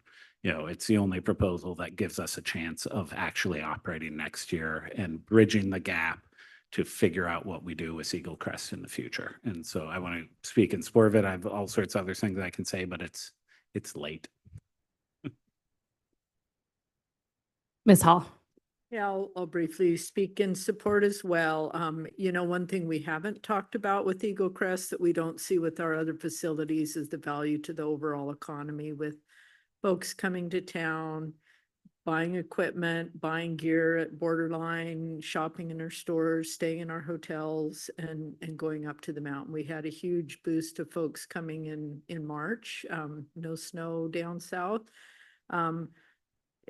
Yeah, and I think you all know, yes, it does take a fair amount of money to go up to the mountain, but it's the only facility that provides transportation to and from, the ski bus, any kid that can scrape together, and we don't have paper route money anymore like Don Thomas earned to get up there back in the day. But, it is a huge boost for opening that option up for one of the few outdoor winter recreation in the winter. Yes, there's pond hockey and Nordic skiing, but the ability for the adrenaline junkie teenagers to go up to the mountain, they're not going to go swim at an open swim. So yeah, I think it provides great value to the community in ways that we can't always account for. So for that reason, I fully support this, and I realize that it's already a reduction, going from 40.9 staff members down to 27.43. So we'd like to keep them whole for one more year while we attempt to figure this out along with them. Ms. Atkinson. Thank you, Madam Chair.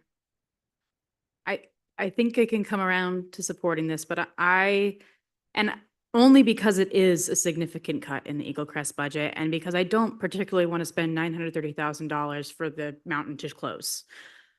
That being said, we have got to get really serious about looking at our budget numbers. I echo what Ms. Hughes Scandies said earlier. It feels like I am looking at a different budget than some other members of the body, and it's pretty frustrating. We committed at the retreat in December to cutting $2 million in operating costs, and that was the goal we were trying to reach. And I believe I said at the time, I had doubts we would reach that, and I got some looks for that. But this sort of kind of is a culmination of my worst fear, where we are looking at budget reductions that no one wants to cut. They all are terrible things to cut. And we haven't even come close to 2 million, especially considering the things we have had to undertake that we didn't expect during this budget cycle. So I want to get to the $1.7 million we're looking at here for this budget. I think we have to get to that number, but that means we have to get really serious about other service cuts, and they will not be fun. If it were about what the community values and what is good for the community, I wouldn't be looking at cutting any of this stuff. That's not what we're looking at. We're not looking at how important it is to the community or what it adds. We are looking at the end of the day, a bottom line that we have to reach. So yes, I do think we have to fund it at this level because I don't feel we have a choice, but that does mean we have to look at places we do have a choice, even if they are painful choices. That's the reality we're living in. I'd like to make a comment. I would strongly push back against Mr. Steininger's statements that this is reducing the general fund budget. The budget was allowing Eagle Crest to go negative, and yes, this would be reducing Eagle Crest operations, but it would be almost doubling the amount of taxpayer dollars that go to Eagle Crest. And that is, it is our job to think about the whole community. And it's really hard for me to justify in this moment in time, doubling the amount that we are spending of taxpayer dollars on Eagle Crest. And, we knew we would get here. That's why the gondola project existed, as we knew that Eagle Crest would not be able to sustain itself at the level of taxpayer funding that we have supported it at, because we knew expenses were going to grow and that we had capital needs. So the solution out of this is not increasing that subsidy by almost doubling it. I want Eagle Crest to find a plan, and I, believe strongly that the only way out of this is finding someone else that can operate it and invest in it at a level that we cannot. And I am happy to give them another year to do it because I want to see it. But I think the patience of the community has run out. We hear from the people who love Eagle Crest, but we also hear from the people that do not think this is a good use of their money. And I don't hear that about other facilities. It is Eagle Crest because they recognize that it is a smaller portion of our community that uses Eagle Crest, even if we all know that that's an important part of our community. I'm from a family that may leave if Eagle Crest closes, but my job here tonight is to think about that whole community. And I'll just come back to values again. It's just so hard for me to sit here and say that it's worth us doubling our investment when we are looking at cuts tonight to arts and to recreational facilities in underserved areas of our community and housing. That just, when I have to prioritize cuts, I just can't justify that. So, I was hoping that we would be thinking seriously about keeping Eagle Crest warm for a season while we figured out if there's another plan. I don't really know what operating Eagle Crest on a shoestring budget, does for us. I think it will distract us from the bigger questions that we have to answer. But that's not in front of us tonight. So I'll just leave my comments there. Anything else? Ms. Hughes-Candies. Thanks, Madam Chair. I'll just briefly add, appreciate everyone's comments. I'll just briefly add that I do think we have to ask ourselves, what is different and special about Eagle Crest that is different from the rest of our facilities that are receiving funding? It's had a wild couple of years with the gondola, and we all know, as Mr. Steiniger said, that's going a different way now. But it is just one piece of the city. And in this present moment, do I care about giving them time? Do I care about it continuing to be a thing that exists here where I live? Yes, I care very much about that, but I don't understand what puts it in a different area of consideration, I guess I will say. And I think I'm not alone in that, because I think I hear that from the community. So I just wanted to add that as well. Mr. Brooks. Mr. Brooks, can I interrupt you just to make sure we get a few more minutes added to the meeting so we can wrap this up? Mr. Smith, would you just give us a few more minutes? Thank you, Madam Chair. I move to extend the meeting until 10:25. Go ahead, Mr. Brooks. Thank you, Madam Chair. The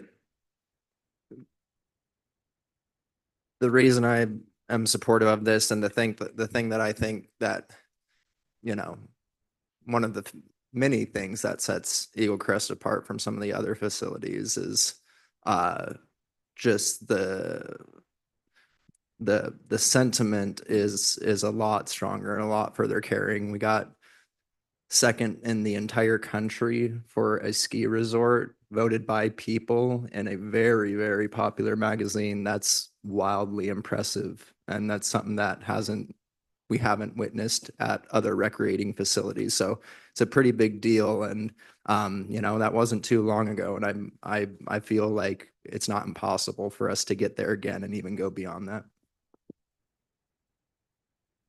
Mr. Kelly? Thank you. I think one difference, I mean, I heard mention in the debate that there are people who are in staunch support of Eagle Crest, and that's who we hear the most from. And there are people who might not feel the same way. I think the difference between Eagle Crest, though, besides all the benefits that the supporters are bringing to us, is that it is unique in our recreational facilities as being the only one that has also been voted on and is in our charter. And for that, I think that says something. Maybe things change, maybe sentiments change, but I think this is for many of the reasons that have been stated before. I think this is a very, very important part of our community. I actually have a hard time, like this budget that the deputy mayor has moved does represent a significant cut, and I have a hard time with that. But I also don't know where I'm going to find the additional funds. I think we do have a board that could potentially come up with some ideas in the future, and I think for that reason, as difficult as it is, I am willing to support the budget that the deputy mayor has proposed. Mr. Smith? So just very briefly, I just want to just add, should this motion pass, if there needs to be future, but I hope everyone, and I think people do realize this is like an absolutely critical time for Eagle Crest. Like the board, I believe, understands the task. I believe the public and the users do as well, but it's like everyone needs to bypass it and support it, or else it is unknown if this level of support can be sustained for more than another year. Like, I hope this isn't it's a, okay, wow, we have a chance. Let's seize that moment and do all we can to find a way forward for this facility. So that's just one thing I want to add, but thank you, Madam Chair. All right, we have a motion, and this wasn't a pending list. Okay, just making sure. Ms. Fleck. Thank you, Chair Wall. We did not get time, and it wasn't really necessary to talk about the note above my head. So I'm just going to ask the maker of the motion some clarifying questions. So your motion will include increasing a general fund transfer to the Eagle Crest Fund in the amount of $751,913. And so I'm clarifying it's coming from the general fund. And is it recurring or is it one time? I would move it to be one time. Okay. Those are the two pieces that we need to understand as we implement whatever you vote on. Thank you. Great, we have a motion and we have objection. Ms. Wendell, will you call roll? Thank you, Chair Wall. On the motion to accept the Eagle Crest budget scenario shown on packet page 58 with a $1.68 million one-time general fund contribution, the one-time is the increase over the 930,000 and no negative fund balance. Assemblymember Smith. Yes. Assemblymember Hughes Scandies. No. Assemblymember Kelly. Yes. Assemblymember Steininger. Yes. Assemblymember Atkinson. Yes. Mayor Weldon. Assemblymember Brooks. Yes. Assemblymember Hall. Yes. Chair Wall. No. Motion passes 7 ayes, 2 nays.